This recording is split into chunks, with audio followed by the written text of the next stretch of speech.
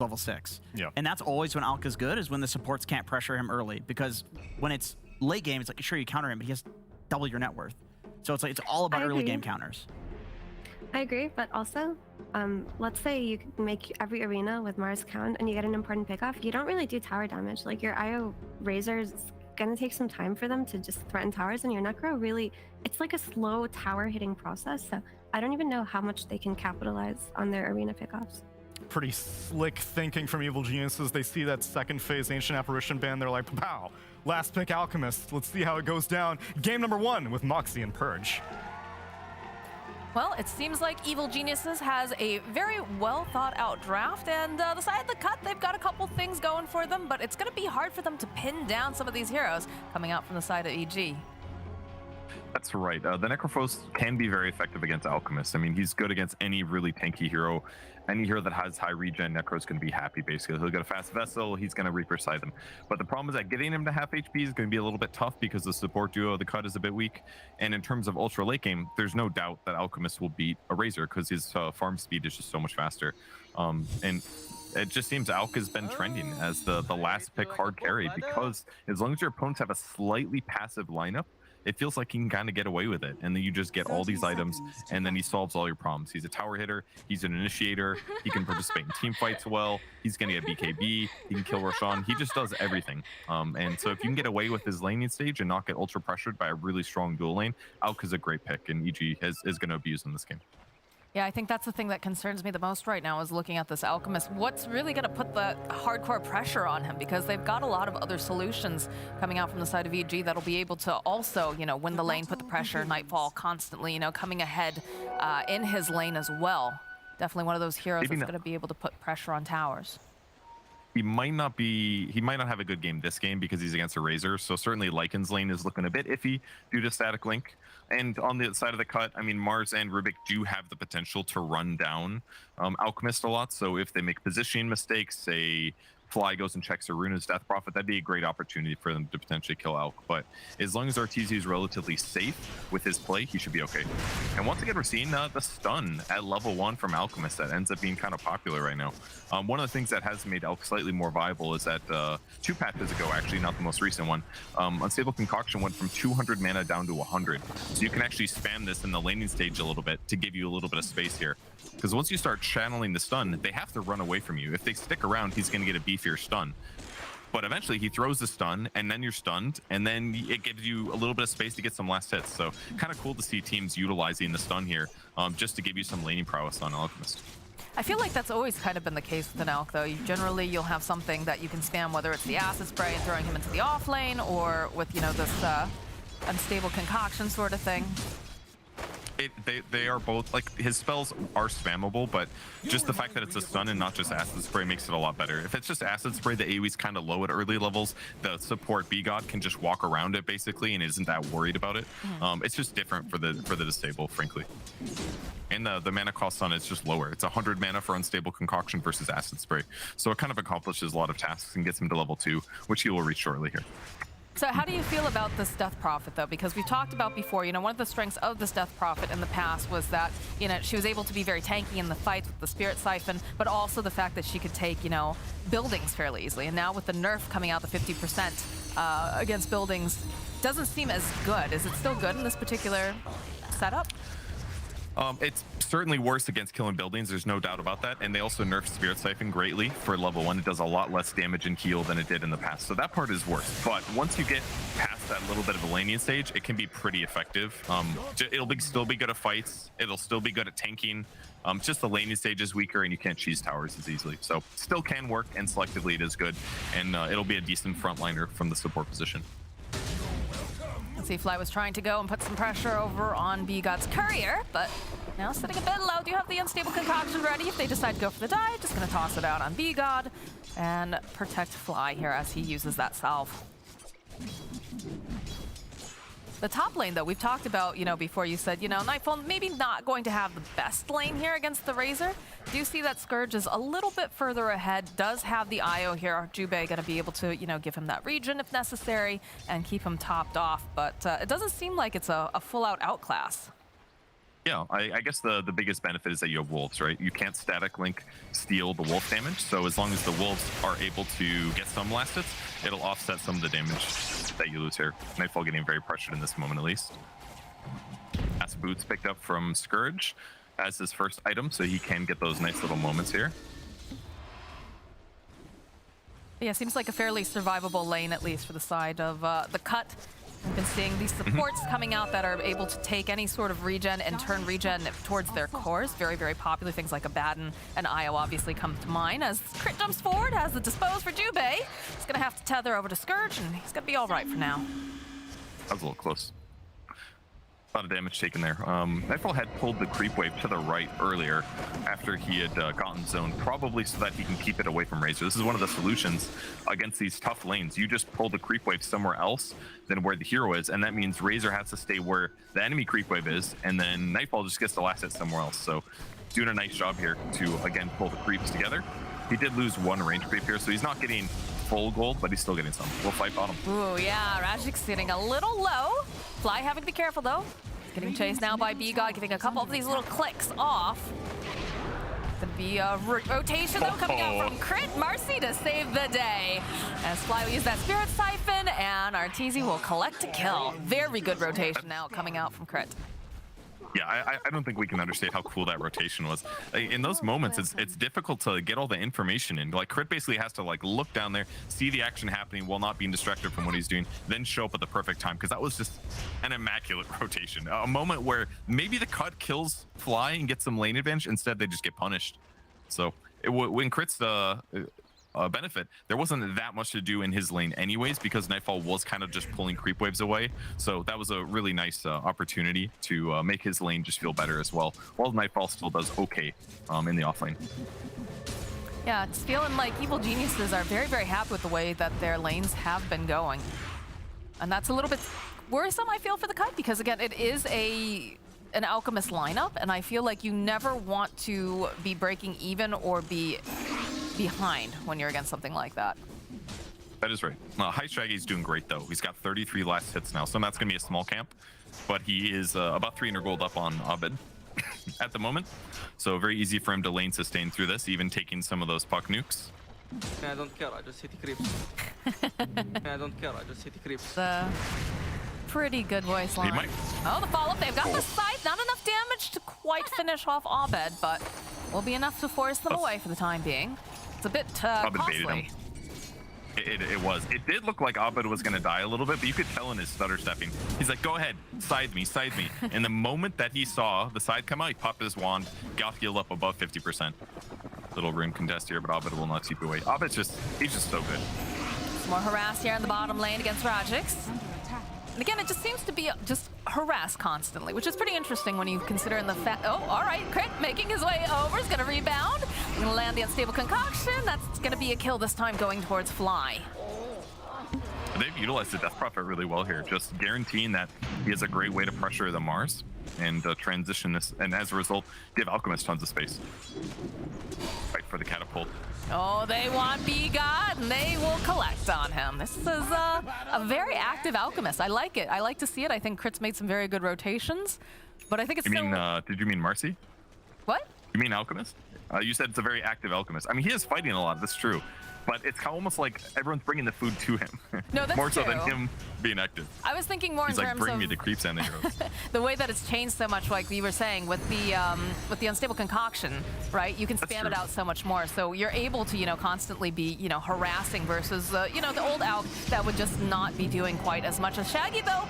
3 different heroes. They use the Dream Coil and comes Jubei. He's gonna try to protect him. Doesn't have that relocate just yet, though, so. Looks like he's just going to have to keep Shaggy alive and standing his ground for the time being, but it's a successful save. That was a nice rotation. Getting the double Death Pulse heal is a great way to keep him alive. You're definitely right what you said about the Alchemist, though. You do press a lot more buttons than you used to through the laning stage. It used to be like acid spray, last hit for 20 minutes, basically. Now you're actually, he threw like 3 stuns before he got a last hit, basically. Yeah, I did have a full completed thought there. I just hadn't gotten the chance to get it all out before they No, they started fighting. I didn't fully make sense in my mind. That was my fault for sure.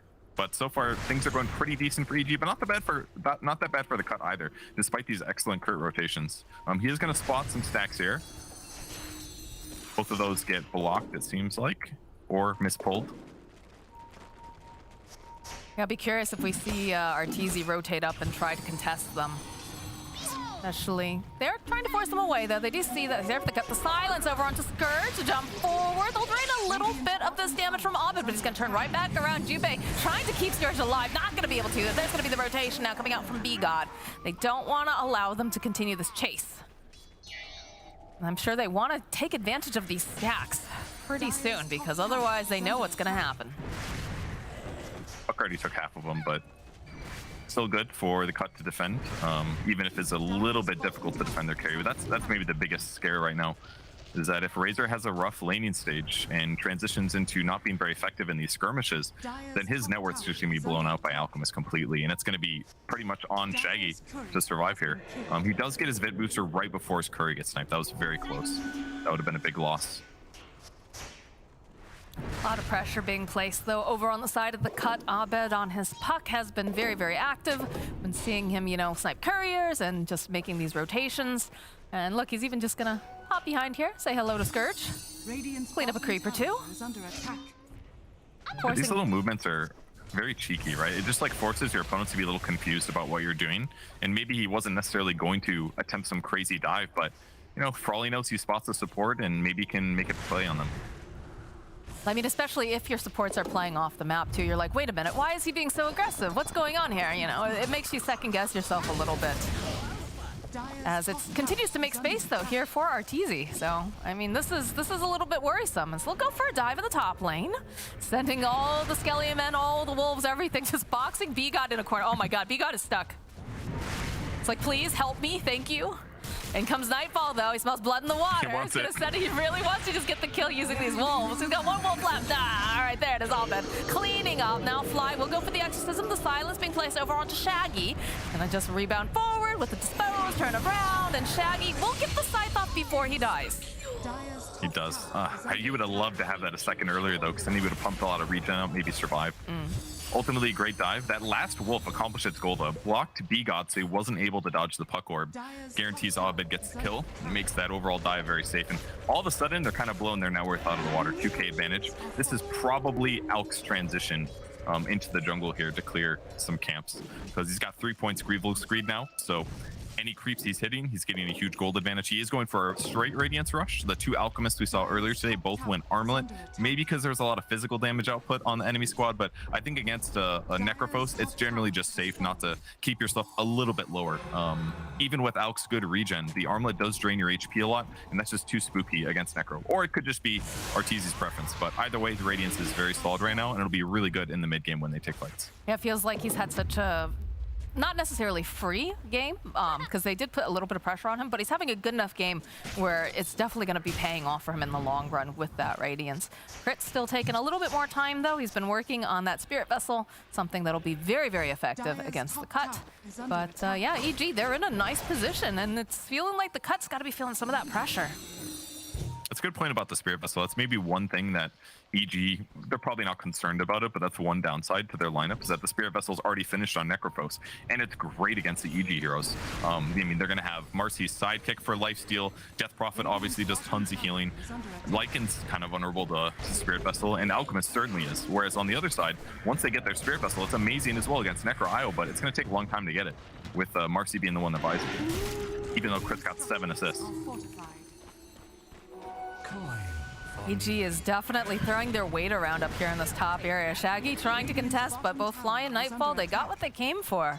That's a random Cardi over here as well, but do have to be careful now. It looks like Rajix has finished up the Blink Dagger. It's going to be able to possibly put some more pressure, but the problem is with the supports that we're looking at here on the side of the cut, they struggle to put out damage, right? These are heroes that are more defensive, so you can get a beautiful arena, but if you don't get the right hero that's squishy enough where you can do enough damage, it's a waste.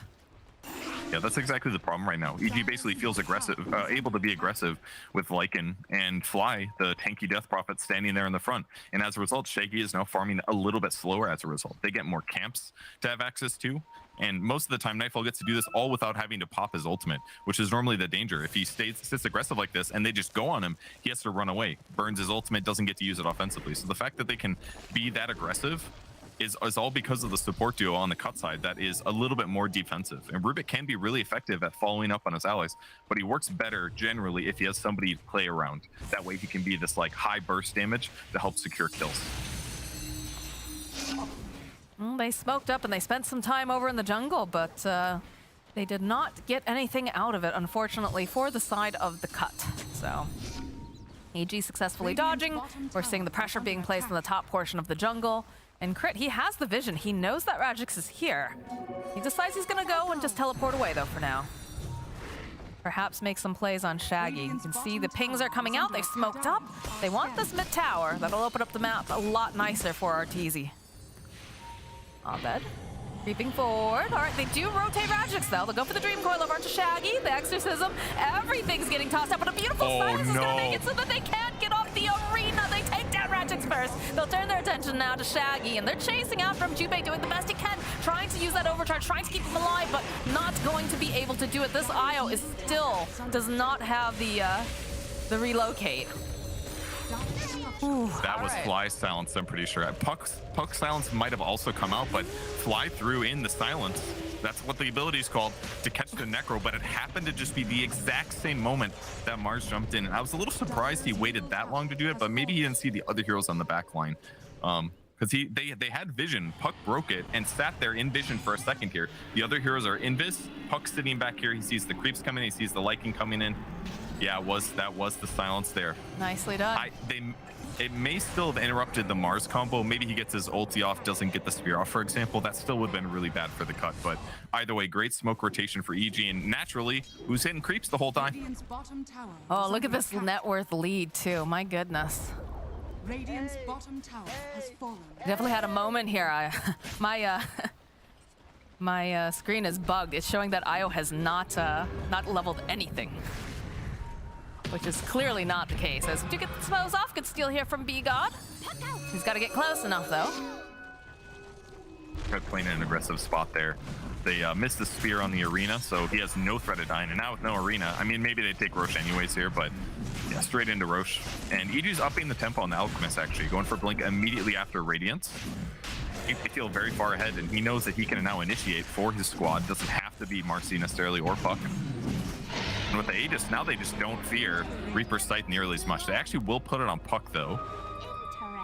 He's the one that wants survivability against a potential combo kill from Reaper's Sight, which kind of tells me that Alk is probably just going to go back to hitting creeps for a bit. B-God is just going to have nightmares of, oh my god, did you see that? Oh, good lord. That was a lot of damage. Slam, he's not even Slam's there. A lot of damage. It's a 250 damage nuke. That's like a real hero's nuke. Very powerful ability.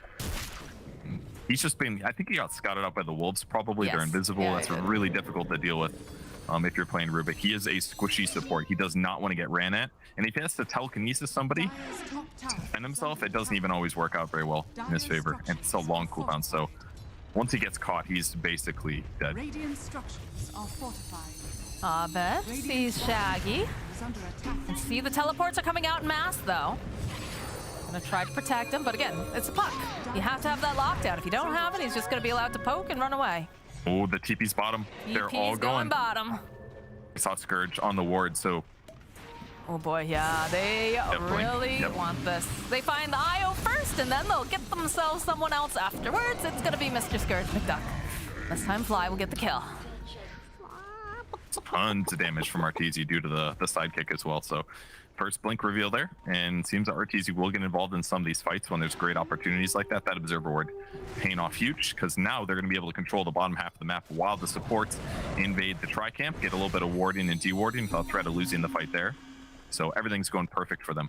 And Nightfall's also still managing to keep his stuff top. That way he can counter any split push that comes from the cut in this moment. Yeah, you feel a little bad because the cut also went for like that smoke play, but everybody just immediately TP'd out. So they use one of their smokes and they don't manage to get much of anything with it. clean up another little stack. stack here. Yeah. That's a very like satisfying Mars. sound. Radiant's top tower. It is. I'm not sure who made that stack, but Dire's courier has been at least they didn't have enough gold. A little Philosopher's Stone for the Death Prophet. That'll feel great. Items on the support are really powerful because Spirit Siphon is one of the best skills in the game to make you feel like a core. Putting defensive items on top of that makes her even tankier. So we've definitely seen some of these big impact support Death Prophets, but EGC's a core. under attack. Piggy doesn't know they're here. Well, he does know now as they drop the silence, they drop the exorcism, they'll drop all of the stuns needed to clean up Shaggy. So, yeah, this should translate itself into, if they want, they could go try to put some pressure on the tower, but they circle up this part of the map, so it's quite possible they're just looking to keep on fighting as Nightfall has parked himself in this top lane. He's having a ball. Oh, they want Rajix. Look at this. Why? Getting position. Dream Coil's gonna get used. They still have that exorcism up. A good silence. And the follow-up there. EG just owning this map. Oh god, oh god, B got every single time. He did manage to go and get the Puckaloosery Orb to try to run away. But the real Puck shows up and Nightfall will collect his prey. Don't mind, this all happened from the first kill. This is still going on too. They found Scourge over here. They popped the BKB. He knows he's got to get out of there, and they luckily don't have anything yet that's going to be able to cancel out the TP, but that is not how you want to be using your BKB, not with how long the cooldown is now. This is a big opening. Actually, he did actually have Basher. He got one hit in before he self-stunned. So there was a chance that he gets the Basher. That would have been crazy. But ultimately, this all stems from the Necrophos dying. Remember what happened? EG went bottom, they killed Razor and the IO, then they invaded the Tri-Camp a little bit, and then they kind of hung out. And from Shaggy's experience, he didn't know they were still there, much like this. He's like, oh, I'm going to push out bottom. This is a pretty safe place for me to be generally. But they didn't have any ward vision. EG didn't show any of their heroes, so he just thought, okay, this is going to be safe. Now he gets punished, and now he's punished the second time. Remember what happened last time? It was like 3 kills. It's literally no place safe on this map at this point. Yeah, look at Crit over here. Not gonna dive the tower, gonna respect it. But it just feels like, you know, a lot of the times you think, okay, yeah, they're probably gonna be playing top, right? They're gonna be playing in this area. I should be safe. They're just everywhere here on the side of EG. Look, it's just a quick pick off on Jubei. There's just enough damage here. No problem. They're gonna send over some of the creeps.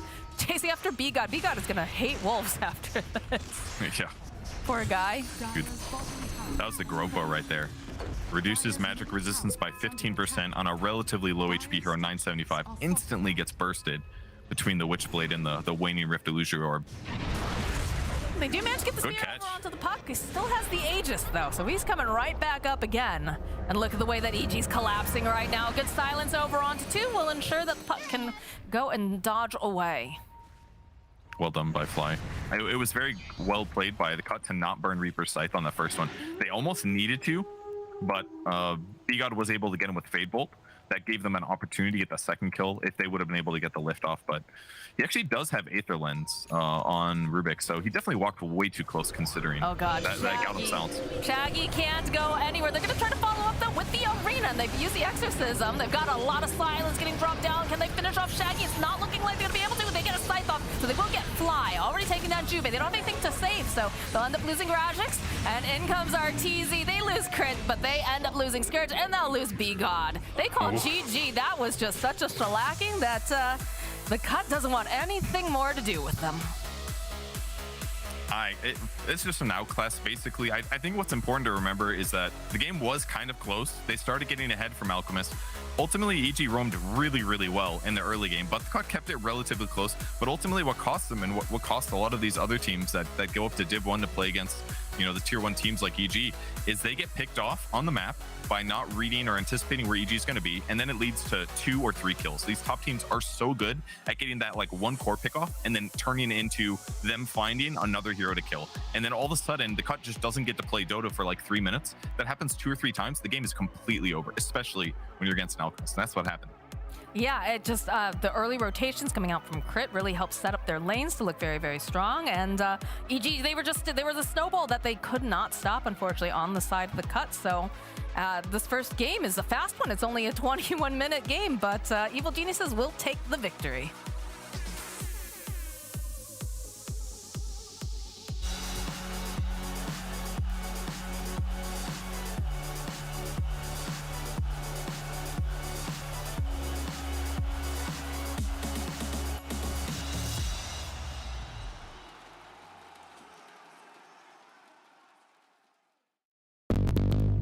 What's your style?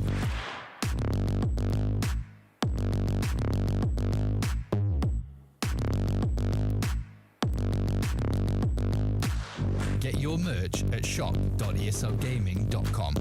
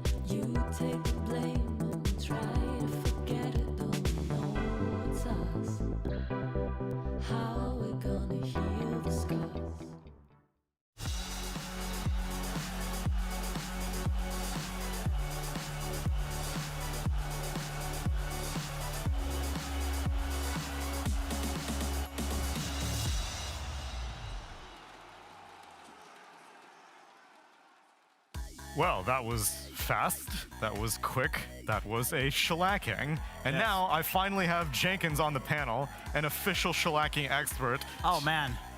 Tell me. I wasn't thinking about it during the game. Think about it. Where Let me are we? see. Is this the top hat, a mustache? When did the gold lead really start? I mean, I feel like it's an alchemist game, though, so is the gold lead really that indicative of the shellacking levels? Yeah, well, that's what I'm saying for this one. I feel like it's probably like a mega shellacking. A mega? Yeah, or monumental, depending on which one is higher. But I mean, I never remember. Well, this was a DHL level shellacking. Shout out to DHL. Check out those DHL pro tips. Well, what's your pro tip for the... Effie's gone because of DHL. And they delivered her. Hey, hello. We have been delivered. What's up? What's up? You tell me. I feel it was a fast game. Yeah, what up? Yeah. It's almost like the cut didn't have heroes that could really do anything. No, I don't want to make it about that. I think AJ played ridiculously well. Shout out to Crit. Like, his Mercy in that early game did so much for the team, between like securing lanes and just like his ability to play mid and kind of sacrificing himself in a couple of key fights. I just feel like overall Crit really stepped up his gameplay. Yeah. This game so far and the last series as well. He was really impressive on his task. It was a support. Or, of course he was. What the fuck is wrong with me? He had 0 kills. He had 0 kills. He had 0 I don't know kills. why the support, because supports are usually useless with 0 kills. But 20 assists almost. Wow. 19 assists. So And he was that fast of a game. he was a good support. My goodness. In the fact that he gave the kills to his boy He was Arteezy, Fat Teezy, because he was very fat this game. He was. And playing a fat guy. You know was- Alchemist is the guy on top? I'm aware. Do you know what the ogre is called? I actually don't know the answer to that. I thought that was his dad. I Wait, Alchemist is the guy on top? Yeah, Alchemist yeah. is the guy on top, not the big goblin. He's a little goblin. He's Al, the chemist. And he was getting hella Wow. gold this game. Yeah. Because our Predator, smash it, we smash her with DHL, smash her with Predator. Boom! It's Alchemist versus... Bring her back, where's DHL? Versus Scourge McDuck's Razor. Oh, they were doing this one. Oh, no, it's... Wait, it's... Yeah, it's Crit. SMD versus Crit. Okay, wow, that's... These are very interesting. That's a rough matchup. I mean, that's a 4 position versus the 1 position right there. And yeah, actually looks very good for Crit despite that, the disparity in roles. It does. Hey, to be fair, didn't the cut have 2 kills? They had 3 kills. It was 3-2-2. Oh. Evil Geniuses had 22 Okay. kills. Yeah. So then who else I was fed? going to say, wait, is that why they called GG? Then they just Crit- wanted to Oh, have maybe that they beautiful did. Maybe they score. saw it and they were like, Okay, now's the no, time. I just Crit and realized. fly. Good job, the cut. That was good. That was a good one. Yeah. I just realized that they did. Are we slow or what? No, well, we noticed it at when the score hit that We value. noticed the 3-2-2. But That's all we were looking for. I don't know if the cut got that kill and then immediately GG'd out. Is that what happened? I'll They ask. might have. Let me ask. It I'll might text have. Shaggy. You Yeah, should ask. text Wait, Shaggy. that means in game 2 they're gonna try to secure the 420 score and GG out. No, Shaggy got That banned is- from that because he can't. He's not allowed to vape on cam. It's not allowed to vape. He got banned for vaping. Yeah, the admin said no vaping on cam to Shaggy in the lobby chat. So. He was puffing some fat clouds Oh earlier. yeah. I'm sure I'll not hear the end of that one. Yeah. Any revisions, Effie, for the draft, perhaps, in game number 2 for the cut? I think that like overall they should draft heroes that just make it easier to like get these kills during lane, because it just didn't feel like didn't really feel like they had a way to fight back really, like depending on the Mars and the Rubik lift, it is not the best way to go about it. So, you know, like we say against all teams that play versus EG, draft stronger lanes, but easier said than done. So Jenkins. I agree. I think Rubik Mars is a very scuffed way of landing spells on people, especially when your Mars is playing from Spain. Not very. It sounds like a joke, but he literally is. He's literally playing So, from Spain yeah, I without the S. I think the problem probably lies in the fact that they really liked his Necro for Shaggy because he's a Grandmaster Necro. So they want to pick him. No. He was Master. Master Necro, almost Grandmaster. So they want him to play it, but then picking a Razor safe lane and then an IO, it starts feeling like you're really lacking heroes to do stuff. Like Razor just runs around the map at people, Necro just runs around the map at people, and then Mars Rubik are like, all right, guys, let's go. Oh, Yeah. there's nobody to play with. They smoked up, tried to fire Arteezy in the jungle, did not succeed, and hopefully they can find more success in game number 2, because this is a full series. We'll see you after the break.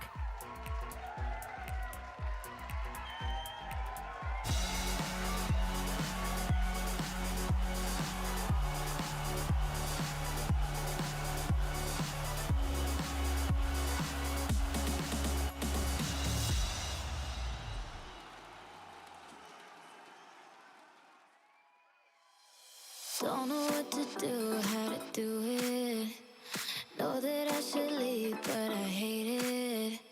Know that you're not the right one. It's just too hard to move when you're standing right there. It's just too hard to walk away and leave it like that. Can we give it one more night, just one more night? One more night. One more night, just one more night. One more night, just one more night.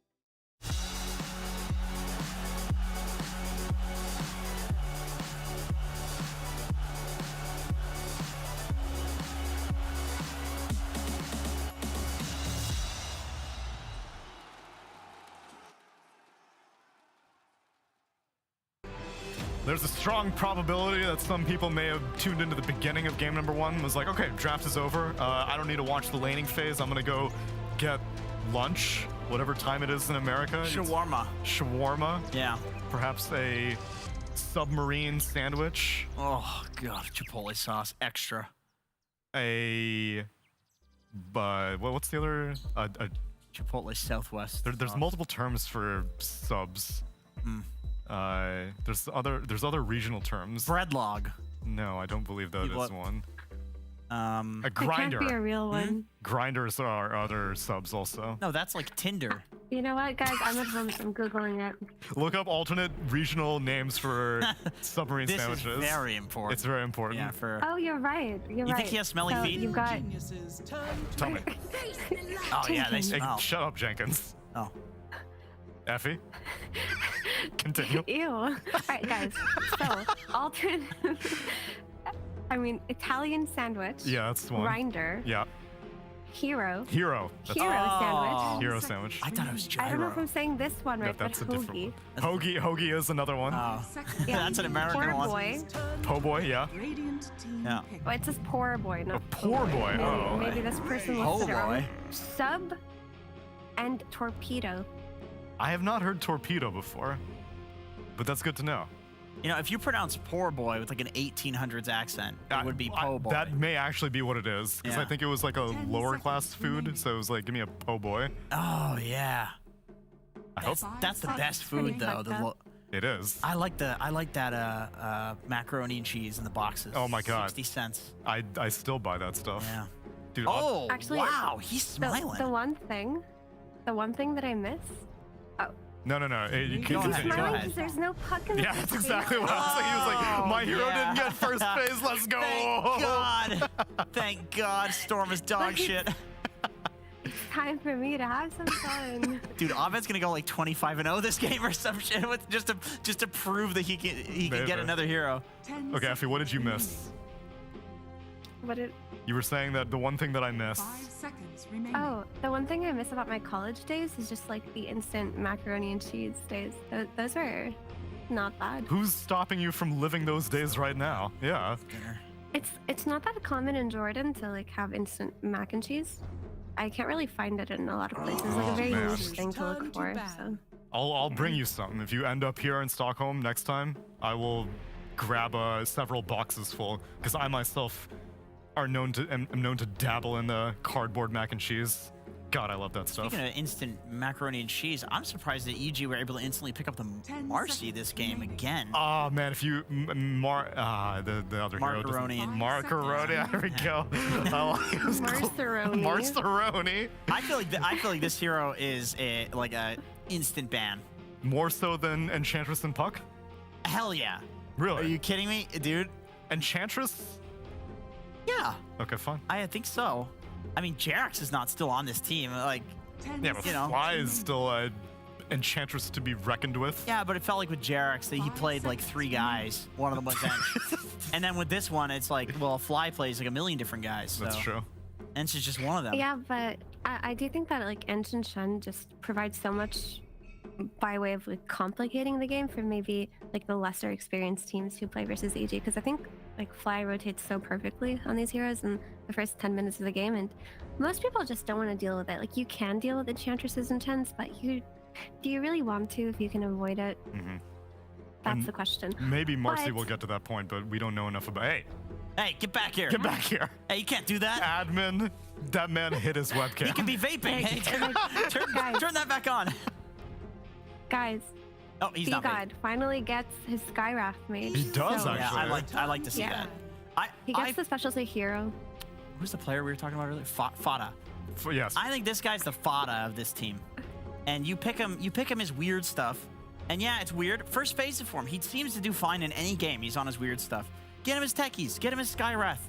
I don't want to see him on these Rubik. His Zeus. It's too normal. Yeah, get Zeus. Yep. Get him these weird stuff. All right. But anyway, guys, the difference so far for the cut is they have heroes that can actually do stuff, Yeah. right? There's a lot of kill potential between Dawnbreaker and Skywrath Mage. These heroes don't have to go together. Like, Dawn can go anywhere, really. People are still kind of experimenting with her now that she's back in meta. But both of these heroes really heavy on kills, so the laning issues from before are corrected. There still is a little bit of difficulty with lockdown, but I mean, with the Sky Silence and a burst, you can kill this Mercy. You How can about we finish it serve up the super hard. DK that was so popular last week, DK Sky, and solves a bit of a laning issue. Strong laner, gets a bit of a stun. Quite a bit of a stun. Yeah, I can see that. I can also see Clockwork being really good for the cut. Yeah. Oh yeah, You that's have the combo support with Sky. You yeah. can also just go on this Razor and stop him. Yeah. Even if he has a BKB, you can just put him in cogs for a while and make it difficult. And Jubei was I like doing the work on that concept hero. here. 5 seconds remaining. For sure. But also, so Mercy and Razor, we don't know where either of these heroes are going, but let's just assume it's a 4 Mercy again. It looked so good last game.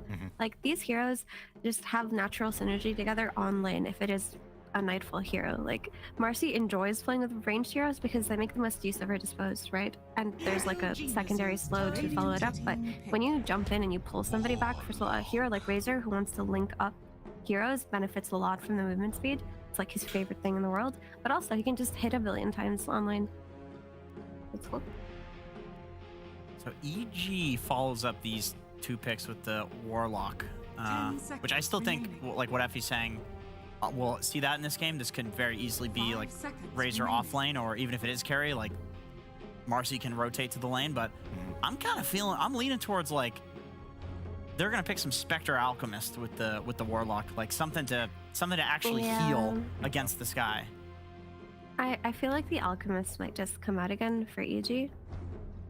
Which, I mean, it can definitely work. We saw Warlock Alchemist be played just now in like the last series in EU, so it looked really good online.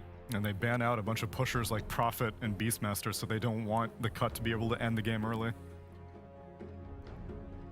Yeah, the cut they picked twice Okay. here, right? So it's like you get to see whether or not an Alch would be actually 10 contested in the seconds jungle, remaining. Right. which it does look like he would be between Ember and Sky. It's a very 5 seconds very strong kill remaining. combo.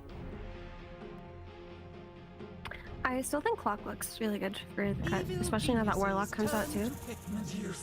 It's really surprising they don't want to take it, but I guess securing that Medusa is really important. But, I mean, if you look at the Cuts draft right now, they have 3 heroes that are really good at moving around early game, which they did not have last game, right? They have the Dawn, the Sky, and the Ember. And they have the combo potential of the Slight Chain into Mystic 10 Flare. They have the seconds ability to just run into evil geniuses right now, and EG don't necessarily 5 have the seconds means remaining. to fight back early on like they did last game because we still don't see their mid hero. Like, having that puck in the first phase, you know that there's always going to be a hero to counter your movements. But currently, putting the Warlock into the draft, you're making it a little bit slower for your team. But in the game that we saw Gaming Gladiators play the Warlock Alchemist lane, for example, every time the enemies did try to move on to the Alchemist, Radiant the Warlock team sustain was like enough to keep him alive for a long time. Oof. Bit of And they were able to Abad, counter, so. Abad Bet Rider coming in. This is the third hero that if Storm and Puck are banned. No, he'll do Void Spirit, I Yeah, think. sure. 10 I remember a seconds while where remaining. Abed was like Bat Rider in every single game. Yeah, I do remember that. And just beyond godlike carrying his team. Yeah. Back when it was like, Octarine, BKB Octarine Rush was the build. Yeah, because you could farm Ancients like hyper You could fast. farm Ancients, yeah. He would get massive 6-minute bots. And this game But seems... guys, this is a good Bat Rider game. Like, this Yeah. Bat Rider can do a lot of finishing. It's good versus all 4 of the heroes right now on the side of the cut. Like, if Bat Rider can like bring in the tempo early game with this Mercy, it can be pretty scary, especially once he hits that BKB. Like, Dawn, Sky, and Ember, once that Bat has a BKB, don't really have that much they can do versus 10 him. seconds So remaining. Yeah, and I rebound. still think they need some kind of Batrider. blink stun 5 Dank. seconds on EG. remaining. They need some like blink stun carry, and Alchemist is the one that comes to mind, right? But he's banned out.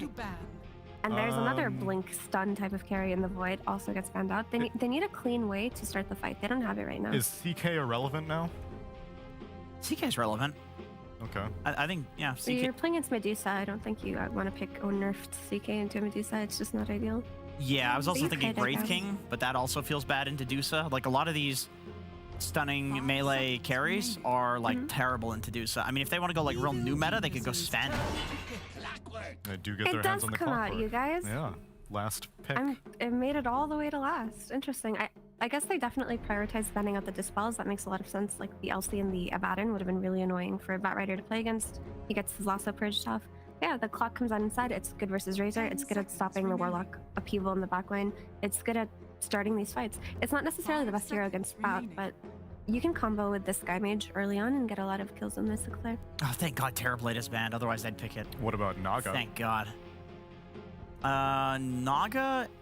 Yeah, Naga. I mean, Naga's decent into Dusa. I mean, not good into like Dawn Ember though. I feel like Dawn will do well against you in lane, and then Ember like cleaves your illusions later. Tiny. That's a blink. That's also a blink stun carry. Yeah. I mean, definitely works. It also just fights back better. Like the options that were left in the pool were CK, which you don't want to do, Sven, which you also don't want to do, just because of the clock and the Medusa. So as far as heroes go that are fighting into Medusa's Stone Gaze, Tiny is one of the better ones because he's got all the damage naturally and just builds like mobility and survivability in these fights. So it makes sense. It works. Yeah, the reason I like Tiny against Dusa, I remember when this was being played as a carry, like I saw the win rate of Tiny versus Dusa was very good, and I was like, why is this like, it feels like it's a slow lumbering hero like Wraith King that you'd be very strong against. I think it's because he's really good at isolating the Dusa. Because Okay. you blink and you toss away, and so you can focus the Dusa, or you can like jump the backliners first, and that's another way you deal with Dusa, right? Is you kill her team. Like Tiny's ability to be in and out of fights is exactly what Medusa hates. And then eventually, I do actually think Tiny with like Silver Edge can sit there and man fight a Dusa and win. Unless there's an item disparity. Then Dusa just destroys him. Sure. I agree, but I think that like overall, I do like what EG are doing again. I think the Cut have a much better lineup than last time. Like they have heroes that do stuff, and they have the security of a late game Medusa, which is a really good approach, in my opinion, to playing against these lane dominant type of teams like EG. But you know, I'm scared the Batrider timing might overwhelm the Cut a little bit. We'll see how it goes. Yeah, at the minimum, the bar is set to beat a 21-minute game with a 3-2-2 score. That's the only thing that I'm looking forward 420. to. 420, baby. Yeah. Let's Yeah. go. Let's go to our game number 2 with Moxie and Purge. Well, those are some pretty big memes that the guys want this game to deliver, but hopefully this time around the Cut will be able to survive a bit longer, put up a good fight, but it definitely feels like they're on the ropes a bit here, Purge. Yeah, after game 1, it definitely feels like that a bit. They're being a little outclassed by EG, but they did do pretty decent the first 10 minutes in terms of keeping their farm rate up, even if they got outplayed a little bit in the lanes. But either way, they have a lot of comfort heroes. Shaggy's Ember Spirit is really solid. B-God's got a Skywrath Mage. Jubei's playing Clockwork, which he likes a lot. The Dawnbreaker will be a bit interesting, and Scourge McDuck's played Medusa a decent amount of times, 2 DPC seasons ago when it was one of the big heroes. So they've got a lot of comfort here. They've got some really solid team fight, and it is a little bit harder for EG to start fights. So there's some good stuff going from this game. We'll see if they can make a more competitive match.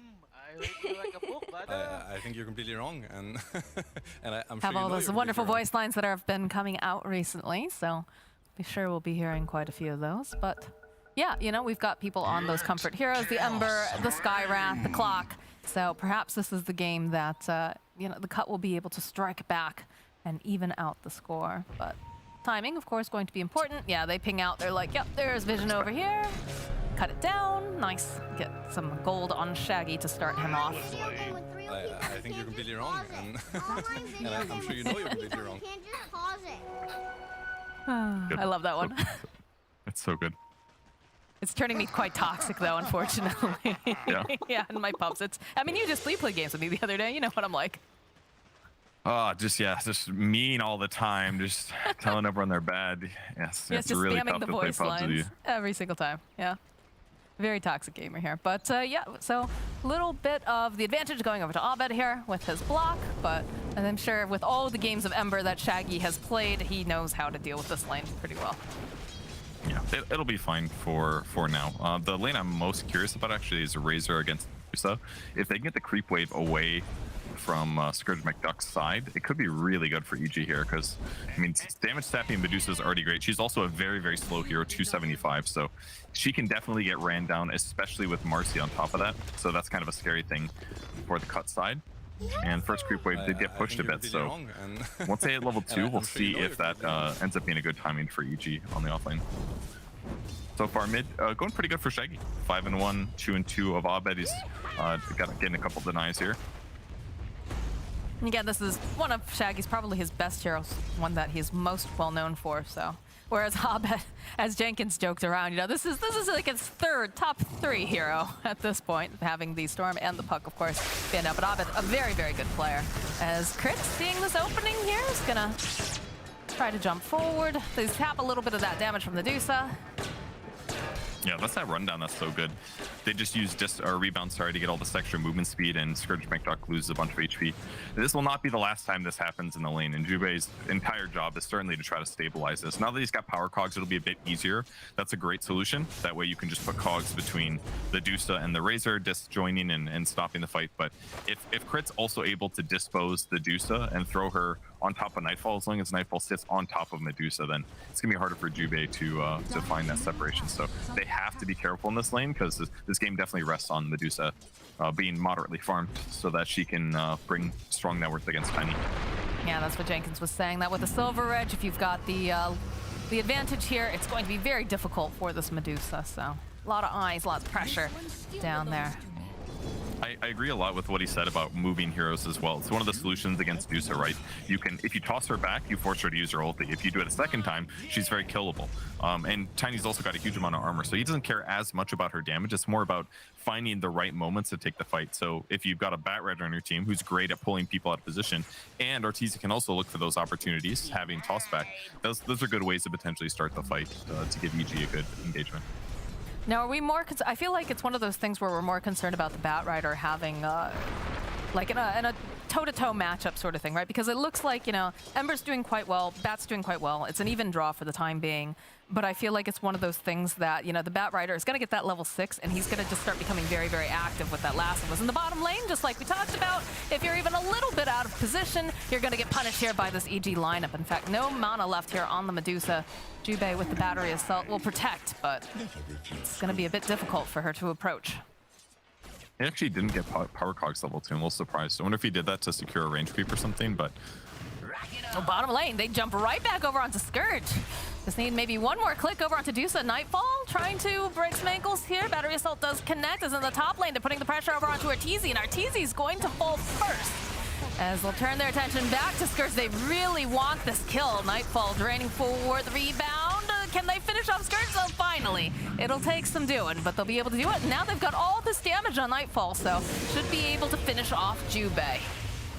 That was really well done by Nightfall. I love how he chased after the Medusa, but didn't necessarily commit to hitting her all the way to death. It's like he's like, all right, I just took you down to like 10% HP. I could maybe right-click you to death, but I probably also died at tower. Instead, he just followed her, forcing them to waste time and waited until he got his spells again before he went back in. And then Crit picking up level 3 at the sidekick just really rubbed salt in the wounds, because then he just gets healed up after killing Jubei for that double kill. So yeah, the catastrophic is kind of happening here for the cut in the safe lane. And now with the creep wave where it is, as long as Nightfall holds this creep wave out of Scourge's range, he just can't even approach anymore. So now Nightfall is going to get some even more last-hit separation.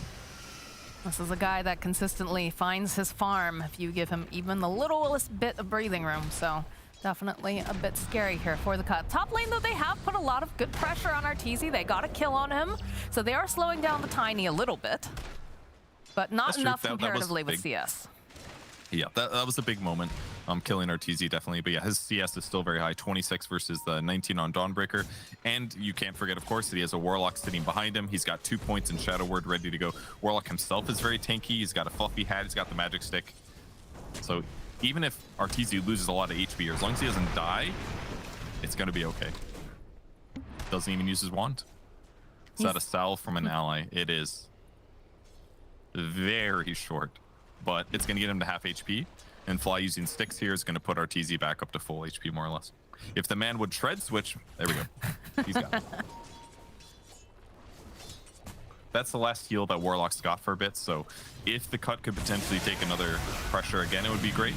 Oh man, they are just putting the pressure down on Scourge. They dispose, turn right back around. They've got all this damage on Nightfall. Nightfall's just having the time of his life in this lane. I think Jubei messed up a lot, not getting Power Cogs level 2. He got it here at 3, but I feel like this was a like, oh no, I messed up skill point. I think that was the other reason EG was so confident diving before. They probably saw Clock use Rock and they're like, this guy has Rocket Flare, no cogs. Now we definitely can do whatever we want to Medusa. And they've just abused her now. Shaggy gonna be able to grab the Illusion Room top, and we do have the level 6 online for Batrider. He's holding the point for now, perhaps waiting for a good opportunity. And I think he had just used the Firefly too, so there was no point in trying to get a drag. In a lot of cases, Batrider's value in these early mid moments comes from the side lane ganks. He just finds some side lane core that can't defend himself and he kills him. Man, this pressure though being placed on Arteezy. Is he gonna survive this one? Shadow Word coming in handy. He's already popped that Fairy Fire. This needs to survive a little bit longer. I think he's just barely gonna make it. Oh, there we go. There's the other one. There's nothing that they can do this time other than, oh, they do have the Shadow Word, but the hammer will secure the kill. Some effort, but they definitely got him. Imagine how fast he would die if he didn't have a Warlock backing him up. Oh god, yeah. With that said though, if it was a hero that had a stun, they could also just stun the heroes while the carry walked away. There's two ways to look at it here. And having this dual lane that has moments where they can do a ton of damage to one hero, like Dawnbreaker and Sky can do, it works really good in this situation. So offsets the heal benefit. Yeah, you can heal him, but in terms of a 3-second window, you're only healing them like 150 HP or something. It would be better generally to be able to stun back to keep them alive. Nightfall putting more pressure down. They are going to see the TP coming in as he gets a little bit of drain, but Shaggy with this rotation is taking a bit of damage here from the Eye of the Storm crit. Getting into position though, does manage to get disposed off. Follow up with Big Plasma, and they're chasing after Nightfall, but he's so fast that they're going to have to satisfy themselves with a kill on crit. Shaggy makes his rotation here bottom. That was nice. Scourge rotates back over from clearing the small camp, and yeah, they get one kill in safely. I'm sure they were asking for that one for a while, but nice that Shaggy makes the rotation and gets all these extra levels. Where'd all these creeps come from? They just drag them off from the side here? I didn't see where Abed grabbed them. Assuming so. Yeah. He's going for the Boots of Burying Batrider build. We saw this a little popularized at the Major. We saw Whisper doing it often from the offlane Batrider, so no Boots of Travel here, but once he gets it, he doesn't get slowed anymore by being attacked, and then having Tranquil Boots doesn't feel bad at all. So it's going to make his team really good at running down his opponents. So it'll be a cool build. Fly just trying to get some sap here on the middle lane. Doesn't quite have that level 6 online yet, but should be able to just hang back unless Shaggy decides to get very aggressive, which honestly, it's Shaggy. It's possible. Keyboard not working for Medusa. Oh no. I like this. He just used Sleight of Fist against Fly, so I don't expect him to be... I mean, if he gets dove, there's no TP on Marcy. Razor, Batrider both have one, and Arteezy also could teleport. So hypothetically, he could chase for this, but his mana is slightly low. He has to use 2 remnants, then you basically are out of mana. They're 150 each, and Ember's mana pool at this position is not the highest. So this is pretty normal Warlock. You put the heal on yourself and you walk away. And your Warlock has always had really good strength game, 3.0 strength per level. So great mana, great int. He's just got old crusty bones, so he's not very agile, but he can take some damage.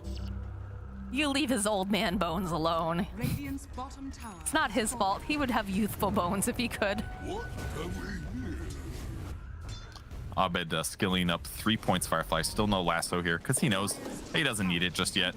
They're pressuring the map quite well, right? DOTA had a rough laning stage. He's farming aggressively on the enemy side of the map. He'll get level 9 kind of soon anyways. It will be fine. I mean, the flip side of that, though, they have put some decent pressure on Arteezy this game because he's not looking at the top of that net worth either right now. Middle lane, a little bit of a jump. They have B-God here, and he'll secure a kill. That's the burst we're talking about. Got to break his bones quickly. Don't let him heal. Dire's middle tower Feels bad he got killed by someone with hollow bird bones.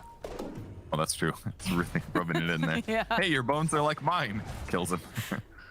Excellent. So BGod sitting in the stack here for Scourge McDuck, who is still trying to catch up. You know, Tiny is a little behind, but not as behind as Medusa is, sitting 3.1k right now. She will catch up if she's able to get stacks, though. Well, it's pretty hard to... Oh, he almost manages to finish off crit here, but not quite enough. And again, Marcy is one of those very agile heroes. I gotta say, watching Shaggy interact with Marcy, it does seem like a pretty good hero to punish Marcy's support. She is very mobile. You can lock her down with steering chains. Boy. Seems okay. The leap forward, plus those drums, and they're gonna try to get the drag back with silence. The heal, though, coming out from the Dawnbreaker. Gonna be able to thrive a little bit longer here, as now it looks like they're gonna be able to punish Abed. He's going to fall. As the rest of the team make their way over, they were protecting their Medusa, and by God, did they do it. That's got to be a morale booster there for the cut. That was a great defense there. Medusa also, very crucially, Scourge McDuck was able to get some distance between his opponents and himself. So he got a couple hundred more units away. That means that their hate came a little bit later, and then the rest of the cut heroes were able to defend him a bit. So very good moment there for them. Shutting down that aggression, no lasso for 80 seconds now, and that's going to give Scourge probably time to clear these ancient stacks. I mean, imagine if it goes the other way. It would have been the story of last game. One core pickoff leads to an objective, maybe a tier 1 tower dying. Could have been catastrophic, but now they win the fight. Scourge gets some golden experience, and he gets time to clear ancients, which should allow him to catch up or exceed what Tiny's current net worth is.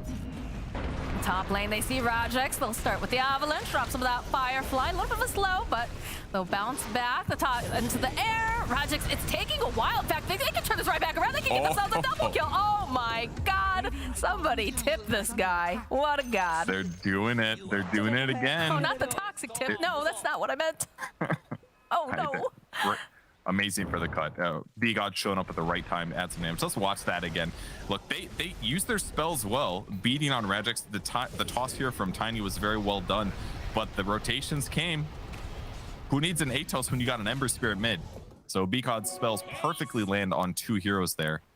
And hi Shaggy, 1-0 and 5. BGod 2-0 and 5. They're having a great game. 3-1 and 3 now on Rajex. He did die in that engagement, but they got to be happy. This is buying time for Medusa to catch up from that rough laning stage. That's what they needed.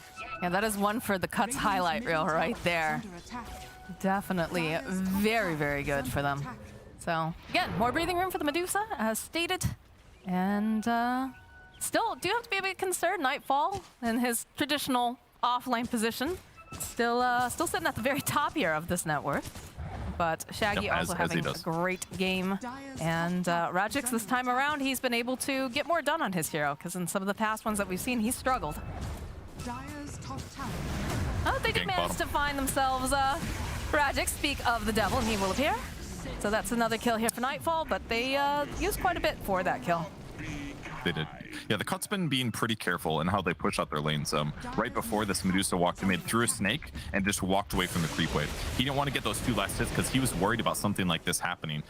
For Rajex there, he basically uses his hammer on the creep wave, he runs away, but the way that Abed approached is really cool. He flew over the big tree clump right by the tier 2 tower and got the lasso off before Rajex could react. So it was a nice way to approach, and it got him a kill, but they're not going to be able to kill the tower out of this. So these movements from EG are fine, but the fact that the 2 of those big rotations failed and 2 of those ganks failed has put the cut in a really good position. They should be happy with the game state right now. Is this just I feel like they're playing the same story, so to speak. Like, right, you need to get the Medusa farm. You need to get Arteezy farm, though, too. So it's just kind of making space the entire time. Maybe not necessarily being able to catapult off of that and taking objectives. Yeah, exactly. If you get kills, it's even better. I mean, the space is technically being created because Tiny's getting farmed, but that was close. No hookshot land. They're trying to land a combo there with Sky with Mage. They maybe could have killed crit. It's pretty tanky, 1200 HP with a 10 stick, but they probably could have, maybe would have got him. With a couple of rotations of Arcane Bolt, might be enough. So continuing to farm, Dusa is ahead of Tiny by just a little bit. Nightfall, still an absolute freaking monster. His ability to stay on the top of net worth is, it happens every time. It's incredible. Well, he is the former core player. So Yep. he's able to find that farm whenever possible. And it does feel like we've seen this advent of these offlaners who are more greedy and who are building more like cores recently. At least seeing that definitely over in Western Europe. Yeah, it does happen sometime. It's an Omar specialty, certainly. That guy won the major, so you know it's got to be good, right? But speaking of farm, Nightfall has his freaking BKB finished. Oh so my god! Now they're gonna force a fight mid. Does Abed blink? Not yet. Not yet. Very far away, actually. The run forward though, coming out from Critic, it's silence immediately, but again, Nightfall, he is just gonna run you down. And okay, the hook shot though from Jubei will slow him down. Pops the BKB, Abed getting the drag back over onto Ratchix. This will be a good kill if Fiji can get it. And it's gonna take some doing though as they go and they drop the chaotic offering, but they haven't quite managed to land as the toss back over to Ratchix. They have been focusing on this guy for so long as eventually Nightfall will get the kill. Now everybody's gotta turn around. Look at the damage though coming out from that hold. Oh dear. Nightfall chasing after Jubei. They see crit, they want this kill, and they're gonna be able to get it. Be able to walk away, as is Arteezy here.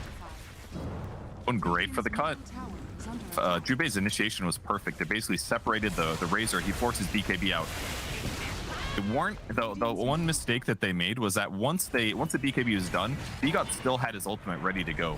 So what they need to do is wait for a Syrian Shades combo from Ember Spirit and then followed up with BGOT's combo. BGOT moved to the left a little bit into the middle of the lane. So when Ember eventually went in about here and caught the Razor, he wasn't able to follow up. See BGOT not able to follow up. They could have killed Razor right there in that moment. If BGOT was still on the right, that would have been a really big moment for them. But ultimately still great. They reacted pretty decently. They're only 1k behind right now. Now they're looking for more kills. The Fatal Bonds looked really good. Okay, the rebound. Slide kick. Hook shot, though, coming out from Jubei will separate them. As Arteezy's chasing after Scourge here. He wants this kill. They already lost crit, though. And he's all alone on his own little island, so Arteezy does have to back away as Shaggy makes his way over. Bottom lane, again, some more pressure being placed over onto Rajix. Looks like Shaggy's going to try to rotate. Not going to be able to do it in time to protect Rajix, but might be able to get him something out of Nightfall. As he is caught in this corner. Fly's trying to come over here. They pop the BKB even. They're going to see if they can face it. Oh, he's just able to zip away. That's cool. He tried. He tried to get him. It was kind of close, but yeah, Nightfall realized he was the safer one. Good pressure, and I mean, BKB didn't kill that. Nope. It was a game of who's killing who here for half a second. He's getting very aggressive over against Jubei, but of course having BGOT and Shaggy nearby could have easily turned that around. But we do get the Blink Dagger pickup for the Spat Rider coming out to him now. Long awaited. I would love to see the average here because at the way those first couple fights went, it didn't go so good for Bat Rider with him dying in some of those engagements. So a big moment, certainly. So now with the Blink coming later than normal, less overall kills that EG have gone. They are still winning by about 2k net worth advantage though. Tiny got Shard here? Yes, he does. So Moon Shard finished.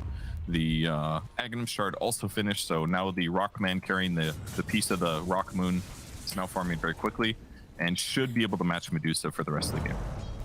Have to see as we show off the blink and the drag back over onto Shaggy. They'll go in with the hook shot. It's too late to save Shaggy as Jubei now is behind enemy lines. And they'll turn their attention now over to BCOD. Bit of the chase, but they're very, very fast. They've got the drums. They've got, of course, the race car Razor. They're just going to chase after him as Jubei falls behind the tower, and they'll lose BCOD over in the triangle. And that is going to open up a Roche with a double damage on Nightfall.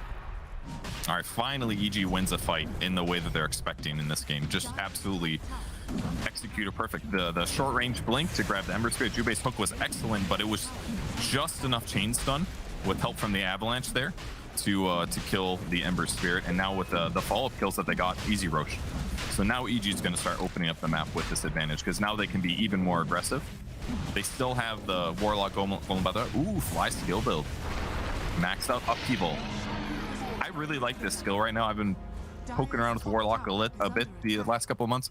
This ability has really good potential against people that don't buy BKB especially. That's DOTA. It's also quite good against Ember Spirit, really, because if he hasn't thrown out a Remnant yet, his Remnants are not going anywhere when he does shoot them out. So I like the grab of upheaval here for Warlock. It should make his teamfight impact a lot more than just healing. Yeah, I was curious about the Warlock pickup because I know for quite a long time people were like, oh man, this hero is absolute garbage. But it's an interesting concept, the way that you've mentioned that, you know, DOTA doesn't want to build that BKB, and she is just so slow that a lot of the times we're seeing people just force staff her around in engagements. As Rajix here in the bottom lane has to teleport out, has to BKB as well. So Nightfall's got to be feeling pretty happy about that engagement. With that said about Upheaval, it's mostly ignored. Like, I've seen a couple Warlock games. I don't even think I've seen somebody cast Upheaval one time. So I'm just excited that somebody actually feels good about it to a point where they will level it up over Fatal Bonds. So I want to see how they use it. There it is over in the mid lane. No, just going to zip away right back to that Remnant. But we do have the Blink Dagger picked up for crit. So, you know, we talk about him being very terrifying as Marcy, the joke that the Kool-Aid man. Just busting through your front door and then throwing you. It's going to make things a bit scarier for the side of the cut in that positioning. And we also get the Blink Dagger finally completed for Arteezy. So the mobility coming out from these heroes is absolutely terrifying. Boots of Bearing completed on Abed. Blinks are picked up. They do have their own mobility choices over on the cut. Obviously, you know, you've got the Clockwork who's going to be able to kind of do some of these initiations paired up with B-God.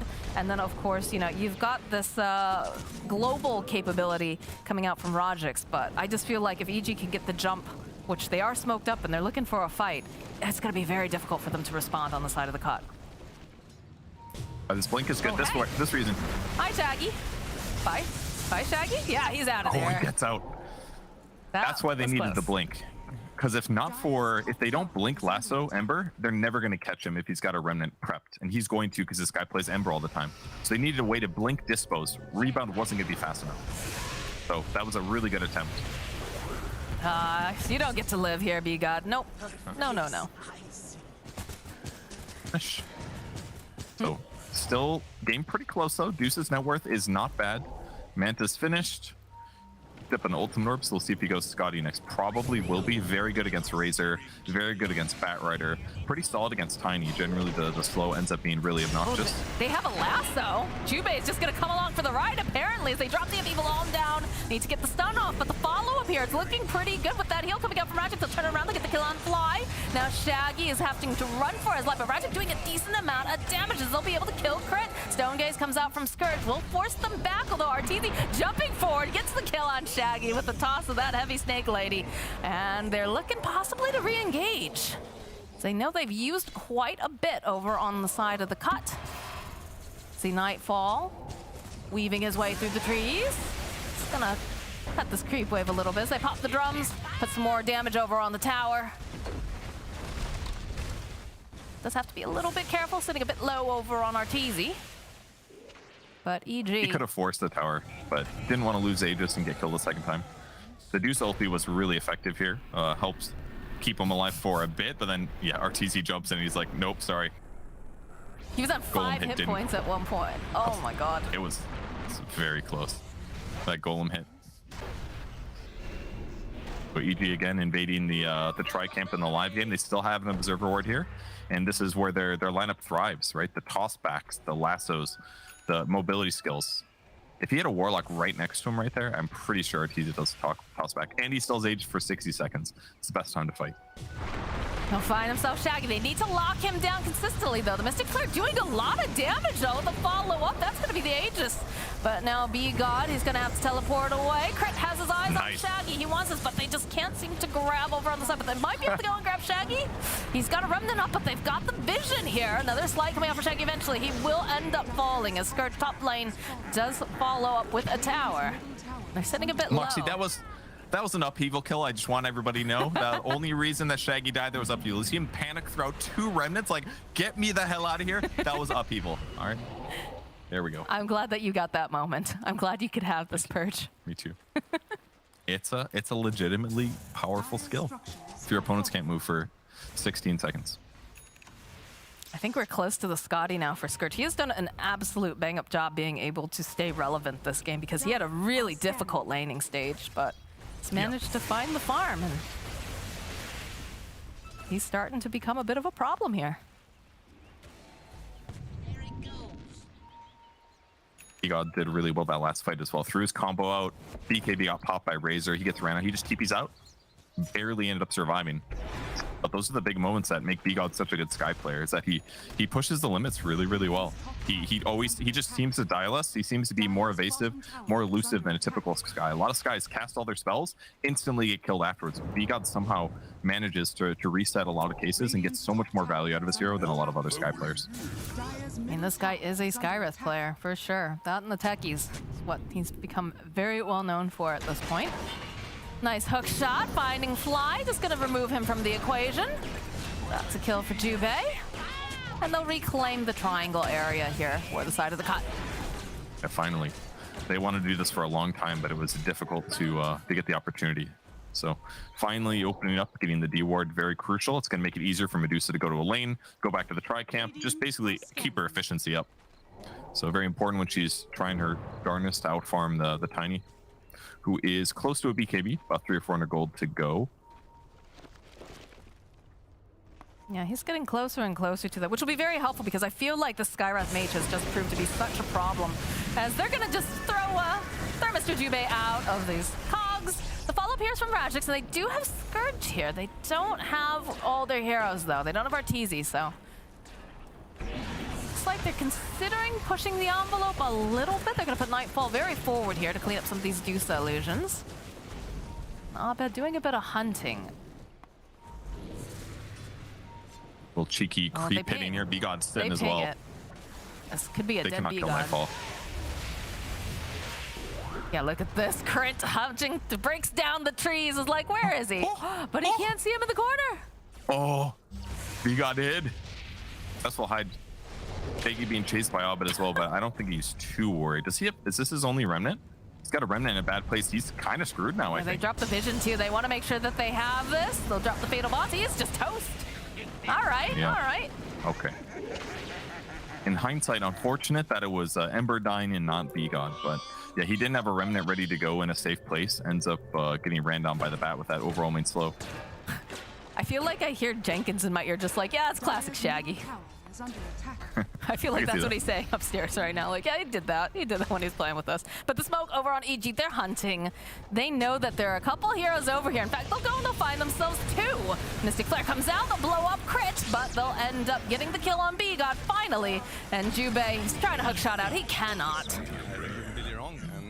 Rare case where crit gets out mechanicked by somebody. I mean, they both basically saw each other at the same time, blind, right? But BGod instantly silences him. He doesn't get the dispose off, and as a result, he gets killed. But still a great tactical movement for EG. If they have one dead hero, they instantly cross the map looking for more kills, which net them D-wards and more stuff to do. Trying to force the way here. The drop, the upheaval to throw it out. There it is, Purge. And it's going to slow down Shaggy just enough so they can get themselves that kill. And the drain is on. They go for the refresher that's completed on Nightfall. He is just chasing after Scourge here as Abed's cutting down trees. I'm going to go and throw out the Solar Guardian, try to protect Scourge. So it'll be enough. There's still a tower up in that top lane. EG's just going to be content now with being able to... oh, there's a neutral item over there. Make sure you don't forget that. But they're going to take over the triangle and force the cut to try to flush them out. If that one goes to Marcy here, he'll probably pass the old money rock over to the Warlock, most likely, the big as boy they start on Roche, exactly. Yeah, they're just gonna let them take this. Like, they have the vision on it, but they've already just shifted so many of their heroes over here. Scourge is in the bottom lane. But they do manage to find themselves Jube, so they're gonna punish him for being anywhere near this Roche pit. Even goes and uses the hook shot and the cogs just to buy a bit more time, but doesn't even matter. Arteezy's got himself the Aegis with the Immortal, and it looks like they're gonna put pressure on the top lane. Yep, free shard for Razor as well. Nightfall's still the most farmed hero in the game on a Razor. 9-0-4. He's having a pretty good game, I would say. But the cut is sort of close still. I think they played really well this game to match EG as well as they have. They've had some moments where they out-team fought, out-executed them. That's a really good sign for them. But game right now is looking a little bit tougher here. Get pressured on the map, and it's time for high ground. That's going to be the tough thing. They can slow down and hold this, they have a chance, but they're gonna have to kill Arteezy twice. They are indeed, as Crit just picks up Arteezy, tosses him back. is under Just like, get out of there, boss. We're not ready to do this yet. The BKB was Like popped on that. Rajix during that as well, so Yeah. that's going to give them was a some tough opening. thing. If he doesn't pop BKB there, Abed could just blink with lasso. Tiny is May so do it bugged. anyways. Yeah, the jump and the hook shot won't connect. He's not even attacking, but towers are dying. Yeah, I don't understand. My game is so bugged right now, too. I actually can't see any of the skills picked up. I think I'm stuck in Scourge's viewpoint, actually. Okay. This is proving to be an interesting game to cast with, though, only half the information. I think he must have been like disposed while something else happened, or he got stunned during some animation, and there's some weird feedback loop that happened. That's like, possible, the rebound. Okay, there we go. I saw him do the toss up in the air, but you're not seeing him hit anything here. This is kind of hilarious. As they do get the lasso over onto Scourge and drag back. Tiny just staring everybody down here. He's got the BKB up. There's going to be the stone gaze coming up from Scourge. They're just going to turn away, though. Wait patiently. The avalanche. All right, connecting over onto multiples. It's going to be the first life of Arteezy. He's coming back up again. Crit getting into position. They'll go and they'll use the refresher over on Nightfalls. They're just climbing after Scourge here. And Shaggy trying to get out of this upheaval. It's really, really difficult. They lost Scourge. They lose Crit. B-God next to fall. Rajix is going to get clicked down by Nightfall. And now Hi Shaggy, he's out of mana. The buyback coming out now from B-God, though. He's thinking he wants to go in. Maybe he can save anyone, but he just cannot. As he walks right back into the fountain. Shaggy, he's not ready to give up just yet, but they just have so many ways of slowing him and moving him out of the position that he wants to be. So EG, they'll take themselves a tower. They'll take themselves some kills, and now it looks like Arteezy's no longer bugged here, so we'll actually see some animation. Safe to say we're all very sad that he lost Aegis, because that reset his animation. That was like statue Tiny lashing out with damage somehow. Just very intimidating. angrily staring at you, you know? He rolled a nat 20 on Intimidate, and they all just started taking damage from him. Like a rock monument that just like in a horror movie lashes out and things die or something. I don't know. That was very, Specific? yeah, very specific, as they do finally end up losing Arteezy, but Nightfall, he's doing a lot of damage here. We'll get the kill on B-God, turn his attention over to Jubei. You know, it is Arteezy who is the position one, but right now it's feeling like Nightfall's the one with all the power. He's playing the margins quite well with his AC. He's got a Morbid Mass picked up. That's going to be Satanic for sure eventually. This man has had no 20. deaths. Yeah. No, Oh, he 13, picked 0, up and 4 7. kills. Got 4 kills in that last team fight where they double racks. Pretty good, yeah. Definitely a good day for Nightfall. And a Paladin sword as well. I say let him keep it, honestly. Like, it's good on Tiny as well, but clearly Nightfall's owning. Yeah, well, he's got it in his, Look at that. He's just so stands there. scary. Yeah, and he's like wavering just a little bit. He's like moving back and forth. You're like, I can tell that statue's moving, right? And that's when it cleaves you. He looks really terrifying to be sure, though. Yeah. What a feature. What a feature. All right. They're smoked up. They would like to pick off Shaggy here. They do have the lasso, but they're just going to scare him away for the time being. Probably don't kill him with just the 2 of them, so normal stuff there. He's got the Caius on, try to lower the duration of those lassos and whatever else, plus the extra damage here, but good little shield there on the courier by Abed, trying to scout the high ground, but very good of the cut to defend this cliff spot. If they do not, then it becomes basically difficult or very hard for the cut to play Dota. Both waves just get cut. That means eventually EG is able to go high ground, pushing in the top creep wave. That's the one point that makes it easy, but they can also just force in bot lane as well. And they're doing it a little tricky here. They're going to smoke in and look for a grab first. That ward is going to get spotted though.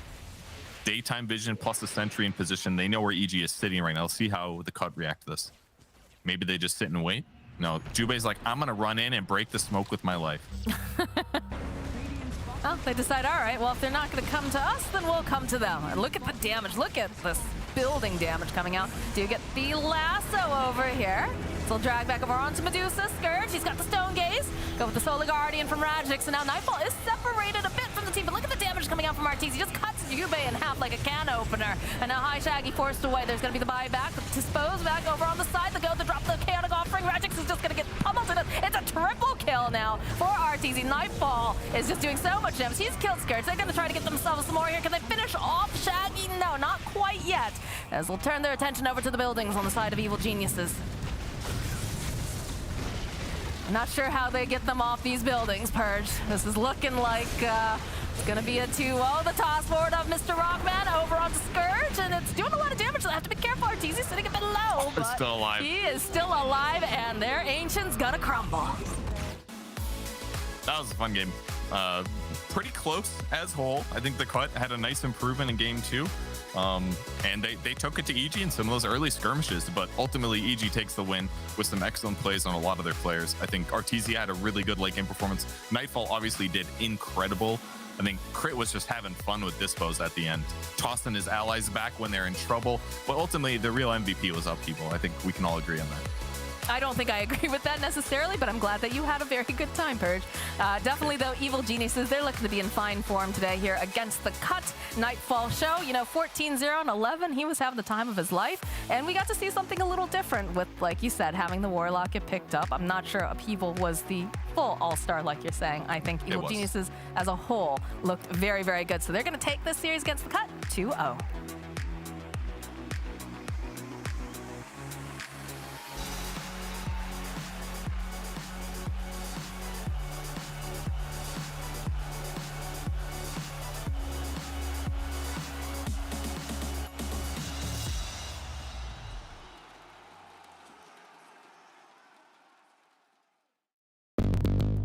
What's your style?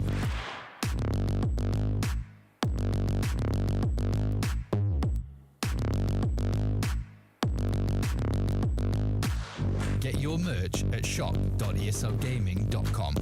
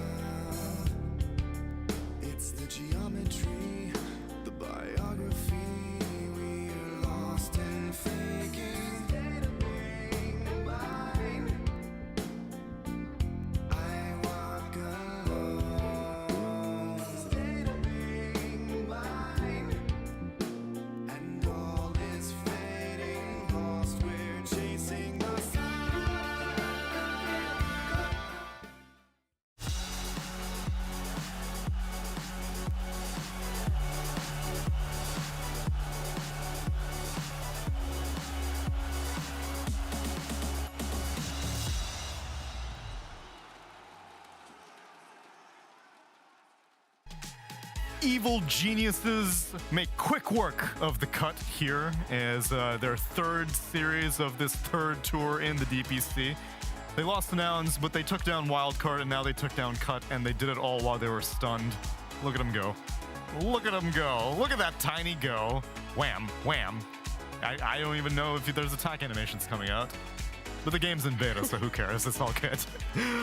In any case, it was a resounding victory for the Evil Geniuses in that game number 2, Effie, and it was encouraging to see Marcy be used to something other than just dispose. I feel like this was the most Marcy that I've been focused around rebound in any of the games that I've watched her in. Oh, for sure. I mean, when you pair it up with Razor and Tiny and Batrider, it makes a lot of sense. These are all heroes that depend on move speed. But I want to focus a little bit more on Nightfall. I really think that when the Cut were kind of cranking it up with their heroes and getting kill after kill in the early game, Nightfall and Razor was the glue for EG that just like held the team together up until that really good fight mid where they got 3 kills and an Aegis, and the rest was history. Are you bringing up Nightfall because you have information? No, there's no one in Discord. Oh, okay, right now. fine. Just checking. Oh, wait, yeah, it is. Actually, I do have information. Oh my god. Okay, well, whatever. Regardless, yes, he was I do have Bulba information. interview. I'm gonna ask him about his hat again. It was a critical component to Evil Geniuses draft. Any thoughts about the series, Jenkins? Yes. Tell me. Well, I think Shaggy did very good against Abed. He did, actually. Good for him. But also, he did prove that Dota is not all about laning. So Abed's ability to switch to basically be a support Batrider, I like that. I think that's the thing you see from a lot of really, really good players is they realize when they just don't need to be the one carrying, because Nightfall was basically the mid this game, if not the carry. Right. Were you referring specifically to the fact that Abed went for the Boots of Bearing? Boots of Bearing, Yeah. 4 staff. He went Blink Dagger Bat. Usually you'll see the travels into BKB. But he's like, nah, dude, my offlane Razor's like absolutely popping off. I'm just going to lasso people into him, and he's going to kill everyone. Effie, you were... Effie? Yeah, no, I agree. Yeah. Oh, that's good.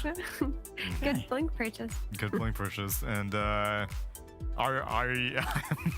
am encouraged by Marcy as a hero in general. I think that you were surprised that she wasn't first phase banned out, and I do think that now may be a little bit more important than Enchantress, truth be told. I think you need to ban out one Abed hero in the first phase, and so I guess the Storm is not really necessarily as a critical ban anymore, but the Puck seems worthy of first phase banning because Evil Geniuses loves to first phase Abed's hero, and this game they didn't because Puck was banned out, so they were like, okay, we'll wait until we can get the Batrider later on. Yeah, it's a pleasant treat from Abed to see him on another hero. That's why he was smiling so much. And I know he didn't like have the flashiest game, but to me, itemizing like that is like flashy. Because at a high level, it's like you're used to so many games where you're going the exact same build because it just is objectively the best game if you're having a good game.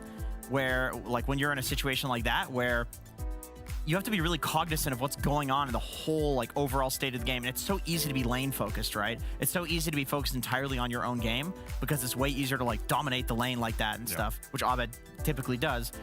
So he's focusing on his team. And he's like, I don't need to carry. Like, I love that. I think that's something that you literally never see in pubs. People never, other than like maybe the 4 position, every other player has no concern of how the other heroes, how the other lanes are going. It's like so many times you'll have a guy that's feeding relentlessly and like GG. It's like, bro, I have 4 kills. Like my game's going great. Your just lane is bad. Like, yeah, it's like you'll have some space later to farm, buddy. Like just relax, you know. But people don't pay attention to that.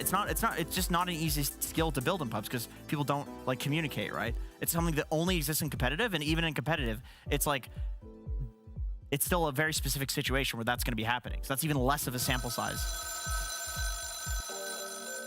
Well, that's a long ring. I was waiting for it to stop, but that's because we've got Nightfall on the horn. Hello, Igor. How's it going? Hello, guys. We can hear you just fine. How are you feeling after that series win? Of course, I'm feeling good. Good to win. Is it good to be in the boot camp? I always know that your journey getting to this boot camp is always complicated. How is it this time getting back to the rest of your team? I mean, it was kind of complicated before, like getting US visa for like Russian guy is kind of hard, as you know. But now it's like all good, and with visa, like it's not hard to enter and get to bootcamp. So now it's. But then when we spoke to Fly, he said that you guys basically all got together about a day before your Nouns series. Is that accurate? Yeah, we got to bootcamp day before, like played one day of streams, and then we played Nouns. So that's true. Okay.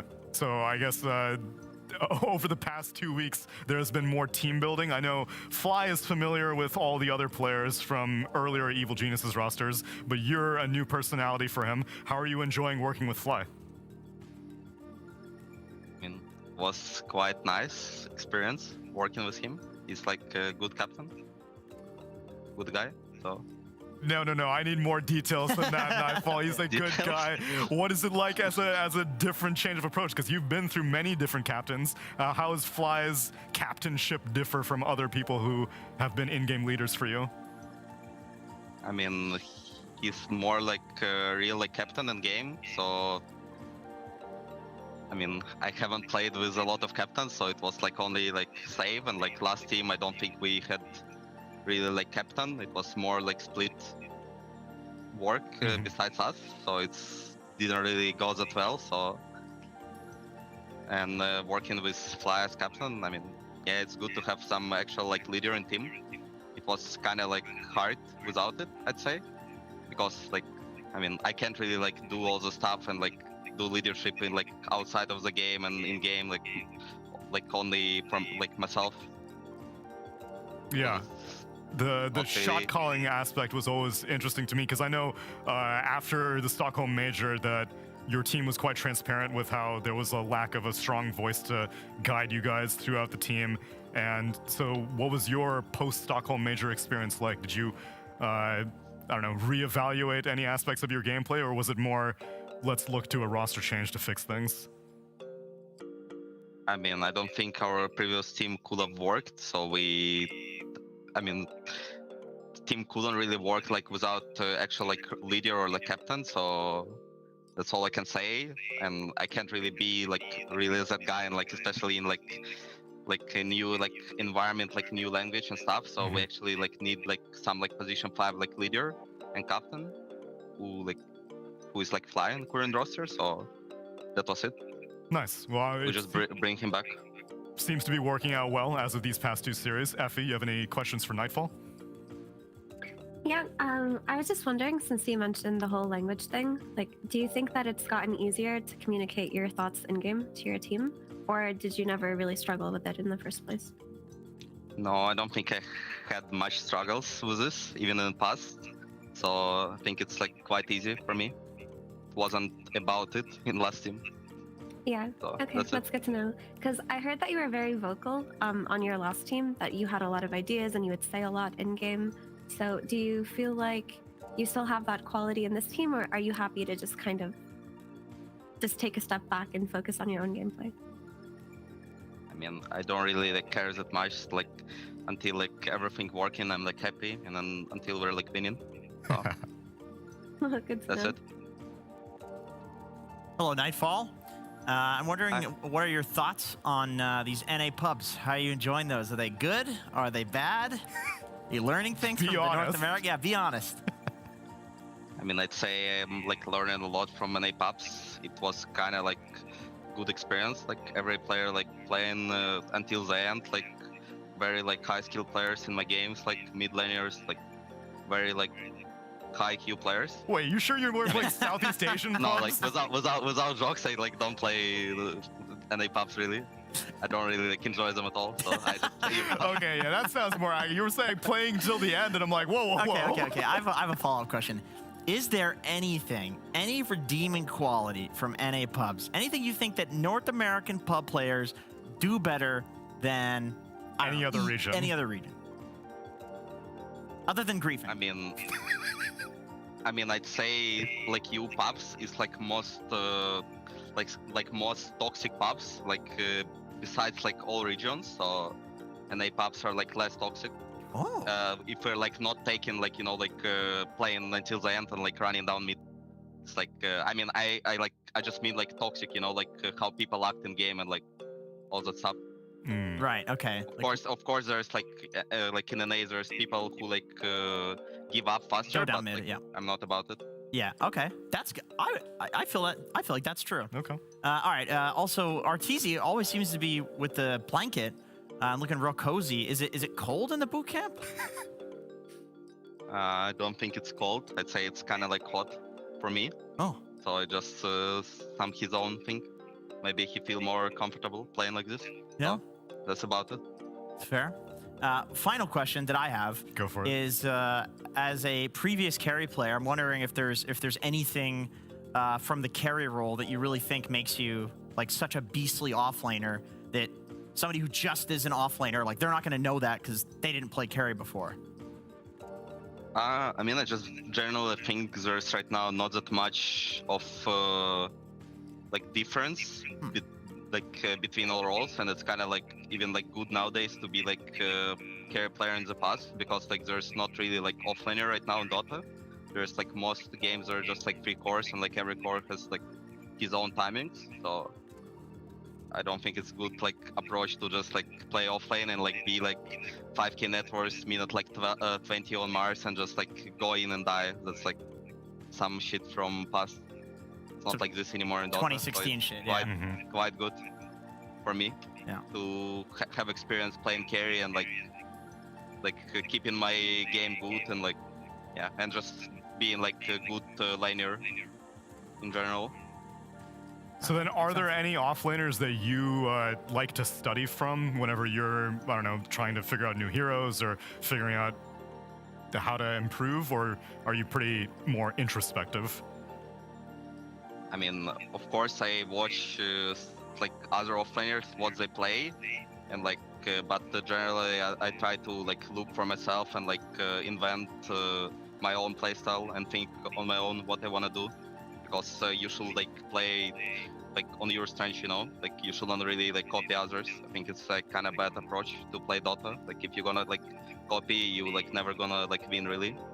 Even if you're gonna like see people who's like winning, like they always like just bring in something like on their own and like their own in because of it.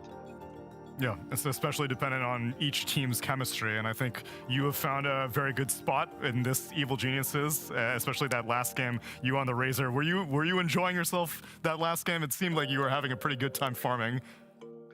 I mean, I was just kind of like chilling in enemy jungle because they like just picked like DOTA into Razor, and I was kind of happy, and I knew like game gonna be easy, so was just it's like just a Mara phrase, you know, from OG bundle. Right. I don't care, I just hit trips. That was kind of me that game. And then are you going to be on board with Marcy being your 4 position? Because that rebound move speed on Razor looked really good. Yeah, it's kind of like dumb combo, honestly. Marcy Razor, like E works really like well with when I get like damage from static and I get move speed. So it's quite nice. Wait, do the static link right clicks also get sidekick damage and lifesteal? I mean, I get like way more lifesteal, you know, so like I lifesteal like crazy. Oh snap! Okay, well it's a good combo. You revealed it here against the Cut, and congratulations on this series victory. And thanks so much for taking the time to speak to us. Okay, guys, thank you for having me. Bye. Oh, it was a pleasure. Thank you very much. Nightfall. Yeah, it was a pretty filthy combo, I have to say. Yeah, that's I think it works. It's just like a regular auto attack, right? It's an Yeah, that's true. attack. It takes your damage, and So, Sidekick just gives you damage. Yeah, that's why like Maelstrom and stuff. Like, you see the occasional Maelstrom Razor, because it, you know, that procs as well. Oh yeah, it's a good one. No, it's like the one combo where it feels like every part of Marcy works with Razor going towards the late game. Like Lesh Razor or Lesh Marcy, it feels like at a certain point it's like you're just giving the move speed, which is still good in the setup, but like Lesh doesn't benefit from the sidekick.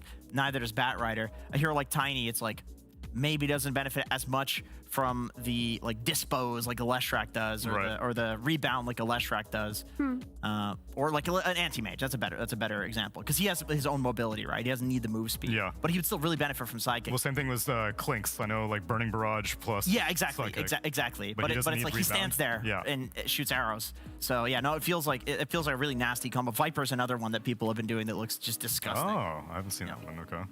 I mean, those are like good points because usually, like similar to what we saw in Tour 2 at the very beginning when people were doing Death Prophet Nyx, it's just because like both these heroes cover each other's weaknesses so well. And the same happens with Marcy and Razor, right? And Razor, one of his issues is inherently like he loves to run people down. He benefits greatly from lifesteal and damage, but they can just TP away from him. So Marcy corrects that it all works out. And also, Marcy, tell me, do I know what? No, you go. I was gonna say that Crypt picked up the shard, which I feel like has not been very common. I've never seen that before. Yeah, being able to so if anyone's not familiar, you put rebound on autocast, and whenever you bounce into someone, you actually make them go to the rebound location. Does it put the rebound on cooldown? Yes, It does. It's It uses casting rebound. It Okay, uses okay. rebound. I see. Autocast just toggles like the behavior. Yeah. Yeah. Yeah. Okay. But what were you gonna Which say? they should do. They should do that for some other spells in Dota, by the way. Like Sven Agstun. Yeah, I saw a I suggestion saw on that. Reddit that Yeah. it should get a autocast, and I definitely agree with that. Yeah, you should be able to Sometimes that autocast Axe Pudge boosts Hook, you. and then it just you target it on the target and it just goes to them. Oh, it's heat seeking. If Heat you seeking autocast hook. it. Yeah. Yeah. Yeah, that's 'Cause awesome. you Good don't have one. the skill to do it Yeah. yourself. Yeah. Hmm? Huh? So what skill? What is that? What skill shot? Let's take a look at the standings and see where we're at in the skill of North America Division 1 right now. Is it interesting yet? It's fascinating. Oh, it's all right. It's about what you would expect. Yeah. When we get to like week 3, week 4, That's when things get that's spicy. when things get real spicy. Yeah. Because I do think that the top 3 may be contested. I do think that Nouns, this is the most compelling season for them to make They're a not run. screwing around They're this not screwing time. around. Yeah. They're hot off the heels of a lot of practice And a sponsorship. and a sponsorship. Money. Yeah, money buys That skill is the biggest. and That happiness. is the biggest thing. Yeah, it's a really great time for crypto. 'Cause they're a crypto company. Really, I'm sure they're very happy with their Jenkins, stop investment into talking. NA Stop Dota. talking. So they're great timing. Great timing. Yeah, the market's crashing tsunami, just in case you were wondering. Stop it. Yeah. The reason we're yammering on so much is because Evil Geniuses 2-0. won that series extremely quickly, and so we will have to take a break unless you guys want to talk about some other stuff. What do you want to talk about, Jenkins?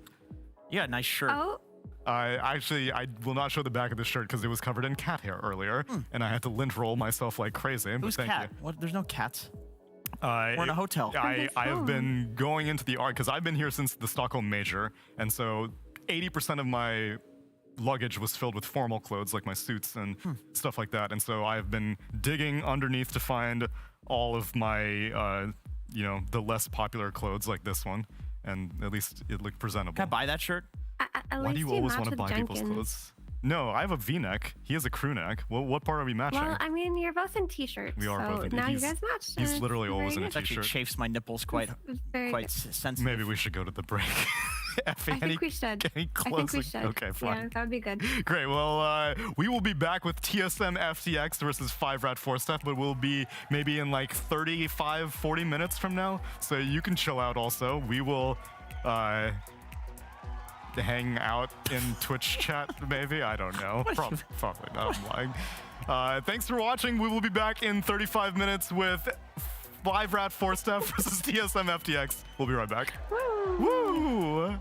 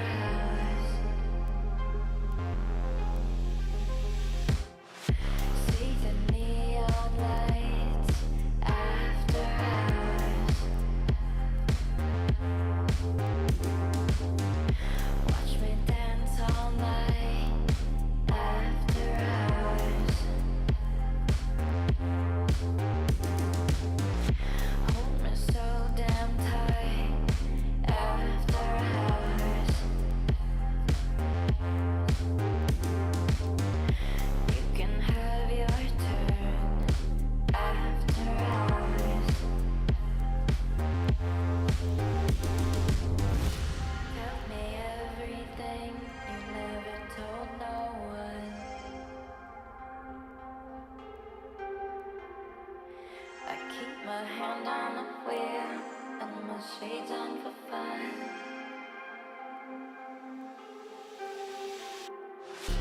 Reckless hearts unite, reckless hearts unite. Set your thoughts alight, set your thoughts alight. See the neon lights after hours. Watch me dance all night after hours. See the neon lights after hours. Watch me dance all night after hours.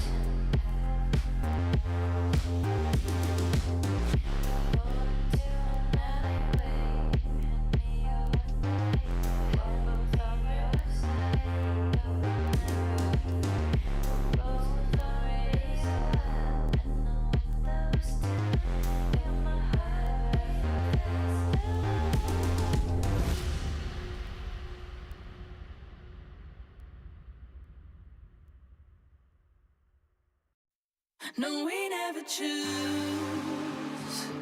Always wishing for something to come true. What can you do when, baby, you know the love got you? Love got you. Love got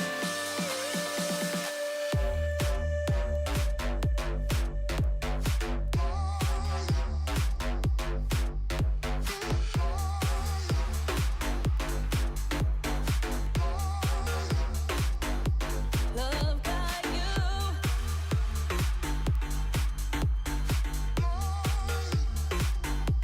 Love got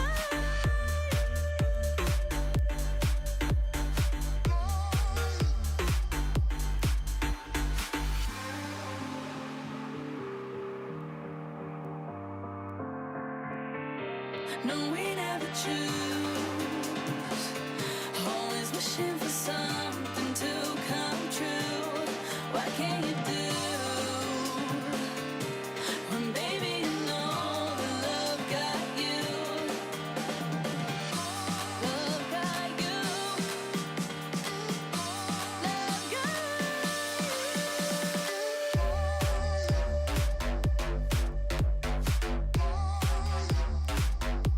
love got you.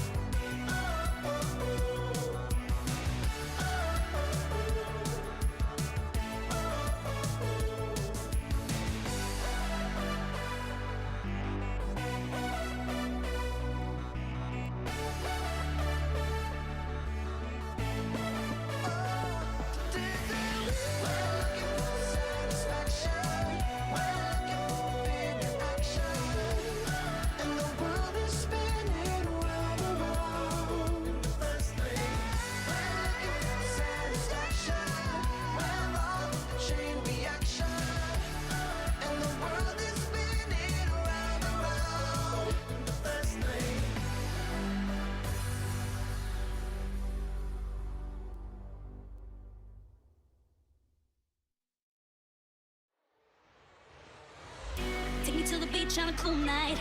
We can lay here and watch the skylights, taking in the world as it goes by. Oh, boy, I like the clothes you wear, but I'm looking at the pool and I just think, what if we were under there in our underwear? Let's get in trouble, trouble, trouble. Let's get in trouble, trouble, trouble. Let's get in trouble, trouble, trouble. Let's get in trouble, trouble, trouble.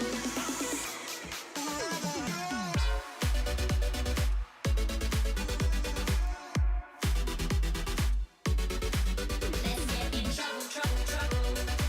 You know I'm turning up 'cause I'm always getting in trouble, trouble, trouble.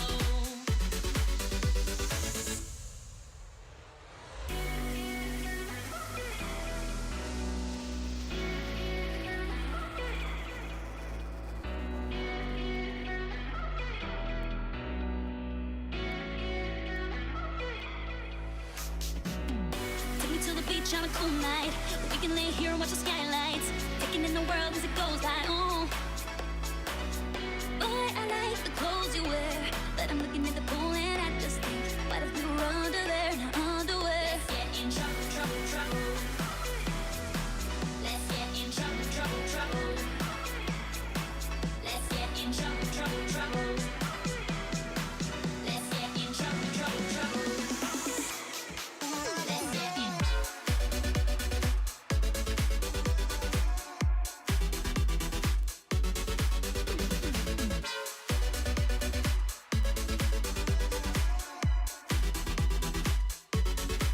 Let's get in trouble, trouble, trouble.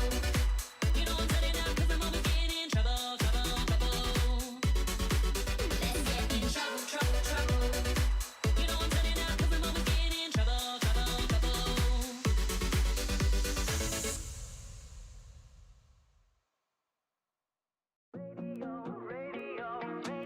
I heard it on the radio. She sang a song of letting go,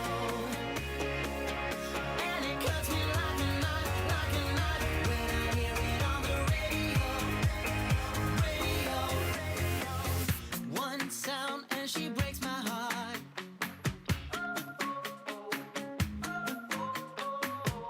One phrase and I fall apart. Here I go, how'd I get so faded? Should've known, put my heart on sale. I heard it on the radio.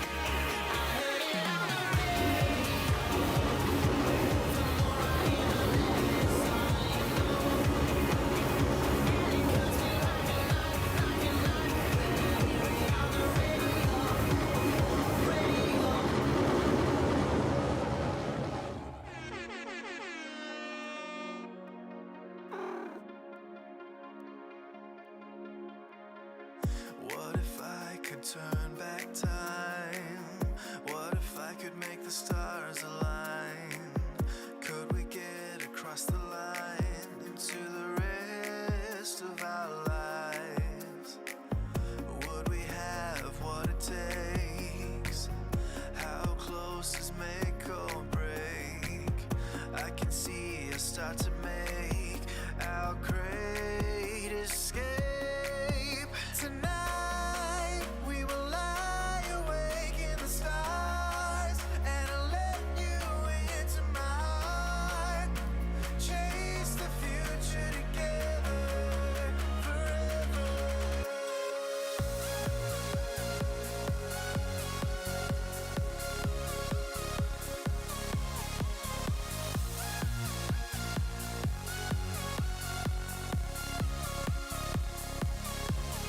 Tonight we will lie awake in the stars, and I'll let you into my heart.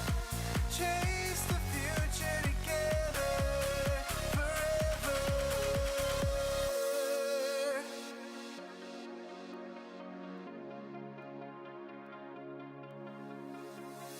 I stare into the sun. Need to live while we're still young. Don't walk, we just run alive. Tonight we will lie awake in the stars, and I'll let you into my heart. Chase the future together forever.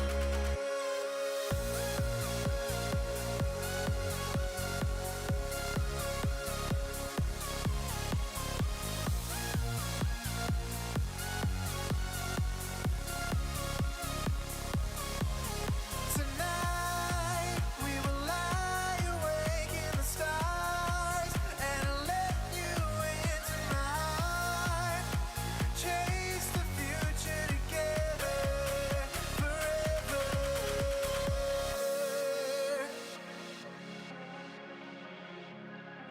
We can chase the future together.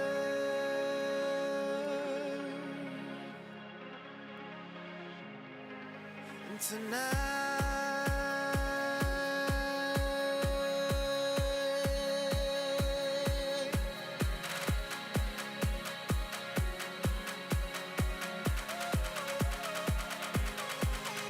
Tonight.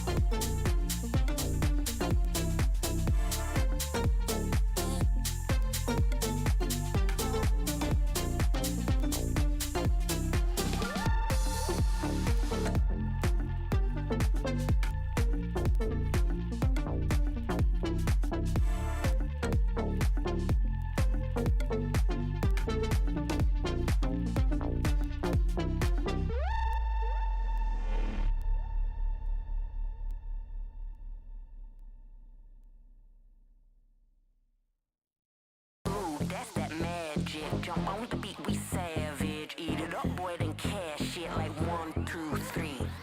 Ooh, that's that magic. Jump on the beat, we savage. Eat it up, boy, then cash it like diddy dee.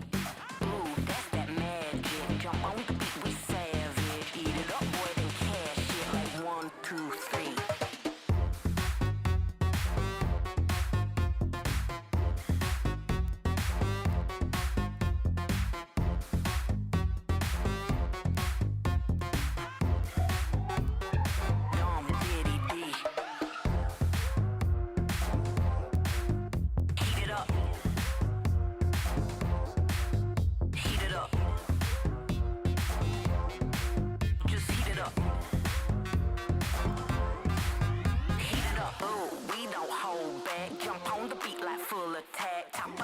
We stack that like 1, 2, 3.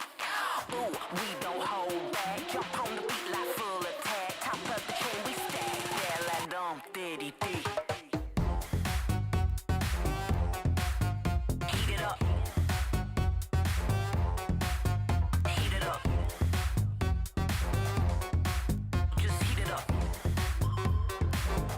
Diddy dee. Heat it up. Heat it up. Just heat it up. Heat it up. First place for the bag of rhymes. Can't stop this shit out of your mind. Top shot, yeah, we're top of the line. Fake boy, don't waste my time. First place for the bag of rhymes. Can't stop this shit out of your mind. Top shot, yeah, we're top of the line. Like diddy dee.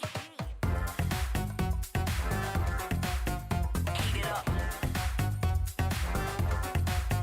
Heat it up. Just heat it up. Diddy dee. Heat it up.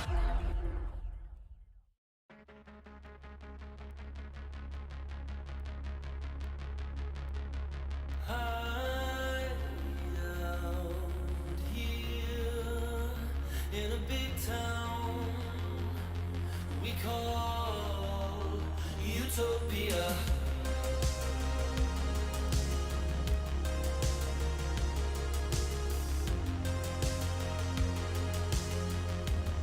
Is this utopia?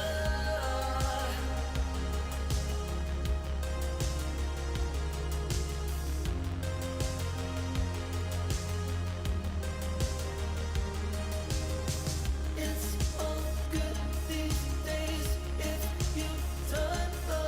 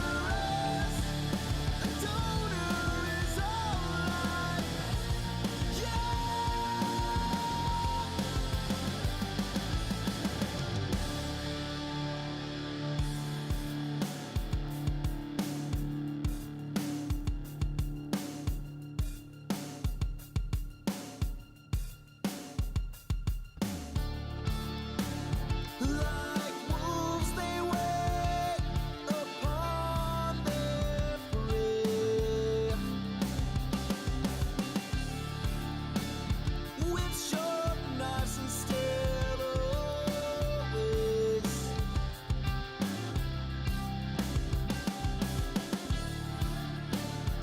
They slice through me in every single way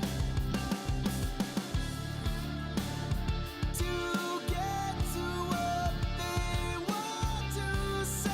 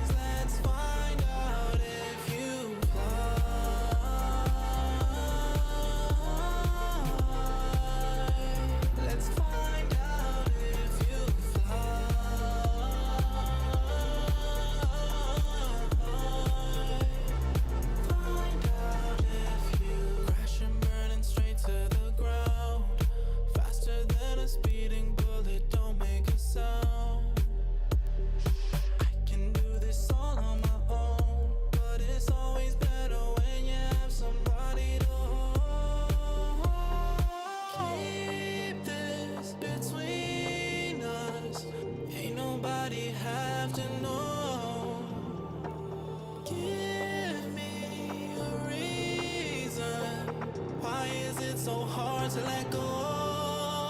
Take a chance.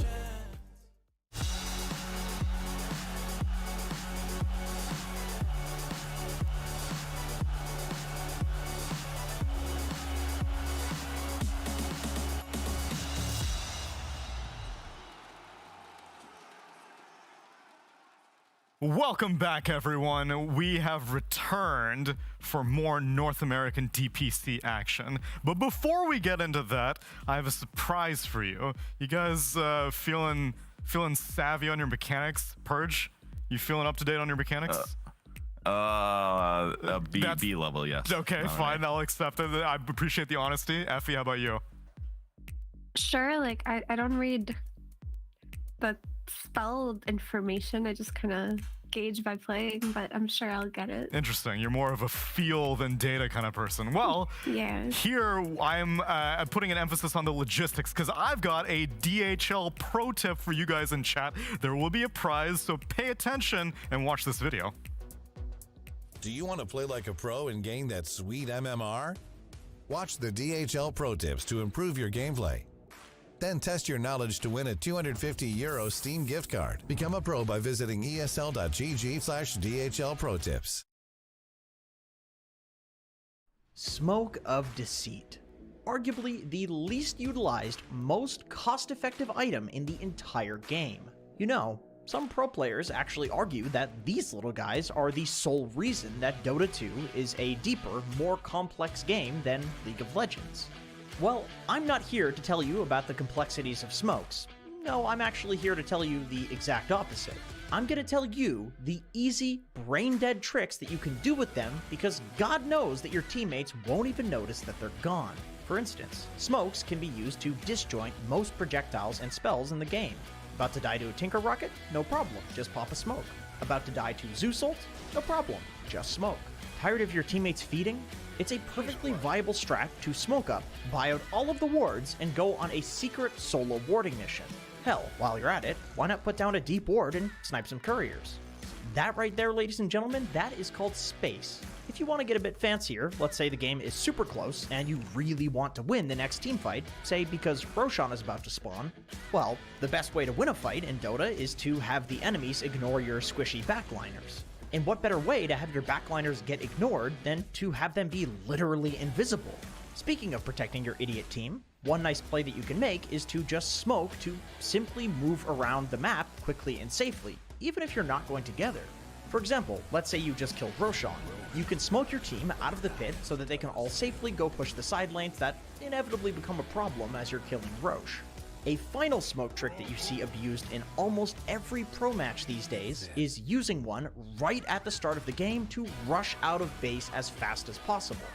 Then you place the insanely important pre-game wards without getting scouted. Bottom line, if you're in a bracket where people don't press smokes and you start pressing them, it's not going to be your bracket for very long.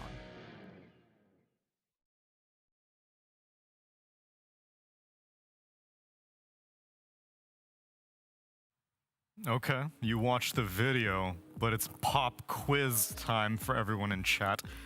Did you pay attention? Because, I mean, I'm warning you, you have to know. Because what cannot be dodged with smoke? That's our quiz question for episode 3. And if you know the answer, then you can go to esl.gg/DHL Pro Tips and answer it to get a chance to win a €250 Steam gift card.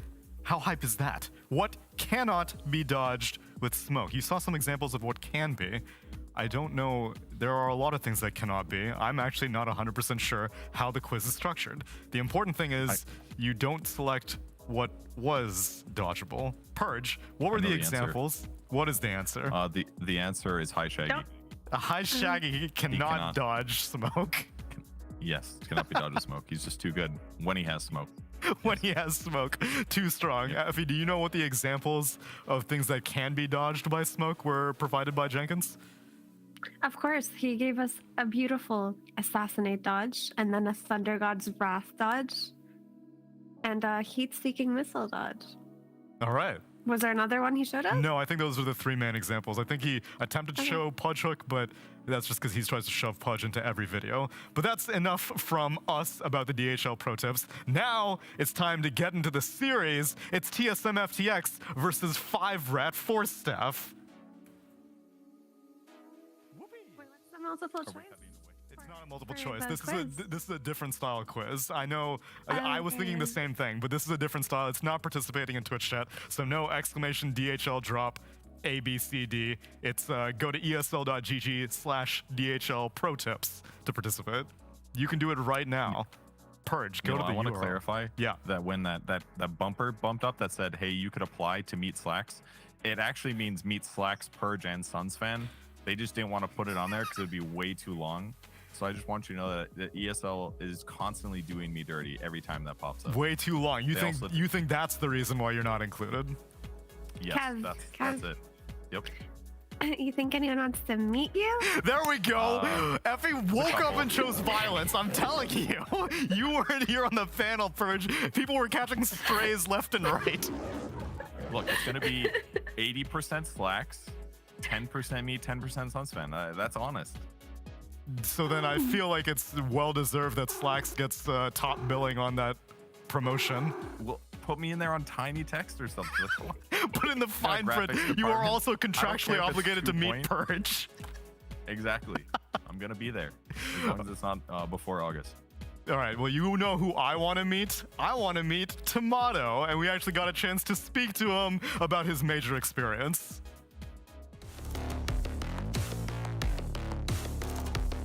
My name is Tomato, and I play position 1 for TSM FTX.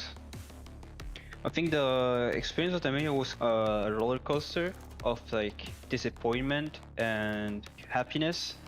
We found out that one of our players had COVID, and then it became kind of a mess, you know. So kind of going to the major, we had very low expectations, and people just brought their A game. Everyone took turns on playing really good. Like I think everyone had like a memorable performance.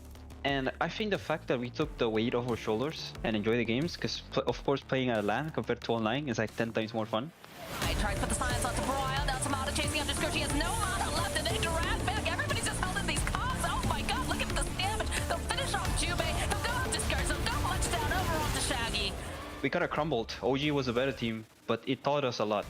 We faced against a monster that we had never seen before. It was really fun to experience. It's something that you never believe them until you have to face them on your own. We're not really feeling down because we lost. We're kind of more happy that we got the opportunity to play in a grand final and that we are capable of playing really good Dota. So that kind of makes it so like, we want to do it again. We want to do it again. You love to see it.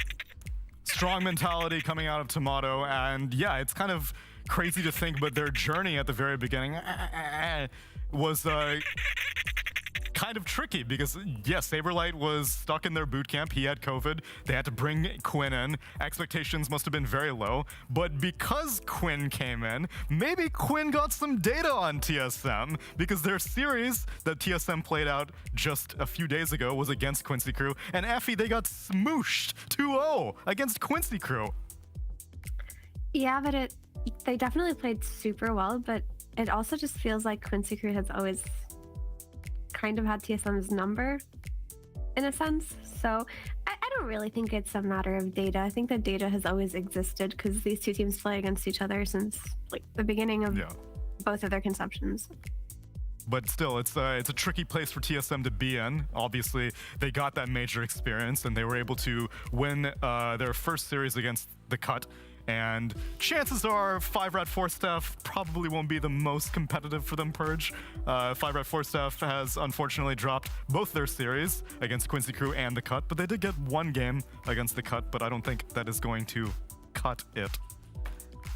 Purge. I mean, it gives them some points, right? I think the Cut and 5-Rat 4-Staff looked approximately the same in terms of skill level. The Cut was a little bit better when they played their series. So this makes me assume that TSM is going to destroy them most likely, because the cut and 5-4 staff, when they play those top teams, they just don't look competitive enough. They sometimes get stomped in lanes. They'll and if not stomped in lanes, the mid and late game is going to look kind of similar to what EG just did in the last series, where they just get a pick off and then they turn it into 3 or 4 kills and utter map control. Those are the things that really keep you back from competing against these tier 1 teams, because even Arkosh, we're beating EG or going even with EG for a long time, but eventually they just get mega picked off on the lanes. So that's going to be the tough thing for 5-4 staff, and they should just look at this and get as much experience as they can, do their best, and hopefully learn something from it. I agree with that completely, but I also hope that TSM didn't lose faith in their mid-pudge after their series versus Quincy crew, because I am ready to experience it again. Maybe not in the first phase, but yeah, I would like to see some of their more creative picks. Well, ask and ye shall perhaps receive, as we have our draft for the first game, 5-4 staff versus TSM FTX. I agree a lot with what she said about Pudge, because Pudge, it's really fun to see him trending again, but there are some off games certainly where people are just like, oh, it's great, let's pick it. They pick it, has some vulnerabilities. So now we're going to get into the refinement process where probably half the teams or more just stop picking it, and the teams that like truly understand the value will still pick it, and they'll show us like the way to actually play Pudge to max efficiency. So I would love to still see him get played, but I'm sure that it will be something that they're more careful with when they play perfect. Yeah, I mean, I would like to see another team experiment with carry Pudge after Liquid did, but it just seems like whenever it came out afterwards, either in Division 1 or Division 2, it was just for the mid lane. So I wouldn't mind seeing a little bit of carry Pudge come out, you know, LGD Ame style. It feels good to be this good. I like it mid too. I just feel like you can't go Ags. I think it like takes you off the map for too long. Unless you're like playing with your team, you're getting kills, farming, and then you also buy Ags, then maybe it works. But fingers crossed. I wouldn't be surprised if they do some wacky stuff. It's pretty common for TSM when they play these lesser teams that are recently from Div 2. They usually win game 1 very normal, and then game 2 is usually where their weirder draft comes out, where they play some techies or they try some alternative strats that they haven't played as much. So maybe this first game will be pretty traditional, but I'm sure we'll see some fun stuff before the series is over. Yeah, I hope so. Because, you know, that first series we watched today of EG versus the Cut left a little bit to be desired, but if we can bring out the techies and things like that, that'll be cool. Guys, you know which hero died and never re-emerged in Dota? Huskar. No, I think Huskar still has potential. Tinker just vanished, poof. So true. Funny you mentioned that, because during the break, Wepos came to the green room and he was showing us some interesting interaction. If you warp flare a target and you bane enfeeble them, both spells that have cast range reduction, you get some very interesting interactions. You can get like an extremely stubby meat hook and fissure. Blinks are comically short range, and Puck Illusory Orb does not even show up. It just goes on cooldown. You cast it if you have Warp Flare and Enfeeble on, and it just instantly goes on cooldown. I'm not surprised there's gonna be a lot of bugs there, because cast range reduction is like a brand new mechanic that has not existed in Dota for more than like 2 years or something like that. So yeah, pretty funny though. It's hard to stack them deliberately, and Warp Flare is definitely one of those like rare abilities that people probably don't fully understand or appreciate yet, but you know there's some Tinker spammers out there that are trying things out, and if it does end up being really good, they will pick it no matter what. Why did Tinker come to your mind, Effie? Oh no, we were just talking about like new heroes and creative heroes, and I just did a little bit of mental catalog. That hero sucks, so we won't see it for a while, but you know, it would be nice if some brave team, some brave soul dabbled in it. I gotta say, I'm a huge fan of the camera positioning of Moon Meander. He just tweeted about this, actually, a tutorial about how to position your camera if you're an NA DPC player. Really? It's very instructive. Is this hot off the heels of Tiga roasting everyone? Clearly Moon Meander has read his own guide. That was a perfectly positioned camera. Yeah, I haven't seen that tweet, but I will look into it.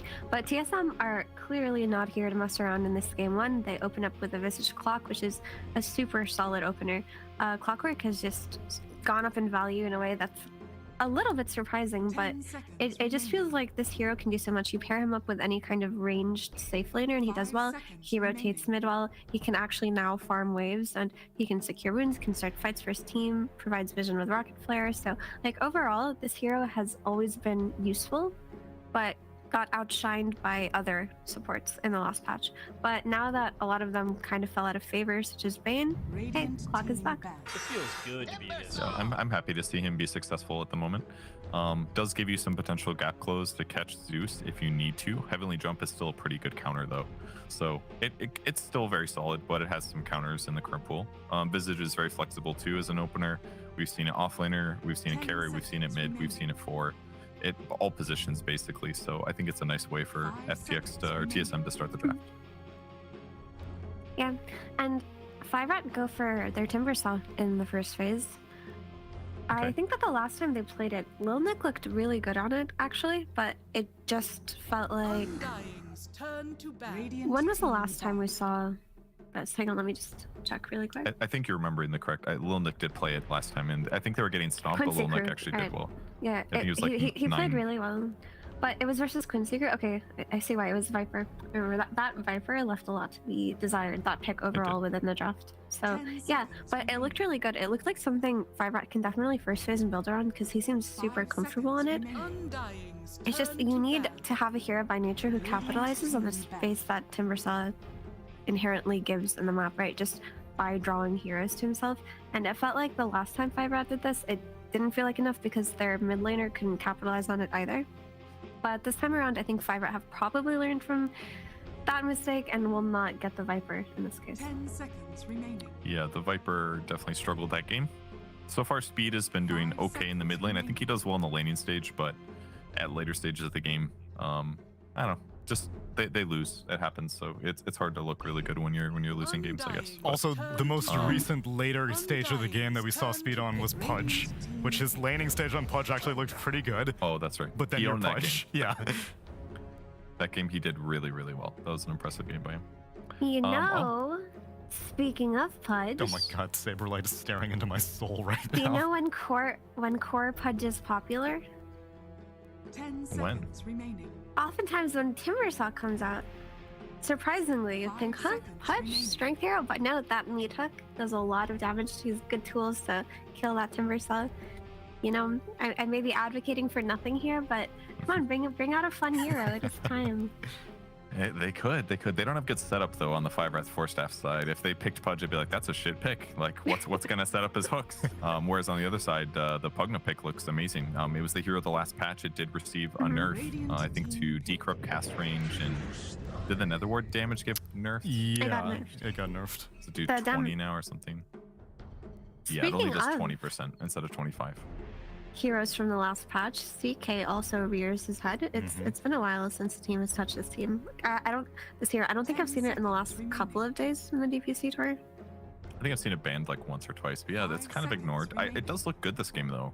Pugna is not going to be able to control a bunch of illusions, is vulnerable to get killed. They can kill the healing, the ward with them. He's effective against Clockwork too, because again, the illusion thing. Visage also has kind of poor AoE, so that's one of the things that that kind of counters the lineup. So I actually really like the CK here. The CM pick with it should be a really strong lane. Yeah, it seems very solid. Like CM's biggest threat this game is just getting hookshotted by the Clockwork, but I mean overall you can itemize for it. The CK Crystal Maiden lane should be really heavy on kills, and just overall CK is a strong hero to play against Visage too. You just get on top of him and burst him down. So I like what 5-Rat have going here so far actually compared to TSM's draft.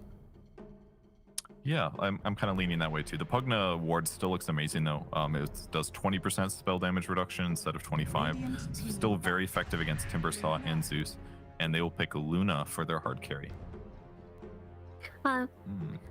Actually, no, this is fine. Like the heroes that you think about typically that like play versus CK are like the Lunas and the Medusas of the world. Obviously, Medusa's a far better counter to CK than Luna is, but she just has spell damage. She farms very quickly, but more importantly, she can group up with her team, with her Visage in particular, with that Lunar Blessing aura. Like it is a very valuable like mid game type of spell. But after both these heroes get a couple of items, they can just run it down basically and just kill all of these buildings and take these objectives.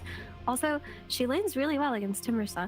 I'm not sure if you guys remember the Animator meta, but when it was really heavy on DK and Timbers, the go-to pick was always Luna before her shard got nerfed, but she's just got really good stats. She outlast them. She's got mixed physical and magical damage, which is really good against Timbersaw. And more importantly, it's a really synergetic lane with the Clock.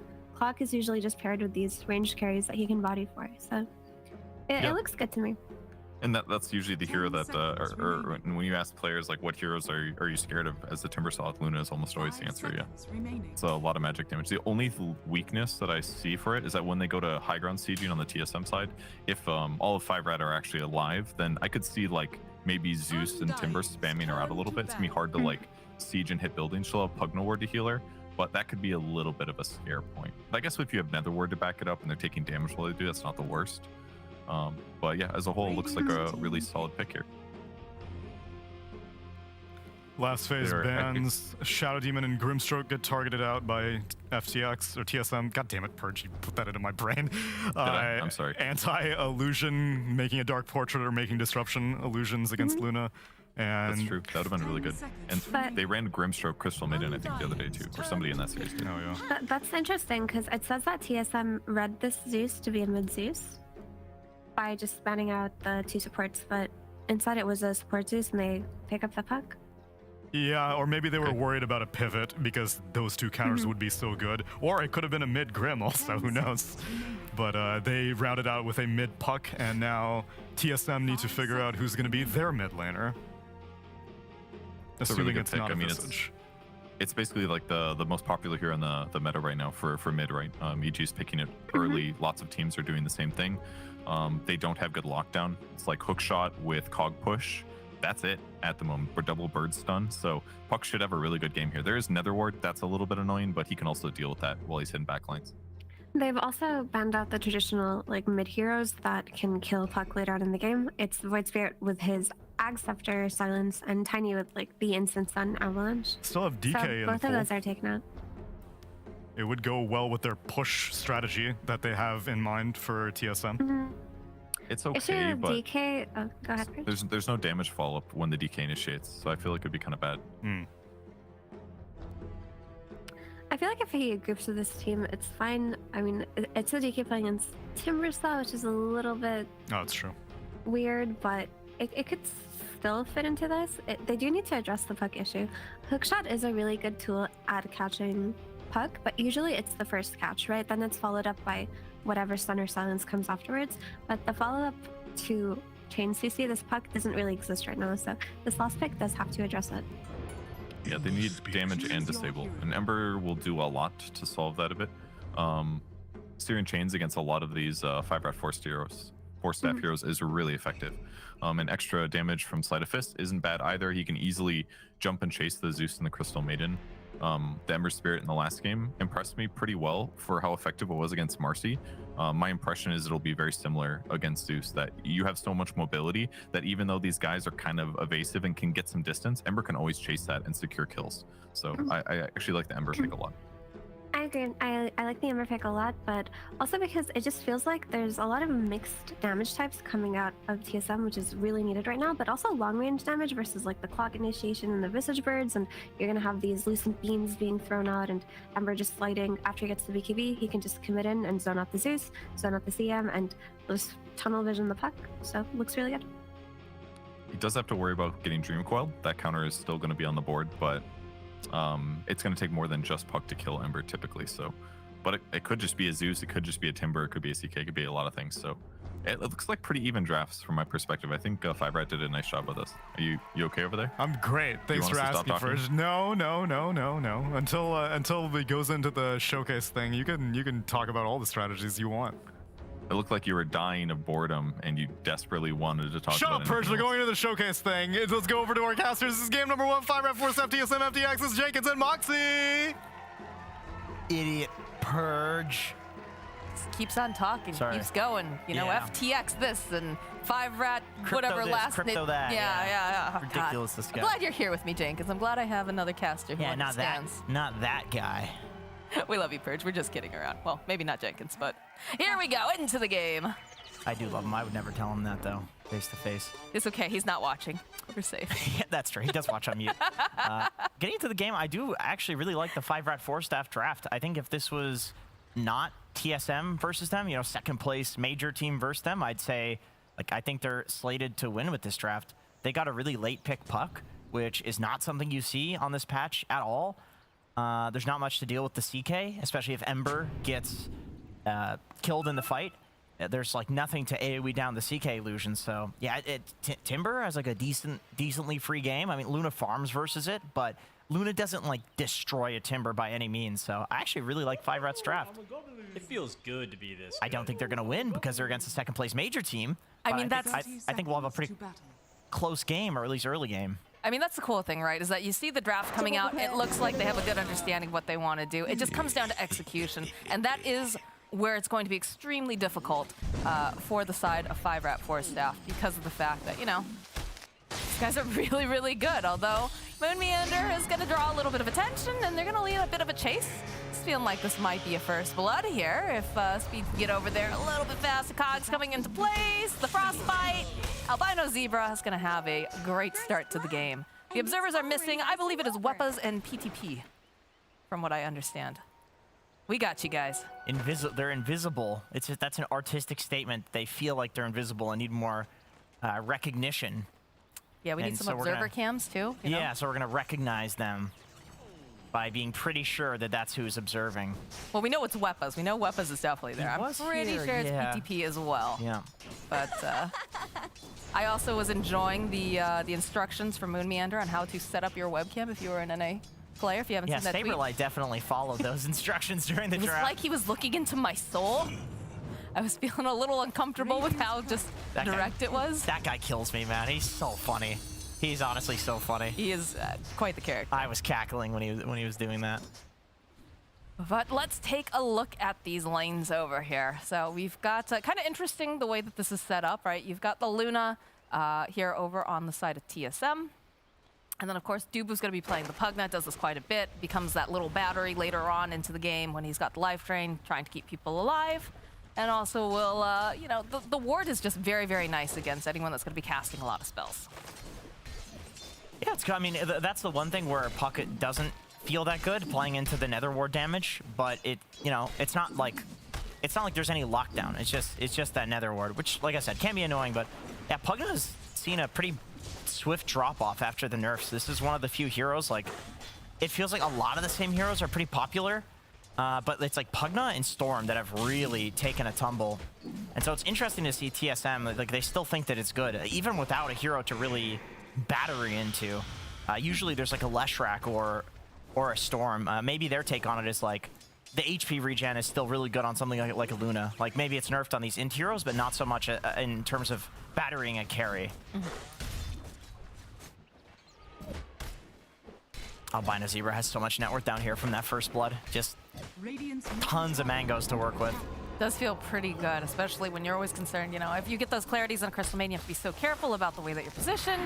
You have to make sure that, you know, no one cancels it out. But this is looking pretty good here now for DNM. So clean up against Moon Meander and put a little more pressure here over onto Saberlight.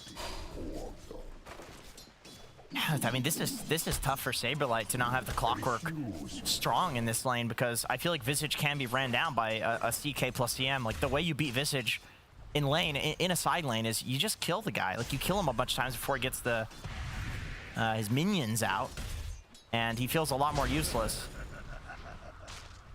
So Moon having a bad game is real tough for Saberlight. It is just the one death in lane at the very least. But first blood as well. That's true. So Did have the first blood. Like, DNM's feeling pretty good down here. I mean, this is a kill lane with this much disable coming out from like Frostbite, slow, Reality Rift and whatnot. So it looks like Moon this time around is gonna survive. Background is looking to mess with his own cogs, I guess, there. But is that like a high five slap at the end? Maybe like a Chris Rock type slap as well. Could be either. Ooh, that's close for Giant. Not enough damage. Yeah. Anyway, Saberlight is rushing rushing drums on this Visage. He started with the Robe of the Magi. Not a super common build you see. Maybe just to help speed up the rest of his team into some of these fights. We did see this earlier, right? One of the was the Bat Rider. I believe Abed picked up the Boots of Bearing. Yeah. Enable. Oh, speed. Maybe wasn't expecting that. Good rotation coming out from Dubu, making sure that they can go over to the Water Rune, and it nets them a kill. Very worthwhile. Yeah, that's one of those situations where I can't help but feel like both sides, like in this matchup, the runes are very important, and you could see TSM, they really value that, and they sent both of their supports mid, and probably 5 out of 4 staff want to do the exact same thing, right? Like, it's going to end up with no runes being taken for either mid, but you'd rather that than one mid get both of the runes, and then, you know, Gaben forbid in a situation like that, you actually give a kill away as the mid as well. Like, this is why people rotate to go for those 4-minute runes. 6-minute runes even more important than that. I feel like this is such a thing, though. Like, you've got this Crystal Maiden bottom lane for 5-4 staff, and you're securing it for your CK. It's going very, very well. But if this Crystal Maiden starts to wander off a little bit, because she is so slow, too, right? It takes her so long to get over to that rune spot, and then it just makes your CK so vulnerable. I don't think you want to, like, have that sort of you know, rotation. I mean, you got double kill on the Clockwork. I feel like CK can be left alone a little bit. It's one of those things where I feel like you almost forget to do it in games because your lanes have so much action in them, or you don't have resources. Well, this is looking like a dead albino zebra. Yeah, they'll find this. Yeah, Moon's got 10 wand charges too, so he's okay. He's perfectly fine. I like this build from Saberlight a lot, by the way. I feel like on Visage in general, like, you have this ridiculous attack range. I think it's 650. Let me see what's the attack range here. Yeah, oh, 600. Okay, so it's still like upper echelon attack range in the game. So you do get a lot of right clicks off in the laning stage. Is where a lot of your damage comes from as an offlaner, especially because you don't have enough gold to send out constant regen. And speaking of the runes, the rotation for the 6 minute here. 3 heroes coming out for both of the teams. Nice cogs are over onto 2. Speed should be able to survive this. Moon Meandered, though, having to be a bit careful. Wolf kill on Albino Zebra. The Heavenly Jump coming into play here from Giant. And Bryle will be able to snap up the regen, having his Remnant down. Slide through. Yeah, that's the move that I was talking about earlier. Is I think when it's Puck versus Ember, it's just such a classic, like, you almost want to rotate to the 2-minute rune too, you know, like. Moon has to be careful here. He's got 10 stick charges over on the Zeus. The Heavenly Jump, Dubu's here. Lightning Bolt will secure the kill. But Dubu hoping he can get maybe 1 or 2 more hits. Drops even the ward to make sure that he has that little bit of vision. Even with the tower armor and regen, that has to be like a very slight overkill there. Given the regen and armor that he had. That's unfortunate. Speed is Bryle, yeah, there's not much mana left over here on this Puck. The rotation is too late though, as Giant. TP's in trying to help, but he needs to be careful that he doesn't just end up feeding himself. Heavenly Jump coming into play again. Now Albino Zebra, ooh. All right, he's gonna find Dubu, but the tables have turned back around as they'll get themselves double kill now for Brian. He's got to feel very good about that. Brian, is that his name? Bryle. Oh. What's Bryle's real name? Bryle. Oh. Very clever. Oh, wait a minute. My name's Jenkins. Yes, it is. Oh, shit. Andrew. Hey. My mom calls me that when she's really mad. That's what we should start doing here whenever you get out of, like, Andrew, that's gonna happen a lot. Yeah. Now, TSM is just like, they're just working 5-4 staff. This mid lane's a huge problem, and you can tell that Speed is a new mid laner. And it's like, I say that as somebody who has insane respect for the guy. I think he's an incredible player. He's an amazing captain. His ideas about the game are absolutely on point. But he just swapped to the mid lane. You're playing against Bryle, a guy that goes against international opponents that are, you know. What is Bryle's rank right now? He's usually top 10. I would say probably top 10. Yeah. You can't click when you're in game, but I would bet top 10 or at least close to it. He's always very high up there. He hides his account too. He always clears his profile. So you never know who's this top 10 guy? Oh, it's Bryle. They'll find themselves a kill over in the tree line. TP comes out too. Dubu's like, you know, that's a Timber. Maybe we'll let him have the tower. Yeah, it's interesting though that you're mentioning that Speed, you know, does captaining and whatnot, but he is the mid laner. He's got some learning to do for sure, and I don't doubt his ability to learn. But he just joined this team. This is not like, you know, he was on the team halfway through Div 2 or played through Div 2 with them. Like, he's totally new, and he was playing off lane when he was grinding up his rank. So like, he's off lane or switching to mid. Not a super easy transition to make. But this is super good because I feel like NA, that is something that we consistently hear, is that there's just a lack of captains. So if he can get this experiment, ooh. Those trees are cut. That is so funny because they're out of vision, right? Yeah. So to Nick, he sees the trees as being there, but to us as observers, we don't see the trees as being there because we see from also Tomato's vision, right?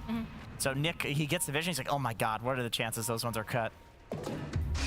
DreamQuest's gonna get used over on 2, and they've got the cogs. Get the Waning Rift off, but they're gonna need some more help here if they want to take down these two, because again, they can just slide away, and you know, he would like to get this on the Tumbler toy, getting them in that pit. They'll get themselves a courier kill. And it's looking like, oh, the cogs. Yeah. Go and push forward. There's so many people around this area as Bryle was hoping to go and get himself a latch here, but there's going to be the Frostbite coming into place. He takes back to the Chakram. He's going to have to zip past them, and both the side TSM, they're sitting so very low. It's a double kill now for Speed as Bryle somehow manages to survive. Little Nick feeling like he wants that kill. Go for the lightning bolt. They go and toss out with Tumbler's toy, the double damage. They're gonna try to fight here. Nick, he needs some backup though, and he's not gonna be able to get it in time. So Bryle gets himself a kill along with the double damage. That was a nice chase by Nick. I actually think that's 100% the right move to go for Bryle there. Like, you want to get these kills to come back into the game. They're worth so much. Nice little Tumbler's toy over. Speed snipes the courier. This was a weird interaction. The puck orb into the cog back on the high ground. And I love that when they get into the pit, Bryle, he doesn't get frostbitten until a little bit after. He just stands completely still in this, waiting for his mana to come back. Lets the remnant go out. Two-man cog unfortunately gets them both killed, but I think they definitely go down Speaking anyway. of cogs in game, having a fight break out in that mid lane. They lose DNM, and that looks like they're going to chase after Speed. Doesn't have any way to escape right now, but I don't think they have quite enough damage to finish him off before the illusory orb comes back into play. Dude, you got to give Bryle a little bit of a suck. Yeah, there we go. Yeah, he's a little He bit also low. gave him some fruit, you know, gave him the mango. Still value in mango. Uh-oh, Speed? All right. Yeah, they're poking a bit. You don't want to overcommit and dive those tier 2s. That's a good way to throw the game. You sound like you've had experience. Yeah, with it. honestly, as Nick, putting on a lot of pressure. Nick is kind of the only one that's feels strong currently for 5-rat 4-staff, where he's like a force to be reckoned with. And TSM has to be very careful about how they deal with him, because he can pop off here. Timber versus Ember, Luna, Visage, like, these heroes don't do much currently to deal with the Timber, and he has this pure damage, which is of course going to go entirely through Ember Spirit's shield. So it's like he actually can be a problem, and he's very difficult to kill. Yeah, they don't have that. They just got the urn online, I believe. Moon Meander's just finishing that up, but they don't have a spirit vessel just yet, so they will have a way to kind of use the items to deal with them eventually, but it's just not there just yet. Double smoke. It looks like they're gonna miss each other. Oh, the hook shot though from Moon Meander. The follow-up is on its way. They've got the birds, they've got the nukes, they'll give it the suck as well. Dream Coil does get used, and it looks like DNF gonna be able to survive. No, at the last second is gonna get removed by Moon Meander. They've already lost Saberlight. Albino Zebra is gonna get clicked down here, and now Speed rooted into place. Does have the illusory orb. Nick trying the best that he can to try to put out some of this damage, try to put the pressure. Giant, he's pretty fast, but he's gonna be fast enough as he does have that heavenly jump. He's gonna try to go hide underneath the tower, but Bryle doesn't seem like he really cares here, although Nick following up might be able to go and get himself the kill. They'll end up taking out Giant. Speed though hiding here over on the side. Moon Meander will fall to Nick, but eventually speed will die to Brile as now, look at this. Lil Nick, we talked about this. He's really strong right now. Lot of teleports coming back out again. Dubu says, yeah, I know you don't have anything to cancel out this TP, so I'm just gonna dip. Yeah, Nick is like, he's having a good game, a decent game, and like there aren't really great Timber answers in the game, so yeah, TSM, they're diving a little bit deep, but Nick is like, all right, I'm down to take these like long engagement fights. It just gives him a ton of chakrams and whirling deaths. Like he's using his abilities like 5 different times during a fight. And he can kill Brile. Like once Brile has overcommitted and he's got no remnants left, he's an easy kill for a Timber size, as we saw there. It definitely feels like TSM maybe overextending a little bit because their lineup is very much one of those pokes, right? You've got things like the Ember who wants to be dodging in and out. You've got this Clockwork, although Moon Meander does find DNM yet again. Go throughout the cogs, slide forward. Be able to go drop the ward on top, and in comes Lil Nick. They'll end up losing DNM, but they lose more than that. As also now Moon Meander falls, Albino Zebra also getting, and look at those chains. They're just gonna hold them into place. They need to finish off speed, and they have the damage. So it looks like TSM takes a great fight after going for that smoke, and they're just gonna heal up again. Are they gonna go into the Roche pit? It feels like that's going to be the play. Yeah, they got lifesteal. Yeah, it feels like TSM is just ignoring Nick entirely, and depending on how long the fight goes, Nick gets like X amount of kills, you know? It's like in that one, he only got 1 because the fight didn't go on long enough for him to go in and not be 1v5, right? So it's an interesting approach to Timber, and I imagine that's a big reason why they picked Pugna, so that his damage is just like is a little bit mitigated, so they can ignore him and kill everybody else. He gets the kill on Roche. Because of the jackal. I'm pretty sure that means he gets the XP too. Let me check. That's kind of worth it. Like, yes, they have the Aegis online, but at least they get the gold out of it. Yeah, I'm pretty sure he got the XP because he's level 12 and a half, and Brile is 6'1" and 9 and level 12 and almost level 13. I'm fairly sure you get the XP if you get the killing blow, and the enemies don't. All right, well, they have an Aegis to work with now on the side of TSM. Oh wait, maybe it's actually split, because neutrals are split, right? No matter who gets it, it's split between allies and enemies. Roshan might be different though. Dota's weird, as we hear the Will Smith slap again. The Filipino Chris Smith. That's a kid I went to high school with. Top lane, Albino Zebra a bit out of position here. The birds coming into play. I'll remove the Crystal Maiden, and now Nick, they've got a decent amount of damage here. They do go and apply the urn charge, but they gotta catch him first, and he's just so hard to get your hands on. A bit of life drain over to Moon Meander. Nick's gonna just teleport out. And Brile can take the orb. Brile's totally out of mana. I feel like he's out of mana for this entire game, unless Dubu's nearby. Wraith Pact is online, though, for Saberlight. Still a very popular item. This item is so wild on Visage, because you put it down, and it's like, it goes at a kind of roughly the same speed as like Visage and the birds, which are pretty slow, right? And like, if they go on it, you just kill them with the birds or stun them with the birds. And then also, you have this damage reduction stacking on the birds, so you cannot kill them without killing the Wraith Pact first. But if you're sitting there focusing a Wraith Pact in front of a Visage, he's just gonna kill you with the birds. Oh boy, poor Albino Zebra. Melted. That's a really good point about the positioning, right? Is that you want to try to get rid of this one item, but you have to cut through so much more in order to get it. I don't think damage reduction. I don't think the Gravekeepers and the Wraith Pact stack entirely additively, because that would make it so you take literally no damage on the birds. But it is like legit. They take like 1 damage. So I'm not sure how those two stack together, but it's like it's so close to 100%. Oh boy, Brile finding himself giant, and he's gonna chase after him.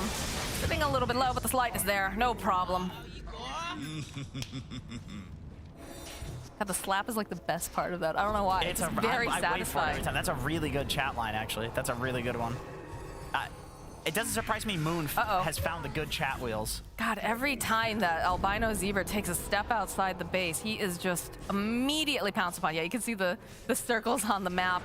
Just like, I just wanted to try to like ward. Yeah, we need to get this back, guys. Oh man, they see him. DNM, the hook shot comes in, the cogs in play, and that's gonna be a dead Chaos Knight. That was like right at the end of the TP too. The Moon was just there. And that was very close to being a TP out. It's shaping up to be a rough one here for 5-4 staff. Yeah, this is kind of what we expected, but I mean, there are like silver linings for 5-4 staff. Nick is having a really solid game. Like his lane and the transition out of the laning phase was perfectly acceptable for what you want to see out of a good Timbersaw. Let's see how close this was. Oh, this is the earlier one. Yeah, this is the kill on Giant. They jump, and then whoop. Oh yeah, that's a nice one. Oh, I see. I see what was happening there. I wondered why we were looking at that clip. This makes sense. Yes. All right. They still have the Aegis on the side of TSM, and it looks like they're ready for the high ground push. Yeah, and Visage, level 12, or level 13, but has the level 12. Level 2 birds, I should say. Double in damage. These things do way too much damage to towers, and they have with the Luna Aura, too. Yeah. It's a nice draft. It's a good strategy. Yeah, that is just 35. not okay. Not okay. Not even remotely. There you go. There's your next chat wheel line. That's not remotely okay. It's not. And again, just Duba sitting back here, just topping off his heroes. Nice hook shot in. Again, it's Albino Zebra, so there's not going to be a Crystal Maiden available for this fight. Does have buyback. They want to pop it, but doesn't look like it to be the case. TSM rips apart the buildings and makes their way over towards the mid lane. It's the clap every time. I'm hearing the slap. Yeah. Aegis does get reclaimed here, though. This could be an opening if they can go and burst down the Luna, but they have to cut through so much in order to get to Tomato. Look how little damage the birds take from the Zeus lightning. You see this? Oh my God, he's just gonna burn to death. Yeah. Like he's nuking them, and it's doing nothing. All right, they have one tower left over here on the side of 5-4 staff. I just don't know how you. Methodical. Yeah, how do you force them out of the base? I don't think you need to force them out of base. I think you just throw birds and a Luna on the tower and you laugh. No. I'm saying how does 5-4? All right. Anyways, Little Nick is taking so much damage. Right. He is toast. No buyback over on the Timber. Good hook shot going into the right back lines. That's going to be able to just push DNM. He can't get away. He's getting body blocked by everything. That is a dead DNM, and they call the GG at 21 minutes. 5-4 staff has had enough. That was like impressively uneventful. Like for TSM to destroy a game that bad, it felt like there weren't heroes on the enemy team, and they were just fighting against the towers. After other than Nick, like after the first 15 minutes, it felt like there was nothing. You can throw all the spells at TSM, and there's nothing that's going to happen. And I think that's a large part of that is due to you Visage damage reduction, you have the damage reduction from the Pugna, you have the Wraith Pack damage reduction, you have a Luna with BKB. Obviously, they itemized well to do that. Obviously, this is play. But how it looked was that they were playing against just creeps. That's how it looked. That's how methodical it was. I mean, that is one of the things, right? The panel was looking at the drafts. They're like, wow, these look like very solid drafts. They could go either way. But that is also one of the other things you have to consider is the fact that TSM, one of the best teams, one of the best team in North America, they're going to have all these like slight little things that they have in mind that are going to further amplify their draft and make it so they can get that victory. But 5-4 staff, they'll have another chance to try to see if they can, take this game a little bit longer and fight back against TSM FTX. But first, we got to go to a break.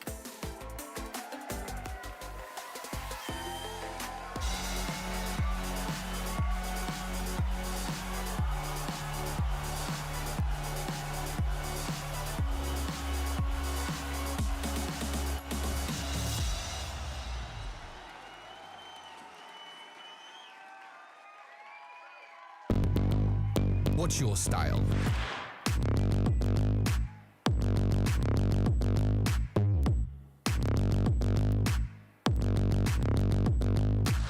Get your merch at shop.esogaming.com.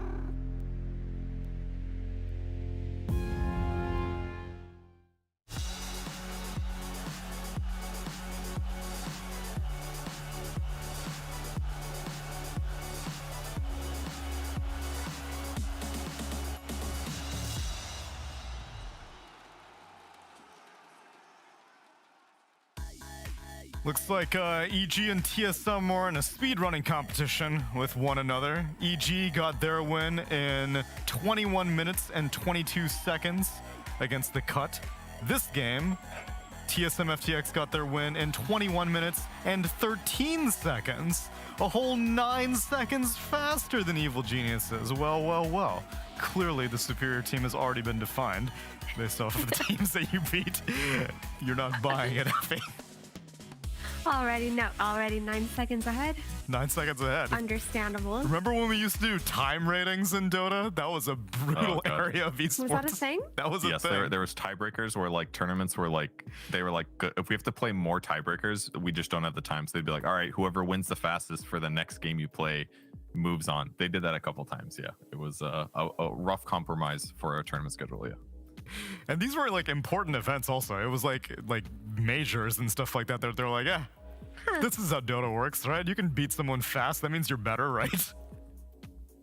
Sounds very debatable, but let's move on. I think TSM played that game extremely well. There's really not that much to say except they just outplayed them like every step of the way, but especially the skirmishes, like Ember had huge impact. The Visage Wraith Pact, we've seen it time and time again, but once you get to the item, it just feels so effective in running around with your team and just killing the enemies, and that's pretty much what TSM did.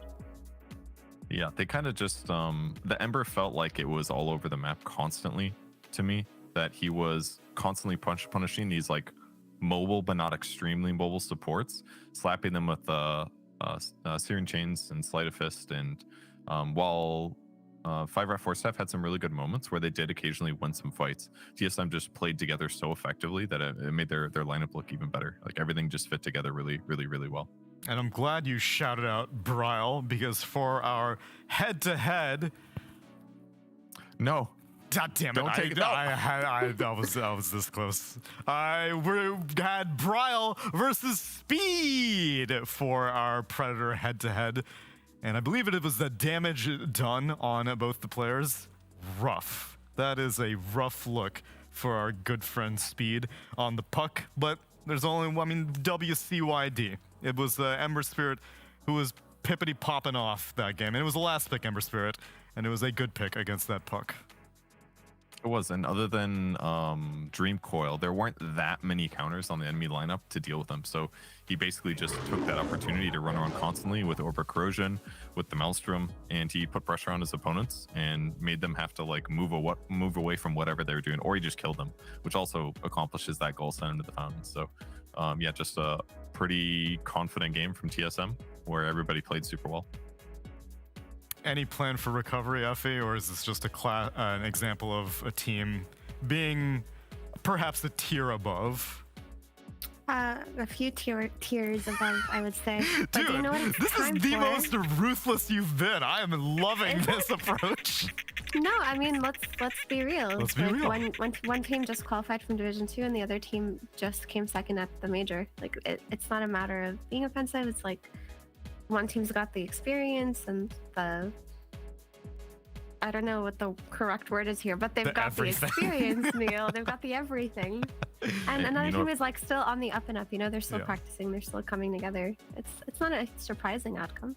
And you know what else they're going to have is probably some really cool picks in game 2. I am so excited. I can't wait to see what they pick. It's got to be Pudge, right? Well, it's not. The draft isn't soon. I'm not trying to. The draft isn't anytime soon. But well, no, don't be too sure. But it's coming. I let Effie close out the show last time. You want to send us to break, Furch? I cannot wait to see what TSM is going to draft in their draft, and it's right around the corner. We'll be right back after the break. Sponsored by Intel. That's not the end of the stream.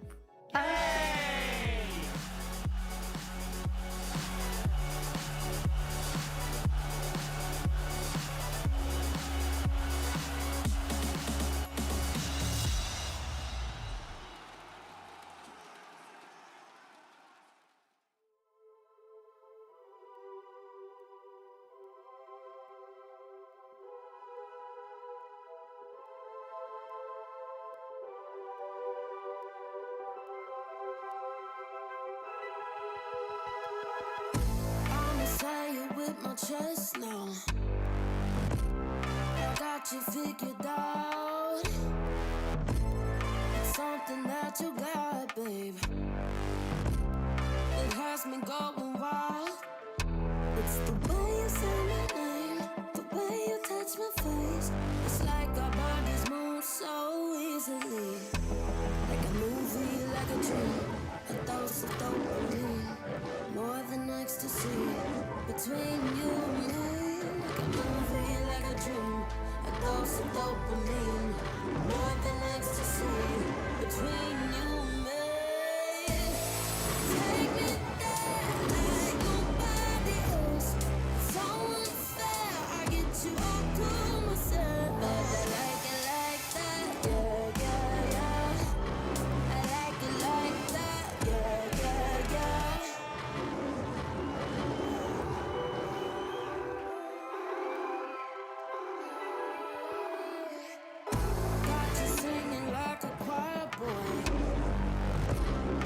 Take you back to church. Won't stop until you say so. I like the roles reversed. It's the way you say your name, the way you touch your face. It's like our bodies move so easily, like a movie, like a dream. A dose of dopamine, more than ecstasy. Between you and me, like a movie, like a dream. A dose of dopamine, more than ecstasy. Between you and me, take me there like nobody else. So unfair, I get you all to myself. I like it like that, yeah, yeah, yeah. I like it like that, yeah, yeah, yeah. Take me there like nobody else. So unfair, I get you all to myself. I like it like that, yeah, yeah, yeah. I like it like that, yeah, yeah, yeah.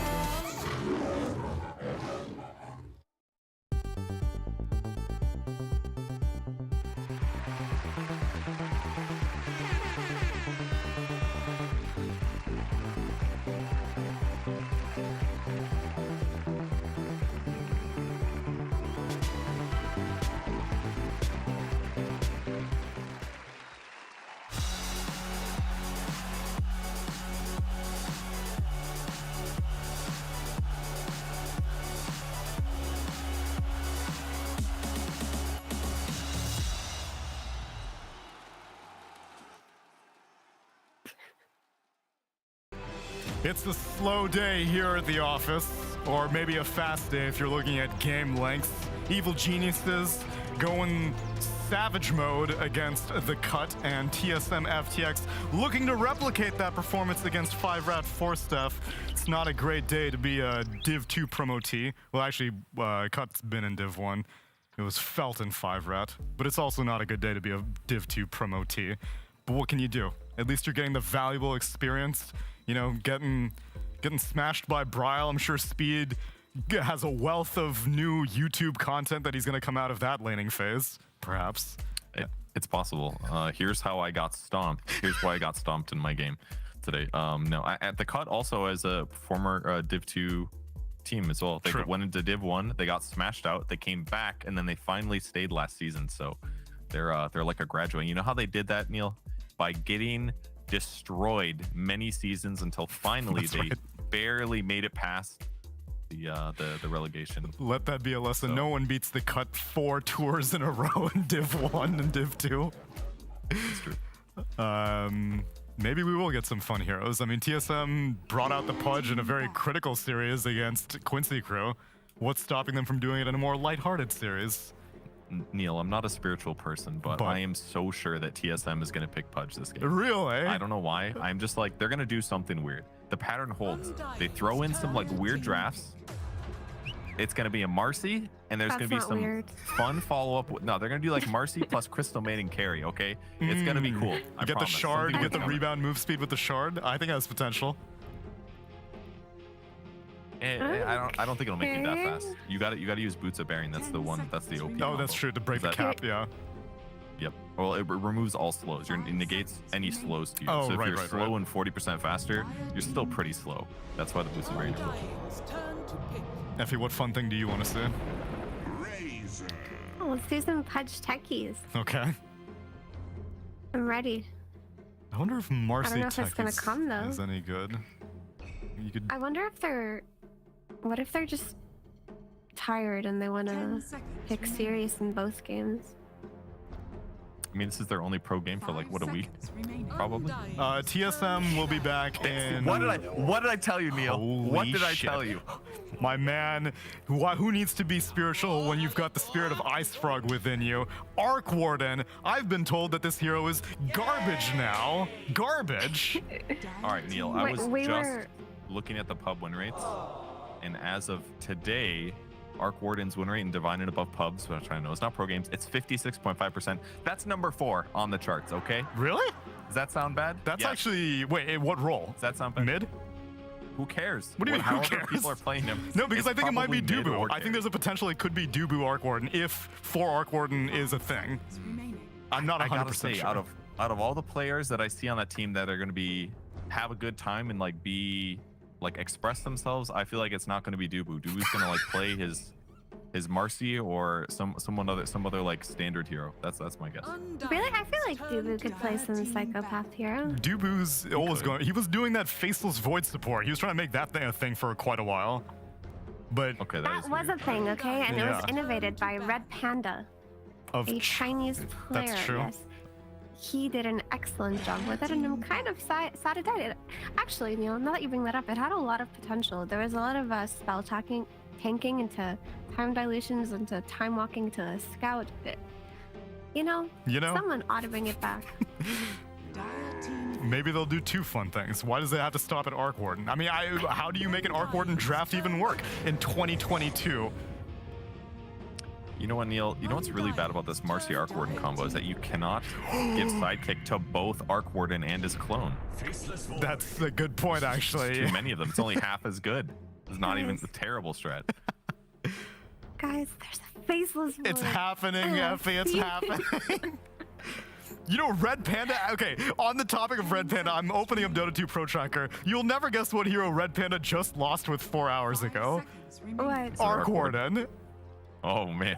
Oh boy. But he played a carry. Everyone's playing a carry. So there's definitely potential to this here. All right, let's do something. Oh, okay, wait. I got one. Saberlight played it off lane 14 hours ago. He went Treads, Falcon Blade, Blade Mail, Gleipnir. Oh, I like the Blade Mail. Yeah. Because then you'd act if they have a lot of AoE, you could activate it on your clone and your hero, effectively doing double the damage, kind of. Oh, that's wow. pretty interesting. Saberlight's actually been spamming this. He's played it, he's been losing with it, but he has been playing it with a lot of frequency, and it's always this Falcon Blade, Blade Mail into Gleipnir build. That sounds cool. I like that. Well, I'm certainly excited to see where this Arc Warden's gonna go. Yeah. But I mean, it seems pretty flexible based on all the stuff we just talked about. I mean, overall, we see how effective Marcy is as a support for any kind of ranged carry, right? Whether you throw them on the offlane or the safe lane, like these heroes have a lot of kill potential between each other. Then obviously Phoenix and Void, that's like Wombo combo central. You've got the Supernova into Chrono to play with. You've also got the Sunray damage into Chrono. There's a lot of potential for stuff here, but the Abaddon pick on 5-4 stuff is actually really good. It'll purge off time dilation, it'll purge off the Phoenix debuffs, the Arc Warden flex. I mean, it's looking good for 5-Rad here at their draft. Maybe because it looks a bit more familiar to us than what we're looking at for TSM. But also, Wraith King has always been the traditional counter to Void, right? You tank the Chrono, you die, and then you respawn. You kind of I like body for your team, and if it is an offline Arc Warden, I kind of like Wraith King as a carry against it as well, because you're gonna run an Arc Warden. Arc Warden's very slow. Pre-6, you can just summon skeletons, throw your stun, and the skeletons are not only gonna make Flux not work on you slow-wise, but they'll also eat the Wraiths, the Spark Wraiths. Oh yeah. So that seems kind of like a cool laning idea for 5-rat 4-staff to play against that. Because right now, actually, TSM's lane push is actually really bad. Kind of like until Arc Warden gets Maelstrom, Phoenix can push waves, Marcy cannot. Faces Void's quite slow at it. I think the Wraith King is gonna put map pressure on and lane well. So I think that was a great pick for 5-rat and survive the Chrono and all those other good things that Wraith King does. yeah, you've also got the Razor to just kind of sit on top of the Arc Warden with a BKB or the Void, like lots of good static link targets. Strong lane presence. The Monkey King is also still pretty flexible, but you've got the vision that he provides to you, right? If it is played as a support, the Monkey King Razor is a tender specialty from a long time ago. So yeah, lots of really traditional ideas coming out of 5-rat, and it just like looks solid overall. But I'm really excited about this Arc Warden. I need to see why this hero is at a 56% win rate. It just got there... 2 patches ago. It got it got 2 base damage average increase. Though the bottom of its damage got increased by 4, but the top did not move. So on that damage got increased. On Pro Tracker, the carry win rate is 59.7 and the mid win rate is 47.5. Granted, it's pretty 59.7, but it's a 67 match sample size, so it's not immense, but still, that's quite high. Still pretty good. Yeah. I mean, there's probably something to be said there, right? If you play mid, you tend to go like Maelstrom Rush, no boots, buy Midas. You're just AFK farming with less impact than an Alchemist and less safely in a lot of cases. If you're on the side lane, Arc Warden has really good stat gain. He's going to have high HP. He's going to have mana to spam. His base damage just got increased. So if you get like boots on the side lane and you fight with like treads, you're probably really impactful for damage output if you have something that can set up Spark Wraiths. I'm looking at I could definitely see it work. Another variant. Faith Beyond also played it off lane. He got Scepter. It's mid. Oh, it's mid. It is mid. Damn. It's mid, yeah. We see it like with the Undying pick. That's pretty much your 5. Marcy's going to be your 4 hero. Faceless Void is your carry. Then Arc Warden should just be your mid, right? I mean, Arc Warden shouldn't have any bad matchups on the mid lane. Like, it's always been a pretty decent laner. Like, you can zone people with your Spark Wraith, and Flex is a really good tool if you have like a Marcy rotation. Lots of kill potential there. The only issue is when they get on top of you later and kill you. And so far, they've got MK Razor and Wraith King, which are all kind of heroes who like to jump on an Arc Warden, but there's also a lot of sustain coming out of Sunray. There's going to be the Sidekick lifesteal. There's also going to be the Tombstone and the Soul Rip. So lots of stuff that this Arc Warden can play around. And also you can bubble protect the Tombstone, right? That should be pretty cool. That is true. Yeah, and the Phoenix Egg, actually. There's a lot of cool synergy from the TSM side. Oh. See, I told you there was going to be a Pudge, Neil. By golly. I believe in the Church of Pudge. He didn't specify what side. Speed played really well on Pudge in the last match that he played against the Cut. He played against Ember mid and he got first blood. He played very well. I could see it getting kills on Arc Warden pre-6 without a doubt. Rot chasing a very slow hero sounds okay. The only downside is Arc Warden's raw HP is really high, but what's the first skill called again? God, Flux. Flux is damage over time basically, so Flesh Heap will work great against that. I think Speed should have a good time mid, but ultimately TSM's draft, the team fight is incredible. That they just cover each other so well with their abilities. So I assume that TSM will win this, but I like both drafts. Yeah, but look at the save that 5-rat have going, right? They have the potential hook out of Chrono. They've got the Dispels from Aphotic Shield. They've got the Wraith King, who just kind of reincarnates, can potentially tank the Chrono. So 5-rat do have a lot of ways to counterplay TSM and play around them. But it's going to be, a lot of it is going to be dependent on just getting the good hooks. But there is stun setup from Monkey King and potential stun setup from Wraith King if he gets a Blink Dagger later on. So yeah, it's going to be exciting for sure. Glad to see these Arc Wardens and Pudges come out. The hook out of Chrono is a really good point. That's like an incredible way to save whoever needs to be saved, even if it's like Razor, for example. Hook him out, let him get his BKB off, and actually take a normal fight afterwards. Could be really good. But I hope he doesn't go. Hope he learned from his Ags build the last time he played this mid. He had an incredible game, and then he kind of spent a little too much jungling, in my impression, and as a result, he ended up facing his BKBs and his Ags didn't feel good until like 20 minutes later. Then it was just like trying to crawl up a giant hill. So it'll be a fun game. Hey, it'll be a fun game. If nothing else, this gives me a good data point on how strong Arc Warden is right now, because I'm hearing opposing viewpoints from the public discourse. He's been dumpstered ever since the Tempest double nerf, and now maybe there's an alternate way to build it. We'll find out how Bryle does it in game number 2 with Moxie and Jenkins. All right, we got ourselves another Pudge game. This time it's still speed over in the mid. And how you feeling about this, Jenkins? I'm feeling good. I don't really give a shit who wins or who's playing, as long as there's a Pudge in the game. I'm happy about this.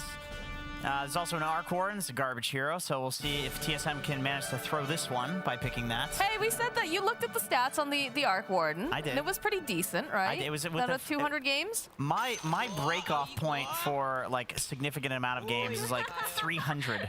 300? Yeah. Okay, all right. Like...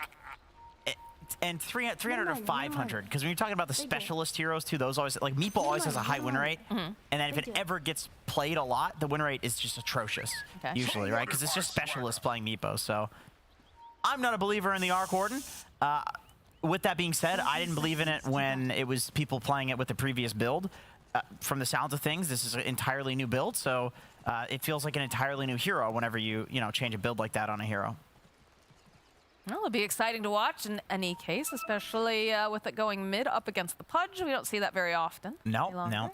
And I hate to say it, but one of my favorite matchups in the game as Pudge is Faceless Void. Really? It is very easy to kill him. You're all damage over time, right? And you can hook him once he jumps, and you can hook people out of Chrono. It's nice. I mean, you just don't care about time dilation either. You're just rotting. Does make sense. Albino Zebra, though, is getting clicked down here. Getting slapped. Yeah. There's another slap. The high five. That's nice. I like those sprays there. I believe one of them says like there's a ward here. Oh. Or something. Yeah. I don't know. Maybe someone's lying to me, but that could have just you could be just getting debated. I think it was Ruby who told me that, and I feel like Ruby wouldn't lie to me. I don't know. I feel like a bit of a troll. Takes one to know one. Yeah. All right, well. Saberlight having a tough time. I like this lane. I really like this lane rotation. I mean, it's like Monkey King would counter an Undying in lane for the exact reasons that a Razor would counter an Undying in lane. You just run at him and right-click him, and you cannot win that trade. But with that being said, though, Phoenix is excellent against both the Razor and the Monkey King because they're right-click based, right? So you just sit there and you throw Fire Spirits and... this is not a good trade for Giant. No, it's definitely not, especially because he keeps losing that strength. These decay stacks. That's another thing I'm excited about for this game is we have an Undying off lane. That's also really weird. I mean, I think LGD was picking this for a while. It was into like these Sven and Strength cores, and it looked decent. I think the Aghanim Shard on Undying is insanely strong. You can solo Roche as soon as you pick up the Shard very easily. You just pop ult, hit Roche, and the zombies will kill it. So it's something that I thought would be abused a lot more when that got added. In the bottom lane, more pressure being placed on Albino Zebra. It's hoping to get a kill on the courier, but not going to be able to. And that'll be the first blood for Moonmeander. Yeah, so the interesting thing about these like lane swaps that 5-Rat-4 staff did, which I think are good, like in theory, is that with TSM, instead of moving the cores around, they move the supports around, and it's a lot less of a pain for the supports to move around between lanes than it is for the cores, right? Because the cores are the ones hitting the creeps. Right. So having Moonmeander down here means that you're playing into 2 melee heroes as a Marcy, and yeah, you'd rather have the Faceless Void versus the Razor. You can jump out of the static link, right? But this is at least like a decent lane for TSM. That's why they got first blood. It also feels like you're just going to be able to make so much more space for your Faceless Void, right? You know, Moonmeander is going to just constantly have them in like an awkward position where they don't feel like it's safe to really come forward, and that's just going to allow the Void to go and hit all the creeps that he wants, which we're seeing right now, currently top of the CS. Yeah, 5-Rat-4 stuff, they would really prefer for their Monkey King to be down here trading with the Marcy rather than the Abba. Because I think Monkey, even with the tossback, I think if you get Jingu stacks, like Monkey's perfectly fine trading here. And then the Abba can take off the Fire Spirits, right? So yeah. So is there a reason why they've decided to still just stick with this? Although top lane, Dubu does have the Icarus dive, so he's absolutely fine. The reason is because if you TP, then they just TP too, right? So if you don't start the lane dance at the start, you can't really restart it unless you make some sort of like kill rotation. But like, is Abaddon gonna go kill somebody in a lane? Like, what you'll do is you walk to a lane, get a kill, so you force it. So you force the TP out from that kill. Although, all right, we're gonna see Moon teleport over here to the mid lane. He's gonna jump forward, finds himself speed, a toss back, expose, and that's a dead Pudge. Yeah, I remember playing this exact matchup pre-Flush Heap, and Pudge gets destroyed by Arc Warden. It looks like Speed is doing perfectly fine though, playing with the Flush Heap. It makes sense, right? You're playing into a hero with Flux, you're gonna mitigate a bunch of that damage. It's a, a slow DPS type spell, so it seems decent. But yeah, once you TP a support in there, it's like Pudge is so fat and slow, you just die.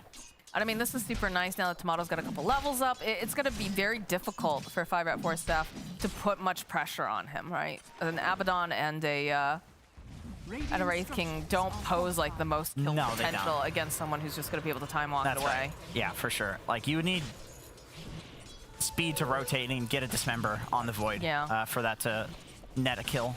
But this hero, not really going to make any rotations anytime soon. It's not the easiest draft to execute in terms of, you do have to have the surefire hook or something to kind of set it up or something. In any case, top lane, lots of pressure being placed over on Giant. He is going to tick down though. Yeah, this is looking not great here for 5-4 staff. That's a pretty nice tombstone. Actually kills the whole camp and creep wave as well. That's value. Yeah, that's a super solid ability against stacked camps and creep waves because of the damage type. It does extra damage to creeps. Who was it? Was it IG that used to do this, where they had like some weird supports? Some things were just not meant to be.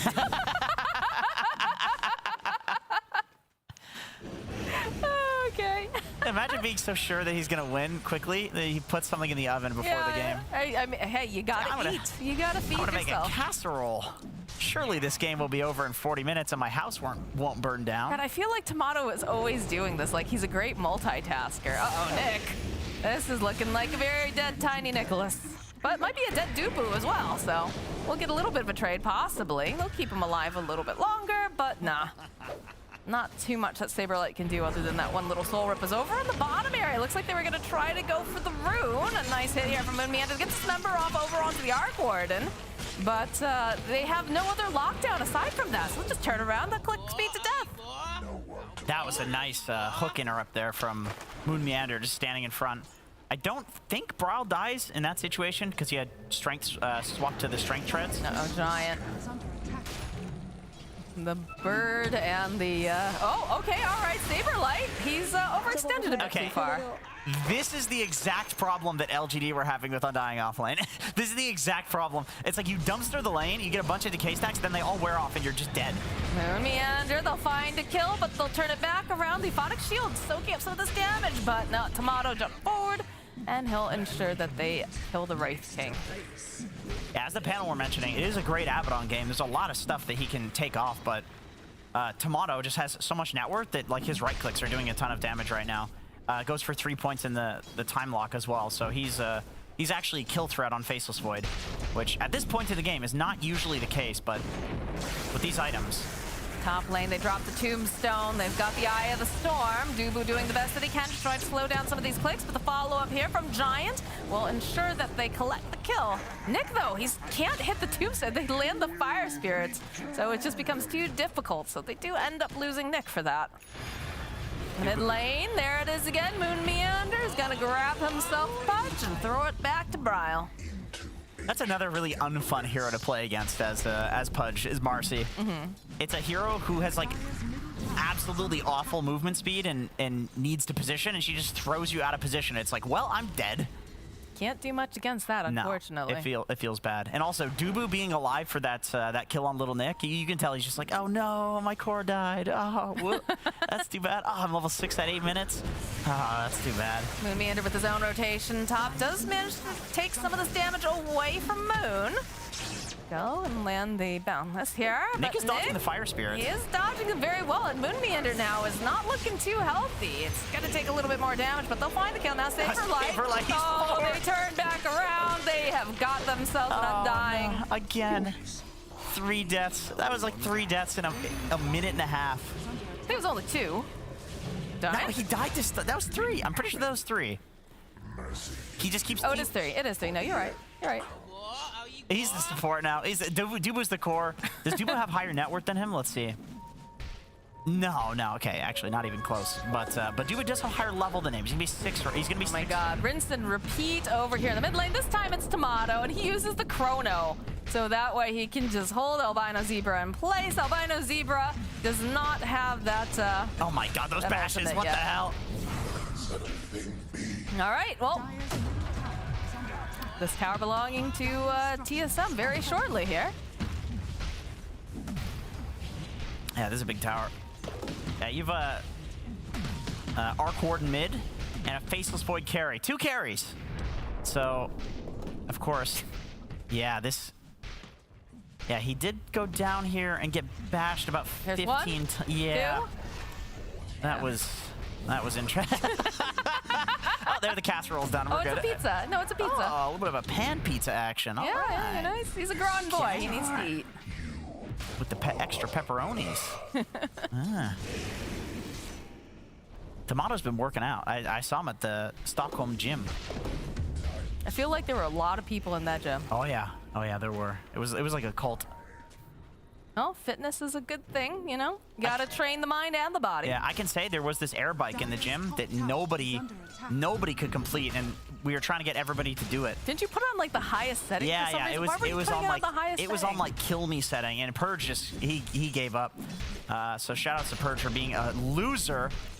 What was I saying? Oh yeah, Tomato, he did it. He collapsed afterwards on the ground. And for about 20 minutes and couldn't move his legs, but he did do it. I feel like that can't be good for him as they use the Phoenix Egg here in the top lane. Little Nick is just gonna teleport away. Albino Zebra, though, is gonna get hit with the stun once the Supernova's over. And this poor guy is just so underleveled, it feels. And Saberlight's dead again. And Saberlight's most likely. No, he's still alive. He's fine. He's still alive. Oh, but the hook back from Speed. All right. Now he's dead. Surely. On the follow-up now, Moon Meander punching, gets the rebound, finds himself Giant. There's gonna be the Icarus dive forward, the dispose back, and he's gonna keep beating away over here at DNM, but DNM's got the piggy pole. He's gonna try to run away. Does opt to take the point in the reincarnation because he sits a little bit lower. Oh, nice here from Moon, but ends up dying for it. Speed. Is he gonna end up dying for it? Yes, he is. Oh, the reincarnation. If Dubu turns around, nope, they still have enough charges here. So Dubu gonna get chased around the trees. The teleport is coming out here from Saberlight, who goes to try to save him. Doesn't quite have enough though, as you can see. These the toggles coming out from DNM. He is on point. He's got the Abaddon behind him, who's gonna be able to heal him up. Yeah, DNM is trying his best to carry this one, dude. Like the way he knew the way Dubu was gonna juke around the trees too. Like he predicted the juke and gets the hit off. Okay, he is very muscular. I told you, he's been going to the gym. Good for him. Yeah, no, he's been killing it. I just wanted to highlight the tenacity of. I feel like Shaggy's gonna be so mad. Of Tomato, yeah, they can't. I think he can't vape. Yeah, he can't vape, but the guys can take their shirts off. Tomato's got his gym. I got my vaping. You know, what's the difference? Oh dear. He can show his nipples on stream. Why can't I show my He bong? did not show his nipples. That's perfectly fine on Twitch Those now, were by covered. the way. No, but I'm saying that is perfectly fine. Wait, it is? Oh yeah. Oh, I didn't know that. Yeah, that's not illegal anymore. Free the nipple. Okay. Good to know. Look forward to next Jenkins stream coming up here. Yeah, that'll be on the OnlyFans. That one. The smoke here is in play. They want this kill on DNM. They'll open up here with the tombstone. Tomato's here. He does have a Chronosphere if he wants to use it. He does opt to eventually use it, and this is going to be the reincarnation if he manages to finish him off. But he's got to do a little bit more damage, and he doesn't have it. Oh my goodness, they turn it right back around. DNM gets the kill from Speed, finding Saberlight. This is looking very iffy for him, as all 5 heroes are down here. Egg does pop over here on the side. They didn't have the vision really on Dubu at the time, but they can chase after him so easily. Look at the Speed was thinking about trying to just get this hands over on this bird. Gonna try to juke here in the trees. Does not have the Agrista dive. Does have the Sunray though, so he's gonna just teleport away as Moon Meander is the only one left over. He does get disposed of once finished off the Monkey King. Bryle is joining in though, and he's got some pretty decent damage as he takes down not one, not two, goes for the third. Does have the reincarnation. Little Nick here dancing around as Dubu chases after him. D&M though, he is not gonna be able to survive as Albino Zebra also taking so much damage. It's a double kill now for Bryle. Okay, Bryle is doing a lot of damage. He showed up to that fight, and it looked like it was like a 4v2, and he just walks in, and he's like, well, I got 2 guys, so really it's a 4v3. Yeah, this Dubu TP, I mean, that's one of the very frustrating things in Dota when it happens to you. And Bryle is just, I mean, the Maelstrom is just chewing through these heroes. It's a good setup for Moon, too, to be able to toss people back and line them up so nicely so Bryle can just stay, take some time in his bubble. Yeah, Bryle is legit just standing there and right-clicking them. That is all he's doing. Moon's happy with that trade. He's fine with it. Yeah. For sure. You know, the interesting thing about Arc Warden mid versus the Arc Warden carry is I feel like if you're a carry, you don't want to, you're oftentimes going to be like top net worth, right? It's all about farming and not showing up to stuff. Oh boy, anyway. Giant. He's dead, very slowly, yes, but he's dead. Yep. But the Arc Warden, as a mid, it's like if you die showing up to stuff, so what? It's not like this sit in your base with your real hero and then send the clone out, right? So this old way of Arc Warden where you just sit in the base that got nerfed, that you can't do any, well, you can do it, just your clone does 50% damage. It's not as much of a nerf to Arc Warden in the other roles, because I feel like the carry is the type of position that you want to die like 0 times in a game, ideally. An offlaner or a mid, there are like good deaths, right? There are deaths where your death is worth something. As a carry, almost always, you just don't want to die almost at all. I feel like he's gotten a lot of use out of that piggy pole this time. Yeah, that's a nice item on these high base move speed heroes. Some TP's coming bottom. They still all that speed was here. They do have the Abaddon nearby if necessary. Yeah, look at this Tomato. He's hunting. God, there's something just so pathetic about a Pudge waddling away from people, afraid for his life. The Flux slowing down Nick. He's got to get out of there, and there's going to be the hook, though. As Speed has teleported over here to this mid lane. The go, they'll drop the Wukong's command. They've got the bit of the bubble over here on Bryle. He's trying to protect himself, but they managed to make their way into the bubble, so that's going to be a dead Bryle. As the Tempest Double trying to fight back a little bit, they will end up losing it. They lose the Tombstone too, and now Saberlight, I'm not sure he really wants to stick around here for too long, but Tomato's here, and he's got one hell of a Chronosphere, the triple decay over on several. Nice bash over here on Speed. They're trying to run away as fast as they can, but there it is. There's gonna be that break here with the egg, the stun. Speed barely managing to survive over here on the side. As now Little Nick, all right, Saberlight, ooh, that was a big crit. Holy shit. Moon Meander, now Tomato. They are on the back foot. It was looking so good for TSM, but it did not pan out the way they were hoping for. Yeah, Speed doesn't really have any... Uh-oh, Nick. Well, they're going to go on Nick. Yeah, they're going to go on Nick. The toss back here. Tomato's got lots of damage. A good save here coming up from Giant. Buys a bit more time, but they've got the Sunray from Dubu to collect. Speed is way tankier than I am anticipating. It is purely from Abaddon plus the Flesh Heap block. Like he doesn't have the armor talent. He doesn't have a Vanguard. Like he is squishy as hell, but he's not. Like his items make him look squishy, which is exactly why Tomato went on him. Tomato's like, this guy doesn't have a Vanguard. He doesn't have a hood. He's super easy to kill, but it's just wrong. He's not easy to kill. Maybe the Maelstrom procs are individually counting towards the Flesh Heap.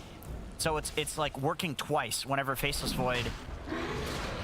And also, if you bash on Faceless Void, if you bash a Pudge, you're also getting double the block because it's going to block on both the bash and the main hit, right? So that makes it even more of a counter to Void. Like core Pudge is actually pretty good against Void because Tomato was doing no damage to him in that fight, and I'm wondering why, but I think that's probably it. It's probably because the Flesh Heap is proccing like way more times than it would with other heroes.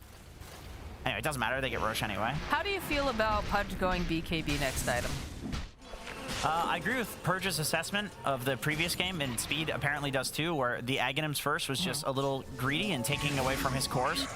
and so he's going for the BKB so he can fight, and then that also allows him to farm more aggressively. So he can like sit in front of the enemy base, and it's like, all right, you have to chrono me if you want to kill me right now. So he can do stuff like this, except feel a lot safer about doing it. He feels safe because there's a ward, right? But even if there wasn't a ward, he has BKB, he can do that. He doesn't have the BKB just yet, but it's on the way. It's getting there. Sleipnir completed now for the Arc Warden. And they see him, so he's dead. Yeah, it doesn't have that BKB just yet. Bye-bye, speed. Yep, he is pudged. Last time I checked. That was a very good good analyzing of the game there. Cute. I mean, that's all that really needs to be said. Final Zebra brushing up here against Moon Meander. Has to be careful. Moon Meander's out for blood. BKB completed now for Razor. So that's going to give them a little bit of an advantage over on the side of 5-4 But there's still quite a bit of just physical damage coming out from this team, which not sure if BKB is going to be enough. Yeah, I guess the Arc Warden also would have the Maelstrom procs, and then each unit, like he has 2 units, and they're both Maelstroming, right? So you're getting 4 times the block than you would from a hero like, I don't know, Anti-Mage, right? Actually, that might work twice as well on his... Oh, there's a hook. There is indeed a hook, and I think Tomato's absolutely fine with this because it's going to be able to burn the reincarnation on DNM first. Does have to be careful, though. Nice toss away here from Moon Meander. Will ensure that this Razor can't steal so much damage as now speed. Percentage base damage comes out. Yeah, that's going to be a kill for Brile, and they drop the Wukongs. They're going to go with the Icarus dive over onto the back lines, trying to just take out Giant, and, you know, the Abaddon, he's doing his best, but it's proven to be very difficult, as now Tomato is just going to backtrack, come right back in again. Lil Nick already popping the BKB. This tower should belong over to the side of TSM, and you know what, Saberlight? He has just finished up that Agnum Scepter. All right, he's gonna get huge this game, and by huge, I mean literally huge. His model's gonna get massive, stealing all that strength. Wait, is his hugeness based on strength or number of decay stacks? I think it's decay. The number of decay stacks would be whatever strength you steal, right? True, so technically. I think, yeah. But I think it's supposed to be the decay. So I think he's gonna get bigger. There are a lot of circles on this map. I think he's gonna get a lot bigger. Gotta push out these waves, I guess. God, it's such a huge quality of life. Well, not even a quality of life improvement. It's just a huge improvement to the hero that you can now actually kill creep waves on Undying. That is big, as now in the top lane, Lil Nick. Nice bashes coming out from Tomato. They're gonna TP up more people to try to help out. He's a speedy boy. He is, until Tomato gets a bunch of batches, right? All right, though, Speed getting into position. This is gonna turn around. He sees himself. Tomato Saberlight's here. Doesn't have any way to cancel out this member, okay. But again, Tomato backtracking. Saberlight. He's got to run a little bit here. He's got multiple people on him, but he gets a bash over on DNM. There's the jump in from Moon Meander, and they just keep dodging around. This is looking great for the side of TSM, as they'll take down 2. And now they're going to try to fight Speed. Speed does find the kill on Moon Meander. Just keep seeing Tomato. Oh, he gets the bash on Lil Nick. No, bad luck for Nick, as Albino Zebra tries to save him. He can't do it. Both of them. It's a team wipe. A 5-4 staff. 120 stacks of decay on this big boy over here, too. Yeah, he's large. Not as large. And in charge. Not as large as I hoped for, but he's still very large. I think Tomato's calculations in that fight were very impressive. Like the fact that he's damage drained and still going in aggressively, and then I thought also we're gonna see him get pizza again. We will after this. Surely we will. So I like he still has 89 damage stolen, right? And yet he jumps back in aggressively. And he just keeps jumping in aggressively, even though he's got the damage stolen, because he figures with the Maelstrom, he still has enough damage. And then jumping to kill the Pudge and jumping back to kill Little Nick. There's a small window on that. That's not an easy thing to do. And then once again, jumping in. I mean, at that point, they're all dead. Moon's super happy for that. No, very, very impressive, testing the limits. Yeah, Brile went down right at the start of that fight too, so that could have very well been a disaster for TSM. Speed. In comes Moon, is gonna toss him a little forward here, but it doesn't seem to matter because they still have the kill. DNM joining back in, it's good Boundless. As Dubu tries to Sunray, he's already got the egg up. They will take out Briles now. In comes DNM yet again. They'll lose Albino Zebra. Good popping jumping here, and everyone on the side of 5-4 staff just cannot deal with the sheer amount of team fight coming out from the side of TSM. There's a bit of an arc warden bait happening here. You know, it feels like when you see the real guy, you have to go on him. Moon wants this, but Lil Nick will pop the BKB here. Tomato gets a couple nice bashes. Moon Meander, he will survive, and he's brought Lil Nick to chase him all the way out here, and he's just dead. Again, another team wipe on 5-4 staff. Yeah, that should be... The baits are real. yeah. These are some... I mean, I'm sure TSM is playing it quite a bit more aggressively than they normally would if they weren't, you know, having fun here. I don't think that's going to be enough speed. It was a nice hook, but he's got the BKB down. All right, so they should be able to get the kill on Moon Meander. They've already lost Albino Zebra, but okay, you've killed the overly aggressive support. Yeah, they're it's something, I guess, but it's not enough. TSM's not enough for a BKB and a dismember. Yeah, they don't have much damage right now with DNM being dead. I mean, they keep killing Brow at the start of these fights, which is good. It's like, you know, this is a mid laner, so it's an arc warden. It's definitely worth killing him. But then Tomato just comes in. It's like, okay, you've used everything on him. I'm just gonna kill all of you 1v5, right? Yeah. I get the idea of going on arc warden because in previous patches, think about when you see the guy's real hero. You're gonna try to kill him, right? Yeah. Because it's like you have one opportunity to do that in a game, or maybe a few opportunities. But with mid arc warden, Bryle is just showing up to everything. It's like it doesn't really feel like he cares that much if he goes down. Otherwise, he wouldn't be showing with his hero like that. Like this new arc warden is just different from the old one in that way. Well, it's like Tsunami was saying. He's very interested to see how this all plays out with this particular patch. Yeah. Is it actually good, or are people just playing it better? Are they playing it incorrectly when they lose? It's probably not that good. These are the questions. But I think people are going to play him with less items now. It's like, it's not about getting like 7 slotted like the old Arc Warden was, because you have to show up to stuff, right? So if you're 7 slotted with all this gold, and you show up and you die, you just lose the game. But with this one, like he's showing up with like a Gleipnir, and he's just doing damage. He's just a high damage dealer. Speed doesn't want anything to do with that. No. I think that's what happened early, is he got the hook, and then Tomato was like, cool. Yeah, this time there was an Abaddon around him, so at least if the Chrono does come out. Well, then again, before it was a Wraith King. Yeah. And he still Chronoed and killed them all. Yeah. Oh boy, hey Giant. Let me show you what a real Giant looks like, so Saberlight. But again, has no way to cancel out that teleport. Actually, if he summoned Tombstone and a zombie had spawned, he could have got the Centaur to stomp, which would have canceled TP. That is true. Saberlight, gotta work on those undying mechanics, very important. I'm just kidding, they're never picking this shit. This is just for fun. All right, Marcy, the rebound. Tomato jumping in, and that's a 3-man Chronosphere. Giant trying to do everything he can. Does manage to land the Boundless, but they'll turn their attention over to the Monkey King, and they'll be able to go land. And that's a nice stun that comes off from that Phoenix Egg. Being able to pop a Vita Zebra, he cannot stand toe-to-toe, as they'll chase after Speed. That BKB does nothing for you, my friend. Not with the amount of damage that is coming out of the side of TSM.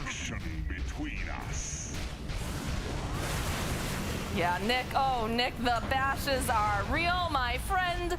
They are just chasing out. Look at Moonmeander. He's like, I can get him, I can get him. I can toss him back, tosses him right back into the rest of the team. That's a dead DNM. Yeah, it's 60 seconds, too. Mm-hmm. Motto. Hey, Nick. See you, Nick. You know, something weird about going Pudge BKB first that feels like inherently bad is that you used to go BKB first because it made it so your rot does no damage to you, so it felt really good because of that. And with the Flesh Heap, like your rot already does no damage to you, so getting BKB doesn't have that inherent benefit anymore where you're like mitigating that damage. It feels like there's another item build that would work for him on mid, but I don't know what it is, because you need the BKB, but then simultaneously it's just not as good as it used to be. As an item, especially too, because of the cooldown. I was curious about that too, but do you see a nice stun coming out from Giant? Speed does manage to hook the Marcy, but immediately the follow-up here from Tomato says, don't you touch my Moon Meander. As they'll kill Speed, they'll kill Albino Zebra. They're doing a little bit of fountain diving now.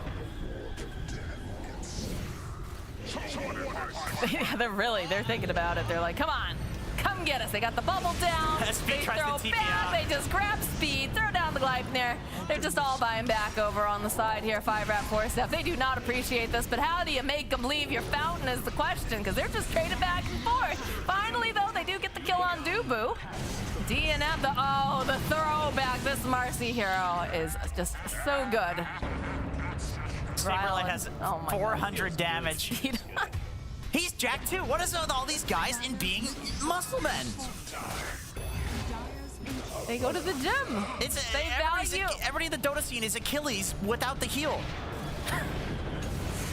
Oh, Nick. All right, this is his last hurrah. He wants Bryle, and it's trying really bad, but does manage to finally get him. They've got the partial bubble down here. This is just playing with your food at this point. Yeah, look at those muscles. Hell yeah. Speaking of muscle boys, very nice. They're flexing their muscles from TSM. Yeah, this game here for sure. They had a good time with that one. Yeah, they got to bring out something a little bit different, I think, which was also fun. I mean, the Arc Warden on Bryle, I think, is pretty interesting because he went for something a little bit different, not necessarily what we're typically used to seeing. Saberlight on the Undying, I feel like that was just more for fun for him. That was a little bit of a rough game for... I don't want to beat around the bush here. This is just a complete outclass. I mean, this is what was expected. I think maybe a couple of seasons ago, it doesn't look exactly like this. Maybe TSM FTX wins still, but it's not in the easiest series. This looks like the second place major team. Like, these guys are currently the pride and joy of NA, and they're still looking like that. Like, they didn't drop the crown after the major ended. They're still looking really strong. Yeah, they didn't drop the crown after the major ended. They have a patch and everything, and they still look to be the team to beat here in NA. 5-Rap 4 staff, you know, they're new to the upper division. They're going to have to get beat down a couple times to learn a couple different things, and that's normal, though. That's how you grow. But definitely TSM FTX looking very, very strong today in the series, 2-0.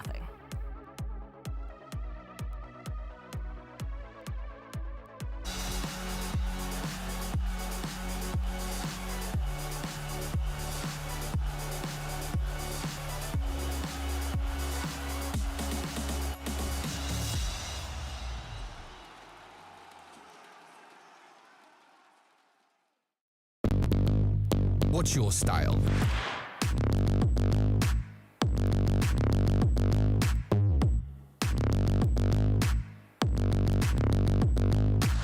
Get your merch at shop.eslgaming.com.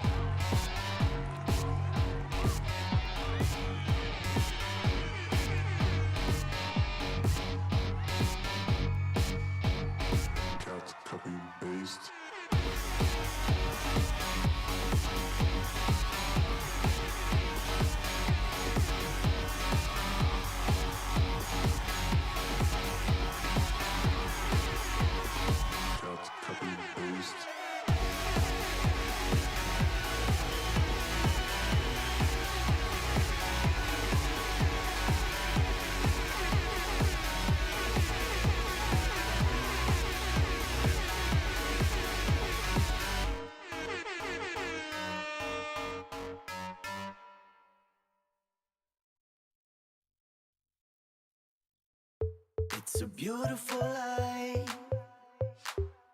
It's a beautiful life, don't you think? It's a beautiful beautiful life.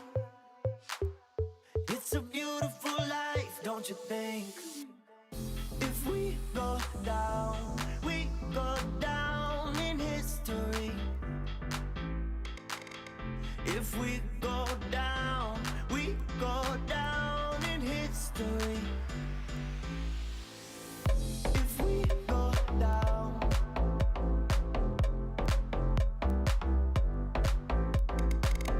If we go down.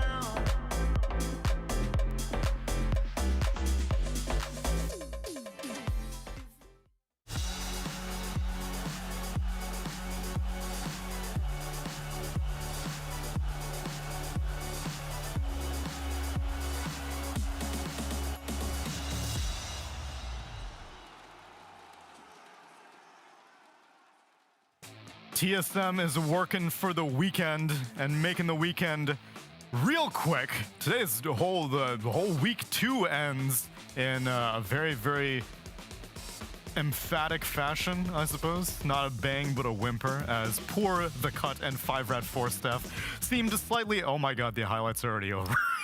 that was it. How much did you have left in the bank there that you were gonna put up? Usually it's all improv. I'll have like the first sentence in the chamber, and then I just start spinning the barrel and hope that I land on something that gives me a good segue to be all like, wow, Purge, what a game. Purge, what a game. You ran out of bullets. Yeah, exactly. What a game though. It was actually a really fun game. They fought constantly. There was huge teamfight ultimates all the time. We didn't get to see Speed have as good of a mid-pudge game, but he got roamed on. He also played against an Arc Warden, and he hit 6 first, and then he just had a huge amount of damage. He was doing like 80-some damage. I like that Brawl went treads first. He fought, he got active, he did stuff. He didn't just sit back and hit creeps. That's probably why Arc Warden is succeeding. He's good at hitting towers too. So yeah, we got to see some of the value of the hero, and it was a fun game. Agreed. And I enjoyed that because you have this offlane Undying who doesn't really need to consume that many resources on the map.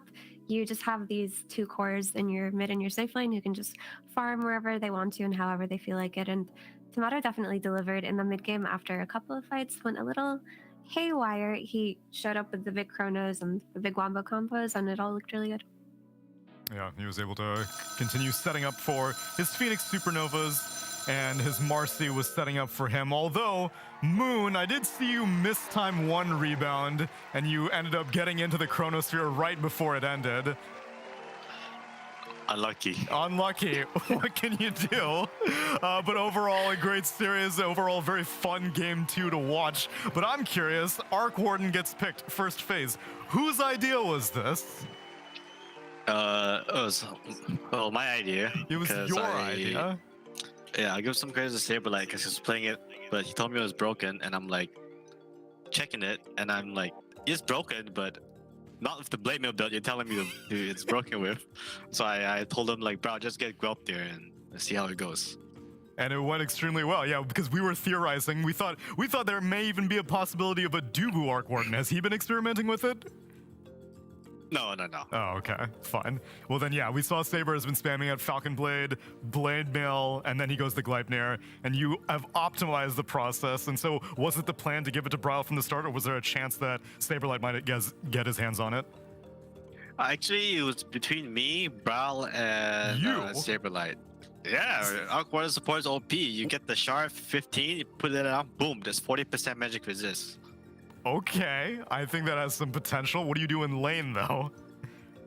In lane is so strong. You just spam the Spark Wave on the right side. You play on the right side, and then the 5 has to hide behind the carry because you dominate the whole right side if you're Radiant. The 5 cannot trade up Arc Warden. That's why it's broken, because you just flux him or third spell him. Okay, I'm intrigued. I think that this has some promise. I think the hero needs more research, though, but are you convinced that it is as broken as Saberlight led you to believe?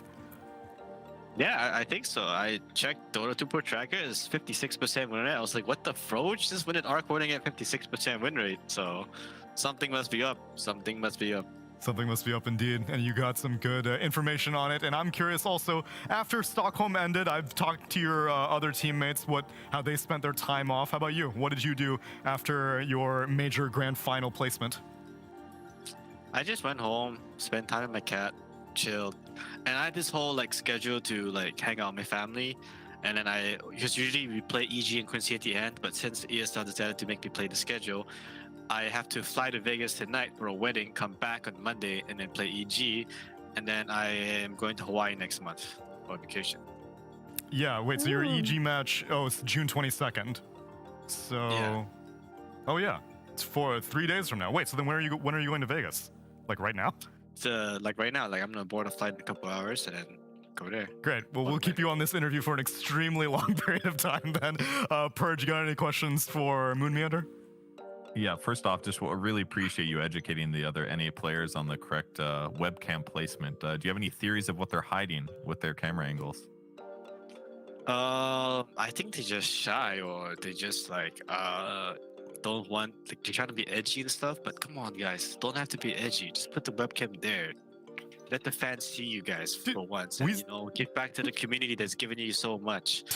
Tomato took it one step more. We saw him, he was cooking up a pizza. He was shirtless at one point. He was doing some mopping also. That man has upped the ante quite a bit on the webcam game. Yeah, there we go. He was cooking up a pizza. Yeah.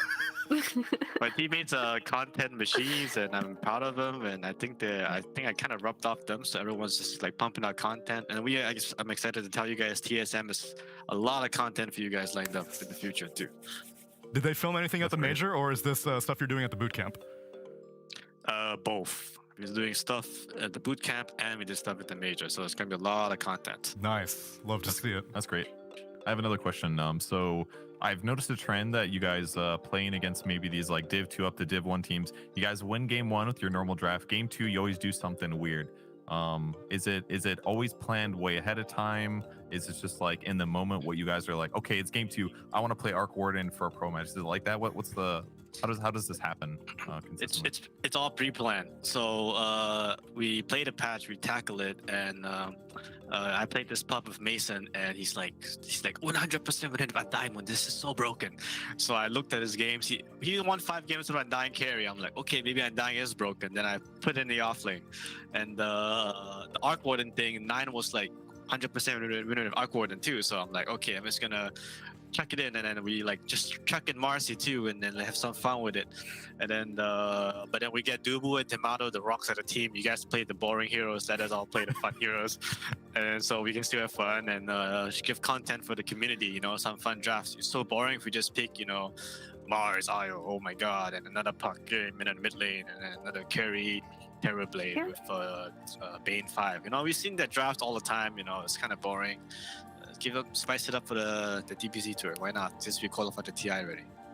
I really That's appreciate awesome. it, genuinely. Yeah, that's fun. Yeah, especially for us, because sometimes you guys don't hear us, so we're just sitting on the draft panel. We're like, Pudge, Techies, Tinker, Void, anything. Please just give us anything. So you guys really delivered today, and it was awesome to see. But Moon, where's the Techies? Where did it go? I mean, the Techies went because when you pick it once and then it's so funny, and then you pick it again, it's not as funny anymore. So you gotta keep like putting in new heroes. Maybe next time Tinker, stuff like that will come out. Wait, is there any hope for Tinker? We were talking about that hero. I think there's hope for the hero. There is, because the Warp Flare is really strong, and then the third spell got buffed. So I think there is some hoping for the hero. Coming soon, I hope. And your Pudge, did you guys lose faith in it after your loss, or are you just benching it for now? He's chilling in the bench for a little bit. Still, we see what's up. Maybe I don't think it's first phase like Quinn said. There's so many heroes to just dumpster him. But maybe later pick. Busted out late pick. People forgot about the hero. He comes back in. He's definitely overpowered for sure, but he definitely has his flaws. On the topic of that series, how was that experience for you guys? I know Quincy Crew and you guys have a long history, and what your previous performances in major and stuff like that doesn't matter to old Quinny boy. So how was that series for you? That series was interesting. I knew that it's going to be a tough series, and the patch just hit, so we're not really sure what's going on. We tackled it at the wrong angle, I would say, and they got us good. We tried to play honest Dota, and they played dishonest Dota, and they got us good. Oh, I'm sorry. I Pudge think that phase having 1 is... Fada was a huge upgrade for them. because they actually really needed a captain. I think a captain is very important for a team, and I think that finally, I'm not no disrespect to Kezu, but I strongly believe that a captain should come from a support role to make his game easier. Yeah, and but I mean, you say honest, Dota. Is Pudge phase 1 honest? Yeah, you know, we just pick Pudge, and then they pick Necrophos. Honestly, when I'm this honest Dota is like, okay, they pick Necrophos, right? So what should happen now is I should play the Pudge, and Brown should pick any hero that dumps his Necro mid. Why do we put the Pudge mid into Necrophos and give CCC the game of his life? You know, don't have to give them that. Sure, a few role pivots here and there. That's honesty. That's just the nature of the draft. My last question is, you're talking about tackling the patch. What is the patch tackling process for you? Like, I know Misery is coaching for you guys. Do you just hit the pubs? Do you do a lot of whiteboard theory crafting? What is the process? Yeah, I just hit pubs. I played random heroes. I get reported a lot. I played like 12 different heroes in my last games. I'm playing like Tinker, Sniper 4, I'm playing like Pudge, Dawnbreaker, just to see what's up. And it's honestly pretty fun. I feel like if you just leave the major, tackle new patch, and then you open Dota and you pick Viper, you know, just don't play Dota, man. just go, I don't know, just so boring to play like that, to tackle like this whole Viper Razor. DK. Boring. Yeah, we have a similar sentiment here on the desk, so I'm glad to see that's echoed in your gameplay. Moon, congratulations on this win and doing it in style, and we hope to see more of your team later on in the tour. Thank you. Always fun to see players have that attitude. It's far and few between, especially from captains. I feel like some players, Purge, may be like, yeah, I'm always down to play whatever, but captains are like, yeah, you can do that in your pubs, but this is a DPC game. I echo so many of his sentiments about picking heroes. Like, change it up, try new stuff, mess around. I like that he's on a solid enough team that he can be flexible with this in official matches. And also, now that he's qualified for TI, like he can be flexible in his pubs as well, and kind of, you know, throw it to the wind and have fun. I think it's great for the spectator experience, and I like watching it. Yeah, and being willing to experiment with your drafts and just try new things is really important. Also, he mentioned that they just like look at what other players are playing, and if it works, they do it. Why not? A lot of players will say that, no, you know, everyone plays it. It's not their idea, you know, we just see people doing it. But he admits, like, no, I saw 9 with 100% win rate. I saw Mason Core with 100% win. I'm going to do it. And he just says it, so that's very cool. It's credit to his players also for having that kind of versatility. They're like, all right, if you want to give me off lane Undying, I'm down to do it. Saberlight has a weird hero pool to begin with, but that is the conclusion of week number 2 here in the North American DPC. So let's take a look at the standings and see where things settle out after 2 whole weeks of DPC has happened and 1 patch drops in between. Still, Noun still 2-0 as they played 2 series in week 1. They didn't play any series in week 2, so that's why they have not moved their spot. Evil Geniuses claimed their wins against Wildcard Gaming and The Cut. They lost week 1 against Noun, so they are 2-1. Quincy Crew also gets their undefeated score because they beat TSM FTX and 5 Rat 4 Stuff. And TSM 2-1. That 1 loss to Quincy Crew, the 2 wins against 5 Rat 4 Stuff, as we just saw, and The Cut.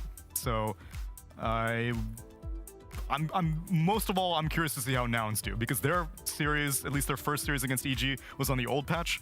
They played a second game against Felt, which was on the new patch, but I want to see how they handle their next opponents so we can take a look at the schedule, because they are going to be our next North American player team matchup against Wildcard. Oh, the schedule's going to cover me up, isn't it? Yeah. Okay. Well. Well, I'll handle this, Neil. Get out of the way. Okay. I think this is the biggest match for Nouns because in the last season, this was the other team that was near their same performance level. So this is going to be really the proving grounds to is Nouns going to become the top 4 team that we expected them to be in the past. All right, it's your turn now, Tsunami. Go ahead. Are they going to be the top 4 team that we always expected in the past, or is Wildcard going to take it away from them, as they have been practicing very hard to claim that spot? And, you know, Wildcard got the sponsorship, Nouns got the sponsorship. Let's see which of these 2021, 2022 sponsored teams comes out superior. But that'll be it from us. It has been a pleasure. I hope you guys have enjoyed this second week. I have been enjoying doing this. Purge, any closing thoughts from today? I love seeing new heroes. I'm really enjoying the patch. I got genuinely really enjoying the patch and the hero variety. It is fun to watch, fun to theorycraft. I'm happy to be here with both you guys through the internet. Me too, me too. Effie has not been enjoying the patch. Your Twitter you've been having rough games recently, I feel. Well, I have, but no, I've been enjoying the patch. It's just that last night there was this update in Dota. Oh, right, the ruined TPs. Dota. Yes. So it was like 7 in the morning. I should have been asleep, but I was playing in pub and I just wanted to win. I just wanted to have that one win before I go to bed. Then all of a sudden I'm playing with a Magnus and he can't skewer back because if he blinks in, he can't. He's like, it was rough, man. But outside of that, I've been happy. Dota's great. I love Pudge and techies and all that. I'm kidding. I don't love techies, but I love seeing new heroes. What Purge said. Famous last words. I will ask you again in 4 weeks, and we're all going to be so bored of Pudge, and what a world that would be. But we still got to get through the rest of the DPC to make that happen. We're just getting started. I hope you guys have been enjoying the show. It's ESL 1, and it's powered by Intel. We'll see you later.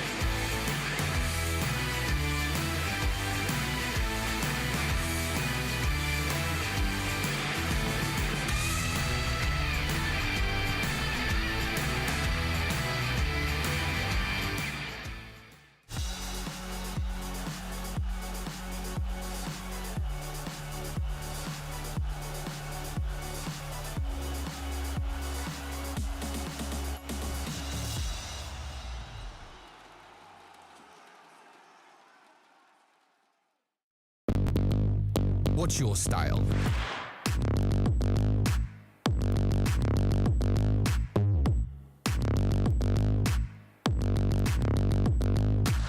Get your merch at shop.eslgaming.com.